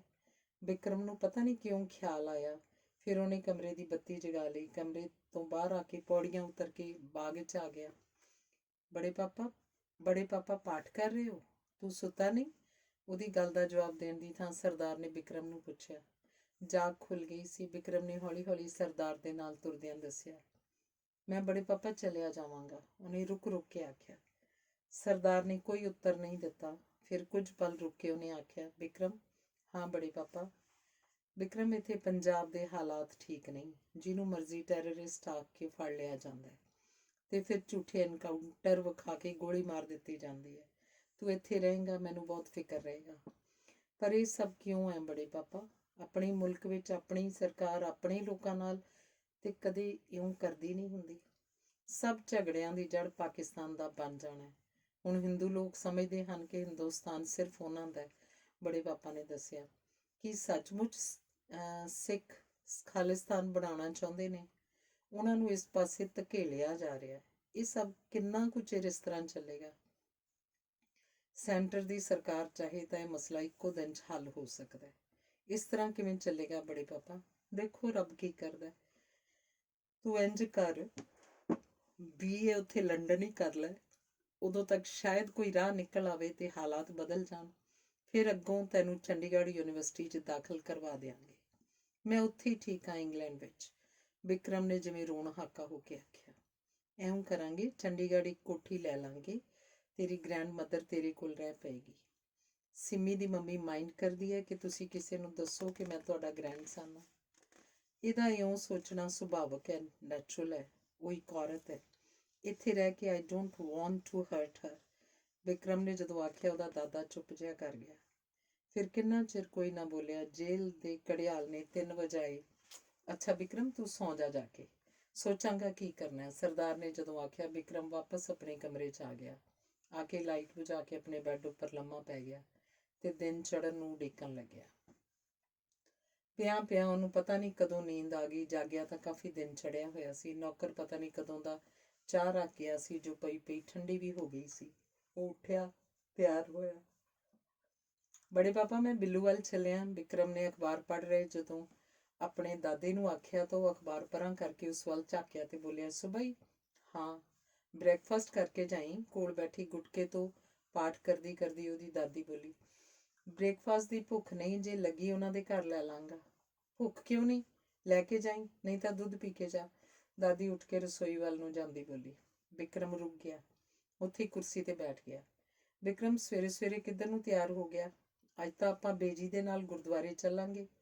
ਹਰ ਪੂਰਨਮਾਸ਼ੀ ਨੂੰ ਉਹ ਗੁਰਦੁਆਰੇ ਜਾਂਦੇ ਨੇ। ਉੱਥੇ ਜਾ ਕੇ ਕੋਈ ਵਿਸ਼ ਲੈ ਕੇ ਜੇ ਬੰਦਾ ਪ੍ਰੇਅਰ ਕਰੇ, ਸੰਸੀਅਰਲੀ ਪ੍ਰੇਅਰ ਕਰੇ, ਤਾਂ ਆਖਦੇ ਨੇ ਪੂਰੀ ਹੋ ਜਾਂਦੀ ਹੈ। ਆਪਾਂ ਥੋੜ੍ਹੀ ਦੇਰ ਨੂੰ ਚੱਲਾਂਗੇ, ਸਿੰਮੀ ਨੇ ਅੰਦਰ ਆਉਂਦਿਆਂ ਆਖਿਆ। ਮੈਂ ਬਿੱਲੂ ਨੂੰ ਫੋਨ ਕੀਤਾ ਸੀ, ਮੈਂ ਆ ਰਿਹਾ। ਗੁਰਦੁਆਰੇ ਸ਼ਾਮ ਨੂੰ ਚੱਲਾਂਗੇ, ਵਿਕਰਮ ਨੇ ਜਵਾਬ ਦਿੱਤਾ। ਬੇਜੀ ਤਾਂ ਹੁਣੇ ਜਾਣਗੇ। ਜੇ ਤੂੰ ਬਿੱਲੂ ਹੋਰਾਂ ਵੱਲ ਜਾਣਾ ਤਾਂ ਗੁਰਦੁਆਰੇ ਕਿਸੇ ਦਿਨ ਫਿਰ ਸਹੀ, ਸਿੰਮੀ ਬੋਲੀ। ਬੇਜੀ ਦੁੱਧ ਦਾ ਗਿਲਾਸ ਤੇ 2 ਉਬਲੇ ਅੰਡੇ ਆਪ ਲਈ ਲਿਆ ਰਹੇ ਸਨ। ਬੇਜੀ ਭੁੱਖ ਨਹੀਂ, ਬੋਰਨਵੀਟਾ ਵਾਲਾ ਦੁੱਧ ਪਕੜਦਿਆਂ ਤੇ ਅੰਡੇ ਮੋੜਦਿਆਂ ਵਿਕਰਮ ਨੇ ਆਖਿਆ। ਚੰਗਾ, ਫਿਰ ਇੱਕ ਖਾ ਲੈ, ਬੇਜੀ ਨੇ ਜ਼ੋਰ ਦਿੱਤਾ। ਵਿਕਰਮ ਨੇ ਇੱਕ ਅੰਡਾ ਚੁੱਕ ਲਿਆ, ਪਰ ਨਾਲ ਹੀ ਉਹਦੀਆਂ ਪਤਾ ਨਹੀਂ ਕਿਉਂ ਅੱਖਾਂ ਭਰ ਆਈਆਂ। ਪਾਣੀ ਵਿੱਚ ਮੋੜ ਕੇ ਉਹਨੇ ਇੱਕ ਅੰਡਾ ਵੀ ਖਾ ਲਿਆ ਤੇ ਦੁੱਧ ਵੀ ਪੀ ਲਿਆ। ਗੱਡੀ ਲੈ ਜਾ। ਬਾਹਰ ਨੂੰ ਜਾਂਦੇ ਨੂੰ ਸਰਦਾਰ ਨੇ ਆਖਿਆ। ਥੈਂਕਸ ਬੜੇ ਪਾਪਾ, ਆਖਦਾ ਵਿਕਰਮ ਬਾਹਰ ਲੰਘ ਗਿਆ। ਬਹੂ ਨੇ ਵਿਕਰਮ ਨੂੰ ਇੱਥੇ ਰੱਖਣਾ ਨਹੀਂ, ਸਰਦਾਰਨੀ ਨੇ ਚਿੰਤਾਤੁਰ ਹੋ ਕੇ ਸਰਦਾਰ ਨੂੰ ਆਖਿਆ। ਸਰਦਾਰ ਕੁਝ ਨਹੀਂ ਬੋਲਿਆ। ਕਮਲੀ ਇਹ ਨਹੀਂ ਸੋਚਦੀ, ਰੱਬ ਨੇ ਪਲਿਆ ਪਲਾਇਆ ਪੁੱਤਰ ਭੇਜ ਦਿੱਤਾ।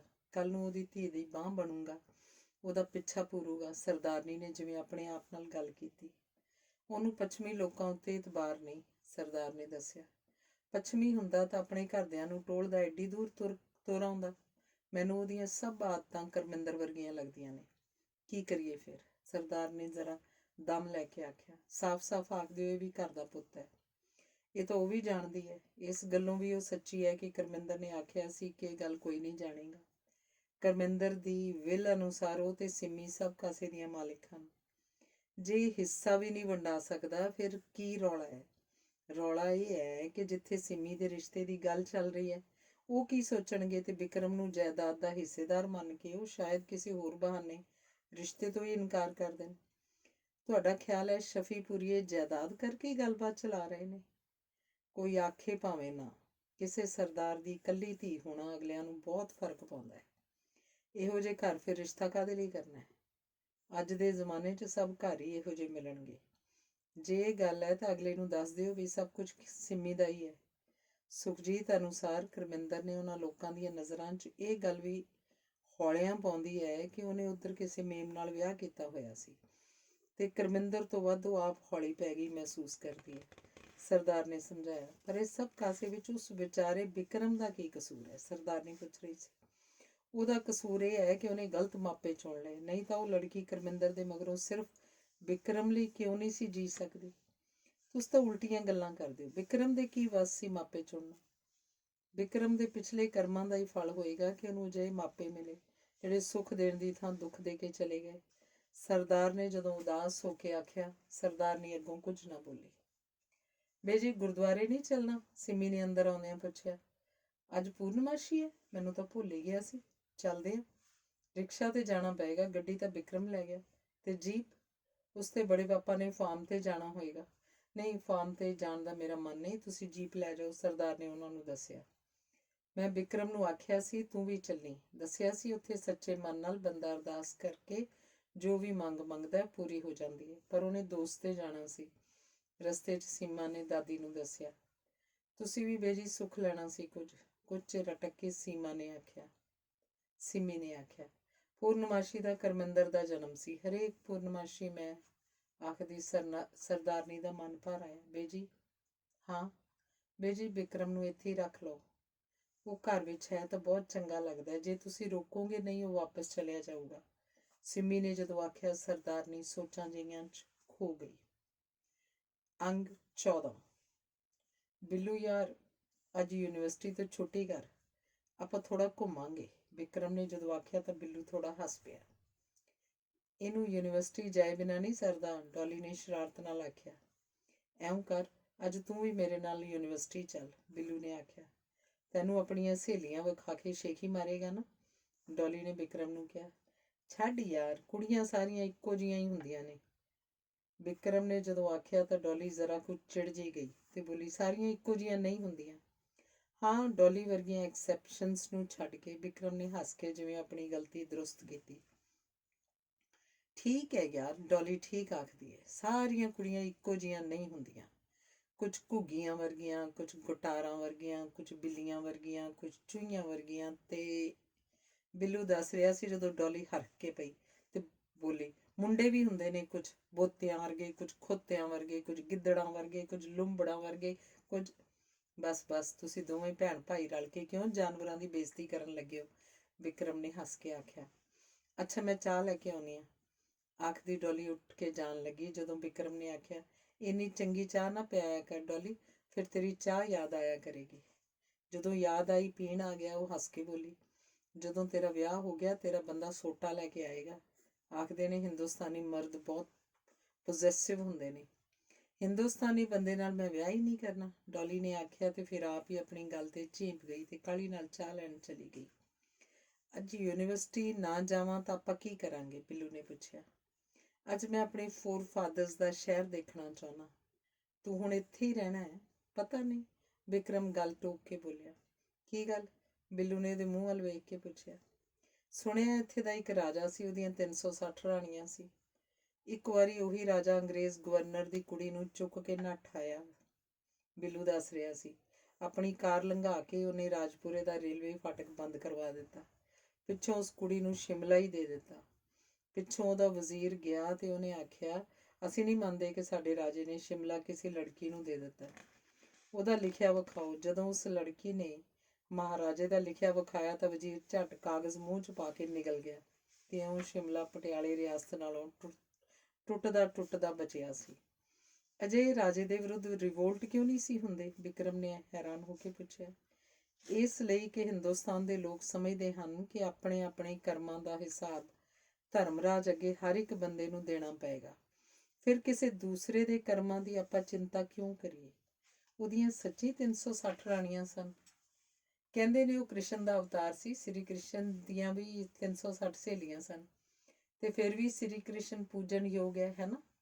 ਤੂੰ ਭਾਰਤੀ ਫਿਲਾਸਫੀ ਨਹੀਂ ਸਮਝਦਾ। ਕਹਿੰਦੇ ਨੇ ਇੱਕ ਵਾਰੀ ਸ੍ਰੀ ਕ੍ਰਿਸ਼ਨ ਦੀ ਘਰਵਾਲੀ ਨੇ ਦਰਿਆ ਤੋਂ ਪਾਰ ਇੱਕ ਸਾਧੂ ਨੂੰ ਭੋਜਨ ਛਕਾਉਣ ਜਾਣਾ ਸੀ। ਉਹਨੇ ਸ਼੍ਰੀ ਕ੍ਰਿਸ਼ਨ ਜੀ ਤੋਂ ਪੁੱਛਿਆ, ਪਾਰ ਕਿਵੇਂ ਲੰਘਾਂਗੀ? ਉਹਨਾਂ ਆਖਿਆ, ਆਖ ਦੇਈਂ, ਜੇ ਕ੍ਰਿਸ਼ਨ ਜਤੀ ਸਤੀ ਹੈ ਤਾਂ ਹੇ ਦਰਿਆ ਮੈਨੂੰ ਰਾਹ ਦੇ ਦੇ। ਉਸੇ ਨੇ ਉਸੇ ਤਰ੍ਹਾਂ ਕੀਤਾ। ਪਾਣੀ ਅੱਧਾ ਉੱਧਰ ਹੋ ਗਿਆ ਤੇ ਅੱਧਾ ਉੱਧਰ ਤੇ ਵਿਚਕਾਰ ਉਹਦੇ ਲੰਘਣ ਲਈ ਰਾਹ ਬਣ ਗਿਆ।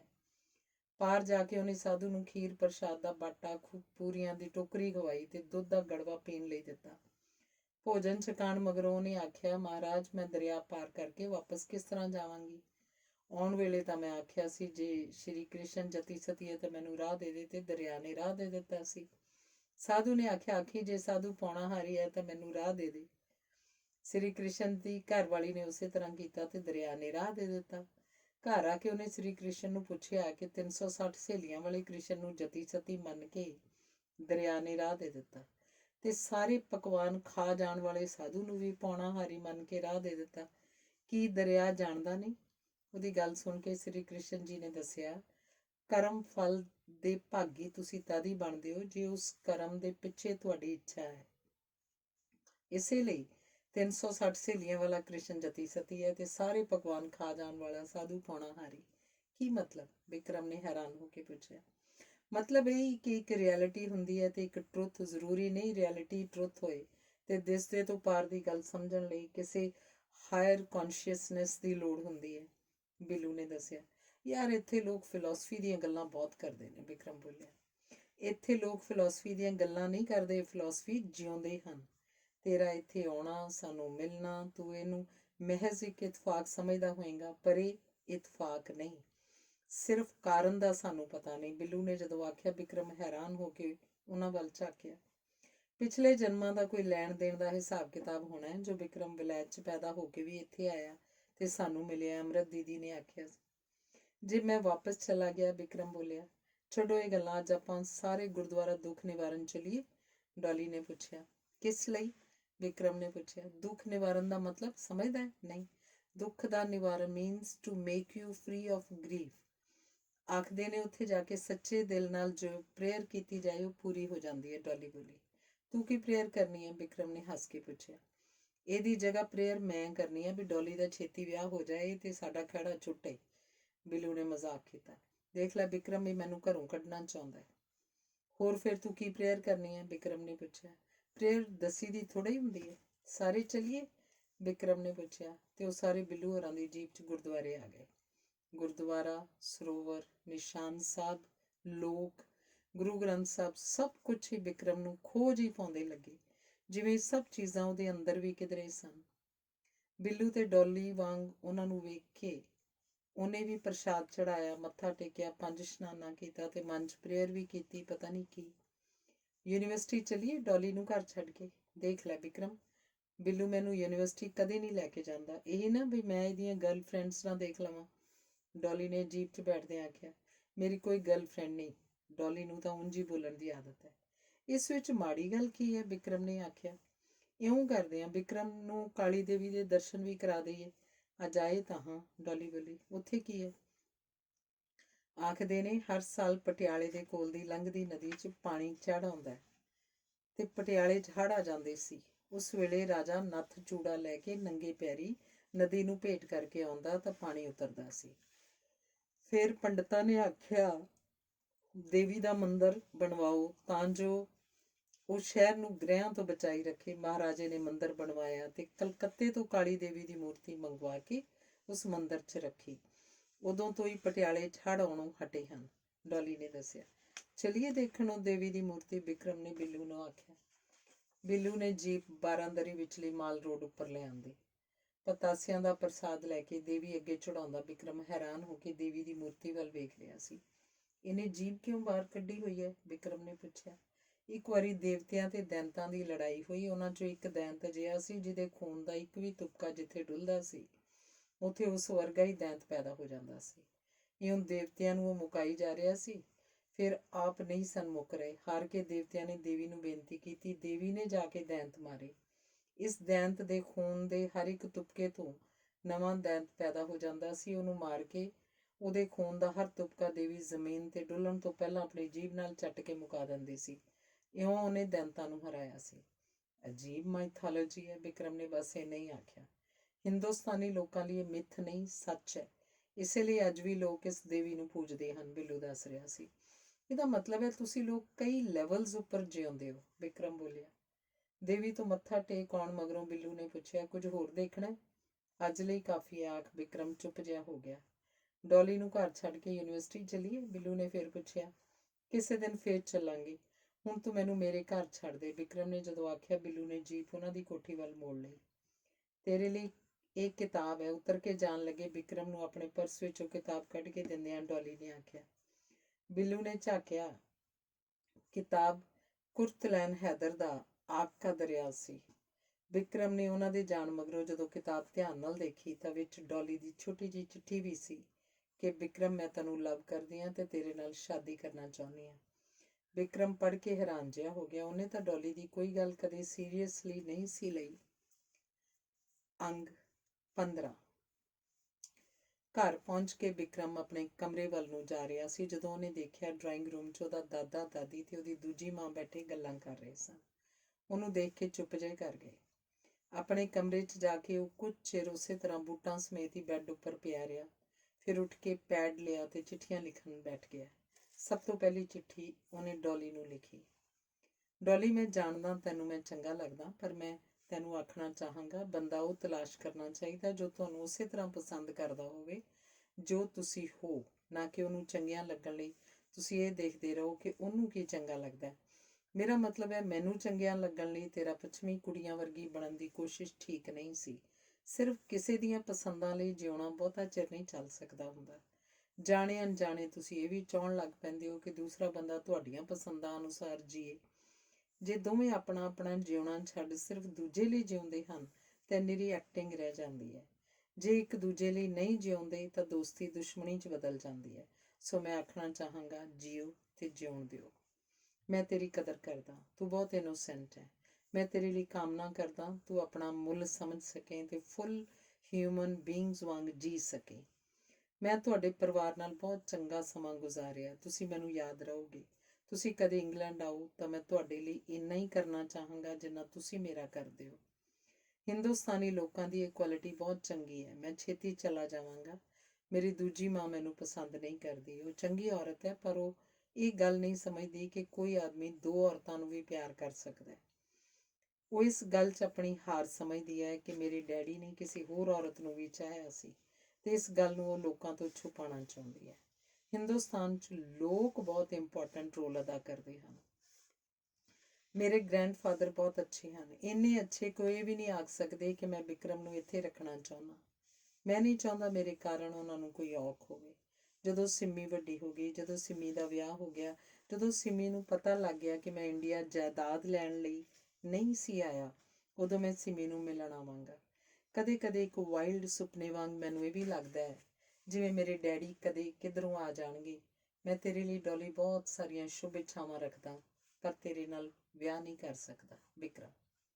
ਚਿੱਠੀ ਲਿਖ ਕੇ ਲਿਫਾਫੇ 'ਚ ਬੰਦ ਕਰ ਦਿੱਤੀ। ਫਿਰ ਉਹਨੇ ਮਿਊਜ਼ਿਕ ਲਗਾ ਲਿਆ। ਫਿਰ ਮਨ ਹੀ ਮਨ ਜਿਵੇਂ ਉਹ ਆਪਣੀ ਪੈਕਿੰਗ ਕਰ ਰਿਹਾ ਸੀ, ਉਂਝ ਉਹ ਮੁੜ ਬੈੱਡ ਉੱਪਰ ਪੈ ਗਿਆ ਸੀ। ਉਹਦੇ ਦਾਦਾ ਸਰਦਾਰ ਸੰਪੂਰਨ ਸਿੰਘ ਹੌਲੀ ਹੌਲੀ ਤੁਰਦੇ ਉੱਪਰ ਆਏ। ਵਿਕਰਮ ਦੇ ਕਮਰੇ ਦੇ ਦਰਵਾਜ਼ੇ 'ਚ ਖੜੇ ਉਹ ਵਿਕਰਮ ਵੱਲ ਦੇਖ ਰਹੇ ਸਨ। ਵਿਕਰਮ ਨੂੰ ਕੋਈ ਪਤਾ ਨਹੀਂ ਸੀ। ਵਿਕਰਮ। ਫਿਰ ਉਹਨਾਂ ਨੇ ਅੰਦਰ ਲੰਘਦਿਆਂ ਆਖਿਆ, ਉਹ ਬੜੇ ਪਾਪਾ। ਆਖਦਾ ਵਿਕਰਮ ਉੱਠ ਖੜਾ ਹੋਇਆ। ਵਿਕਰਮ ਨਰਵਸ ਜਿਹਾ ਹੋ ਗਿਆ, ਜਿਵੇਂ ਜਾਣੇ ਅਣਜਾਣੇ ਉਹਨੂੰ ਪਤਾ ਲੱਗ ਗਿਆ ਸੀ ਕਿ ਉਹਦਾ ਦਾਦਾ ਉਹਨੂੰ ਕੀ ਆਖਣ ਵਾਲਾ ਹੈ। ਬੈਠੋ ਬੜੇ ਪਾਪਾ, ਉਹਨੇ ਕੁਰਸੀ ਉਹਨਾਂ ਦੇ ਅੱਗੇ ਕਰਦਿਆਂ ਕਿਹਾ।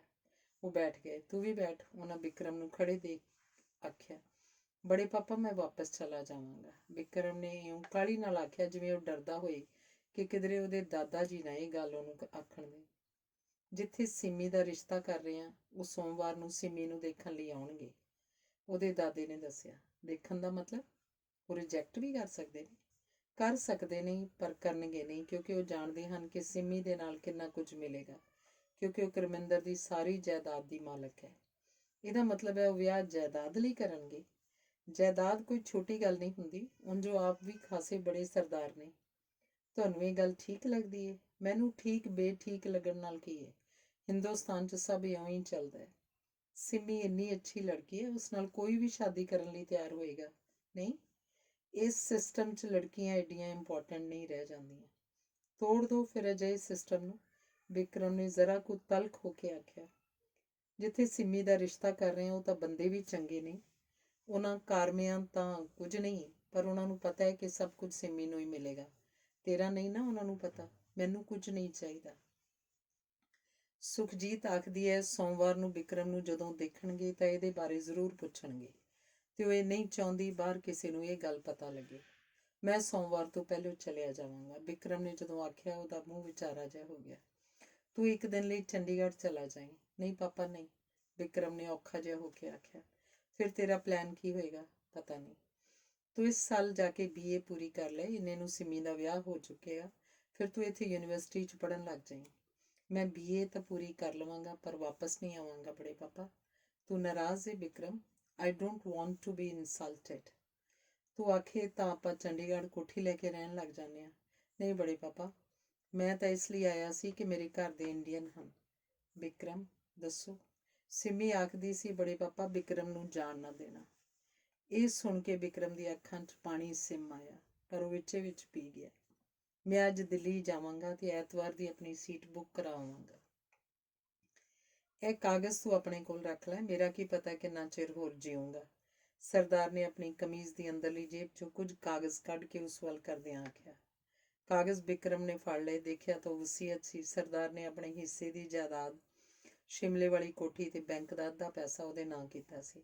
ਨਹੀਂ ਚਾਹੀਦੇ, ਵਿਕਰਮ ਨੇ ਕਾਗਜ਼ ਮੋੜਦਿਆਂ ਆਖਿਆ। ਨਾਰਾਜ਼ ਹੈ?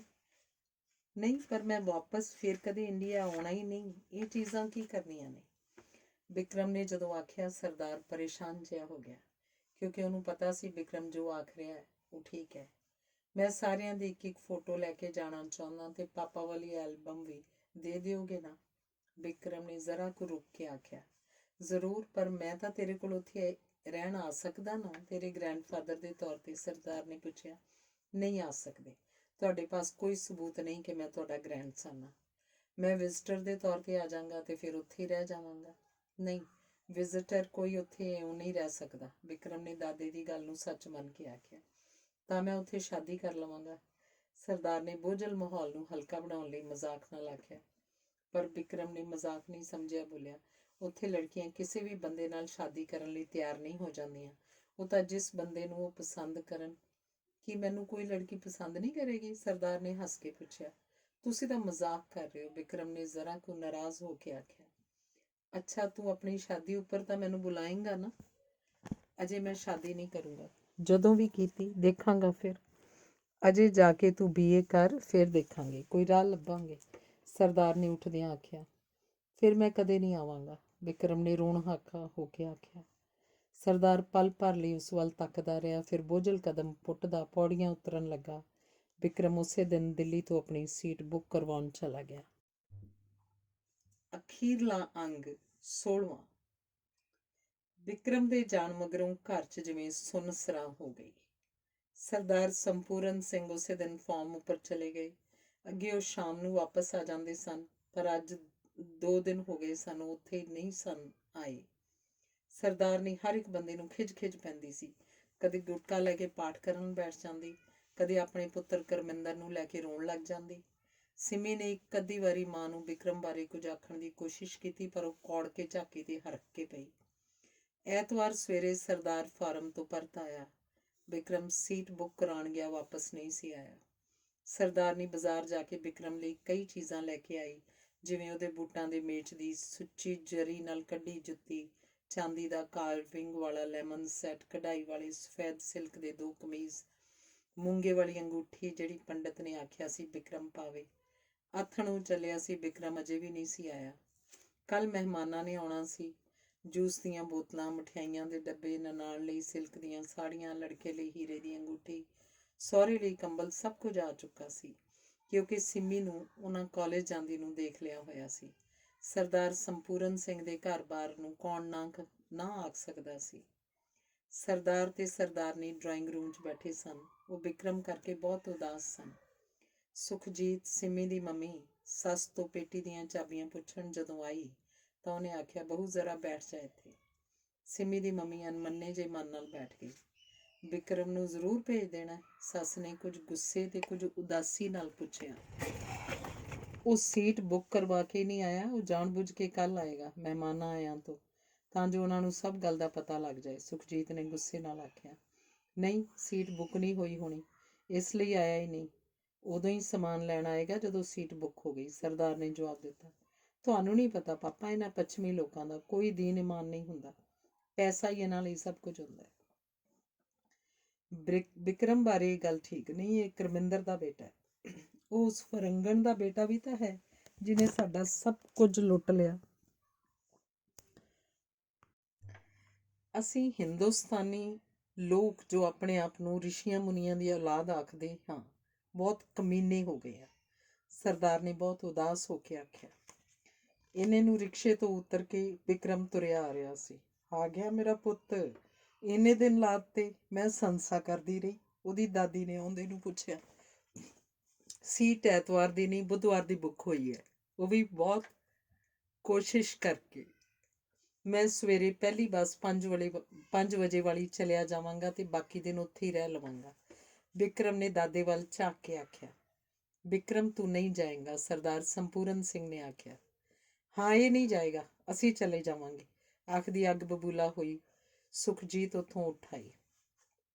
ਨਹੀਂ ਵੱਡੇ ਪਾਪਾ, ਮੈਨੂੰ ਜਾਣਾ ਹੀ ਹੋਏਗਾ, ਵਿਕਰਮ ਨੇ ਆਖਿਆ। ਇਹ ਤੇਰਾ ਘਰ ਹੈ, ਤੂੰ ਕਿਧਰੇ ਨਹੀਂ ਜਾਏਗਾ। ਨਹੀਂ ਵੱਡੇ ਪਾਪਾ, ਆਖਦਾ ਵਿਕਰਮ ਉੱਪਰ ਆਪਣੇ ਕਮਰੇ 'ਚ ਚਲਾ ਗਿਆ। ਬਹੂ ਬਹੁਤ ਔਖੀ ਹੈ, ਸਰਦਾਰਨੀ ਨੇ ਆਪਣੇ ਜਾਣੇ ਸਰਦਾਰ ਨੂੰ ਦੱਸਿਆ। ਬਹੂ ਦੀ ਖਾਤਰ ਮੈਂ ਆਪਣੇ ਬੇਟੇ ਨੂੰ ਘਰੋਂ ਕੱਢ ਦਿਆਂ? ਬਹੂ ਦੀ ਖਾਤਰ ਕਰਮਿੰਦਰ ਬੇਹੱਤਾ ਹੀ ਫਿਰਦਾ ਰਹੇ। ਉਹਦੇ ਘਰ ਸ਼ਰਾਧ ਕਰਨ ਵਾਲਾ ਤੇ ਪਿੱਤਰਾਂ ਨੂੰ ਪਾਣੀ ਦੇਣ ਵਾਲਾ ਕੋਈ ਨਾ ਹੋਵੇ। ਔਖੀ ਹੈ ਤਾਂ ਅਸੀਂ ਚੰਡੀਗੜ੍ਹ ਲੈ ਜਾਵਾਂਗੇ, ਸਰਦਾਰ ਨੇ ਔਖਿਆਂ ਹੋ ਕੇ ਆਖਿਆ। ਇਸ ਤਰ੍ਹਾਂ ਵਿਕਰਮ ਨੇ ਰੁਕਣਾ ਵੀ ਨਹੀਂ, ਸਰਦਾਰਨੀ ਨੇ ਜ਼ਰਾ ਕੁ ਡਰ ਕੇ ਦੱਸਿਆ। ਸਿਮੀ ਘਬਰਾਈ ਜੀ ਆਈ। ਉਹਦੀ ਮੰਮੀ ਆਪਣੇ ਕਮਰੇ 'ਚ ਉਹਦੇ ਪਾਪਾ ਨੂੰ ਆਵਾਜ਼ਾਂ ਮਾਰ-ਮਾਰ ਬਹੁਤ ਉੱਚੀ ਉੱਚੀ ਰੋ ਰਹੀ ਸੀ। ਬੜੇ ਪਾਪਾ, ਮੈਂ ਫੋਨ ਕਰ ਲਵਾਂ? ਉਹਨੇ ਸਰਦਾਰ ਤੋਂ ਪੁੱਛਿਆ। ਹਾਂ ਹਾਂ ਕਰ ਲੈ, ਉਹਨੇ ਆਖਿਆ। ਸਿਮੀ ਦਾਦੇ ਵੱਲ ਪਿੱਠ ਕਰਕੇ ਡਾਇਲ ਦੇ ਨੰਬਰ ਘੁਮਾਉਣ ਲੱਗੀ। ਸਰਦਾਰ ਦਾ ਖਿਆਲ ਸੀ ਉਹ ਫੋਨ ਡਾਕਟਰ ਨੂੰ ਕਰ ਰਹੀ ਹੈ। ਹੈਲੋ, ਕੀ ਮੈਂ ਕਵਲਜੀਤ ਹੋਰਾਂ ਨਾਲ ਗੱਲ ਕਰ ਸਕਦੀ ਹਾਂ? ਮੈਂ ਸਿਮੀ ਸਿੱਧੂ ਬੋਲ ਰਹੀ ਹਾਂ। ਸਿਮੀ ਕਹਿੰਦੀ। ਉਹਦੇ ਦਾਦੇ ਨੇ ਜਦੋਂ ਸੁਣੀ ਤਾਂ ਉਹ ਹੈਰਾਨ ਹੋ ਕੇ ਉਸ ਵੱਲ ਝਾਕਿਆ। ਹੈਲੋ, ਕਵਲਜੀਤ ਹੋਰੀ ਬੋਲ ਰਹੇ ਹੋ? ਮੈਂ ਸਿਮੀ ਸਿੱਧੂ ਬੋਲ ਰਹੀ ਹਾਂ।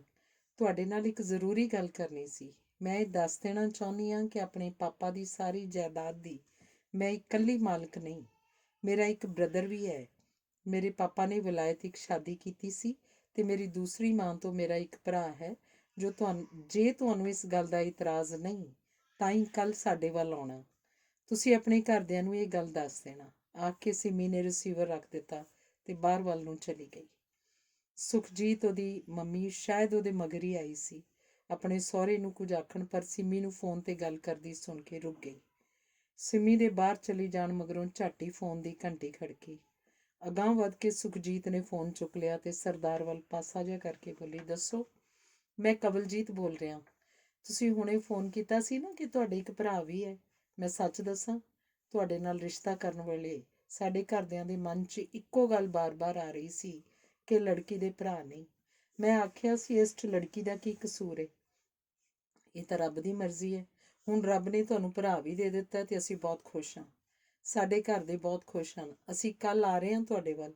ਕਵਲਜੀਤ ਉਸ ਇਉਂ ਵੇਖ ਰਿਹਾ ਸੀ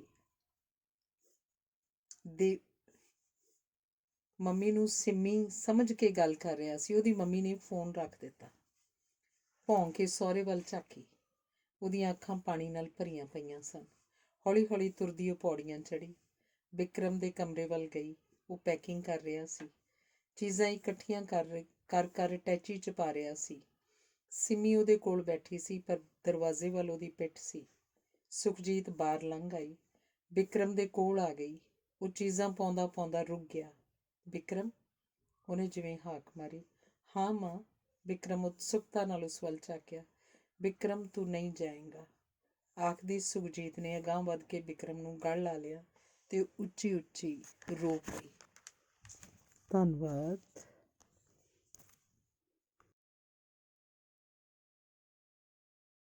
ਸਿਮੀ ਦੇ ਬਾਹਰ ਚਲੀ ਜਾਣ ਮਗਰੋਂ ਝੱਟ ਹੀ ਫੋਨ ਦੀ ਘੰਟੀ ਖੜਕੀ।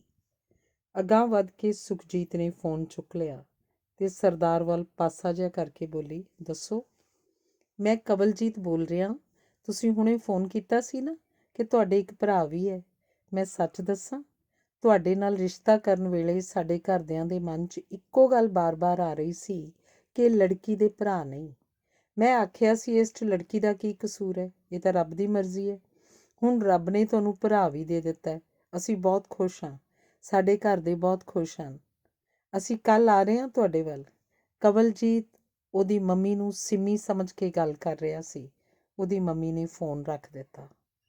ਭੌਂ ਕੇ ਸਹੁਰੇ ਵੱਲ ਝਾਕੀ। ਉਹਦੀਆਂ ਅੱਖਾਂ ਪਾਣੀ ਨਾਲ ਭਰੀਆਂ ਹੋਈਆਂ ਸਨ। ਹੌਲੀ ਹੌਲੀ ਤੁਰਦੀ ਉਹ ਪੌੜੀਆਂ ਚੜ੍ਹੀ। ਵਿਕਰਮ ਦੇ ਕਮਰੇ ਵੱਲ ਗਈ। ਉਹ ਪੈਕਿੰਗ ਕਰ ਰਿਹਾ ਸੀ। ਚੀਜ਼ਾਂ ਇਕੱਠੀਆਂ ਕਰ ਕਰ ਟੈਚੀ 'ਚ ਪਾ ਰਿਹਾ ਸੀ। ਸਿੰਮੀ ਉਹਦੇ ਕੋਲ ਬੈਠੀ ਸੀ, ਪਰ ਦਰਵਾਜ਼ੇ ਵੱਲ ਉਹਦੀ ਪਿੱਠ ਸੀ। ਸੁਖਜੀਤ ਬਾਹਰ ਲੰਘ ਆਈ। ਵਿਕਰਮ ਦੇ ਕੋਲ ਆ ਗਈ। ਉਹ ਚੀਜ਼ਾਂ ਪਾਉਂਦਾ ਪਾਉਂਦਾ ਰੁਕ ਗਿਆ। ਵਿਕਰਮ, ਉਹਨੇ ਜਿਵੇਂ ਹਾਕ ਮਾਰੀ। ਹਾਂ ਮਾਂ। ਵਿਕਰਮ ਉਤਸੁਕਤਾ ਨਾਲ ਉਸ ਵੱਲ ਝਾਕਿਆ। ਵਿਕਰਮ, ਤੂੰ ਨਹੀਂ ਜਾਏਂਗਾ, ਆਖਦੀ ਸੁਖਜੀਤ ਨੇ ਅਗਾਂਹ ਵੱਧ ਕੇ ਵਿਕਰਮ ਨੂੰ ਗਲ ਨਾਲ ਲਾ ਲਿਆ ਤੇ ਉੱਚੀ ਉੱਚੀ ਰੋ ਪਈ। ਧੰਨਵਾਦ।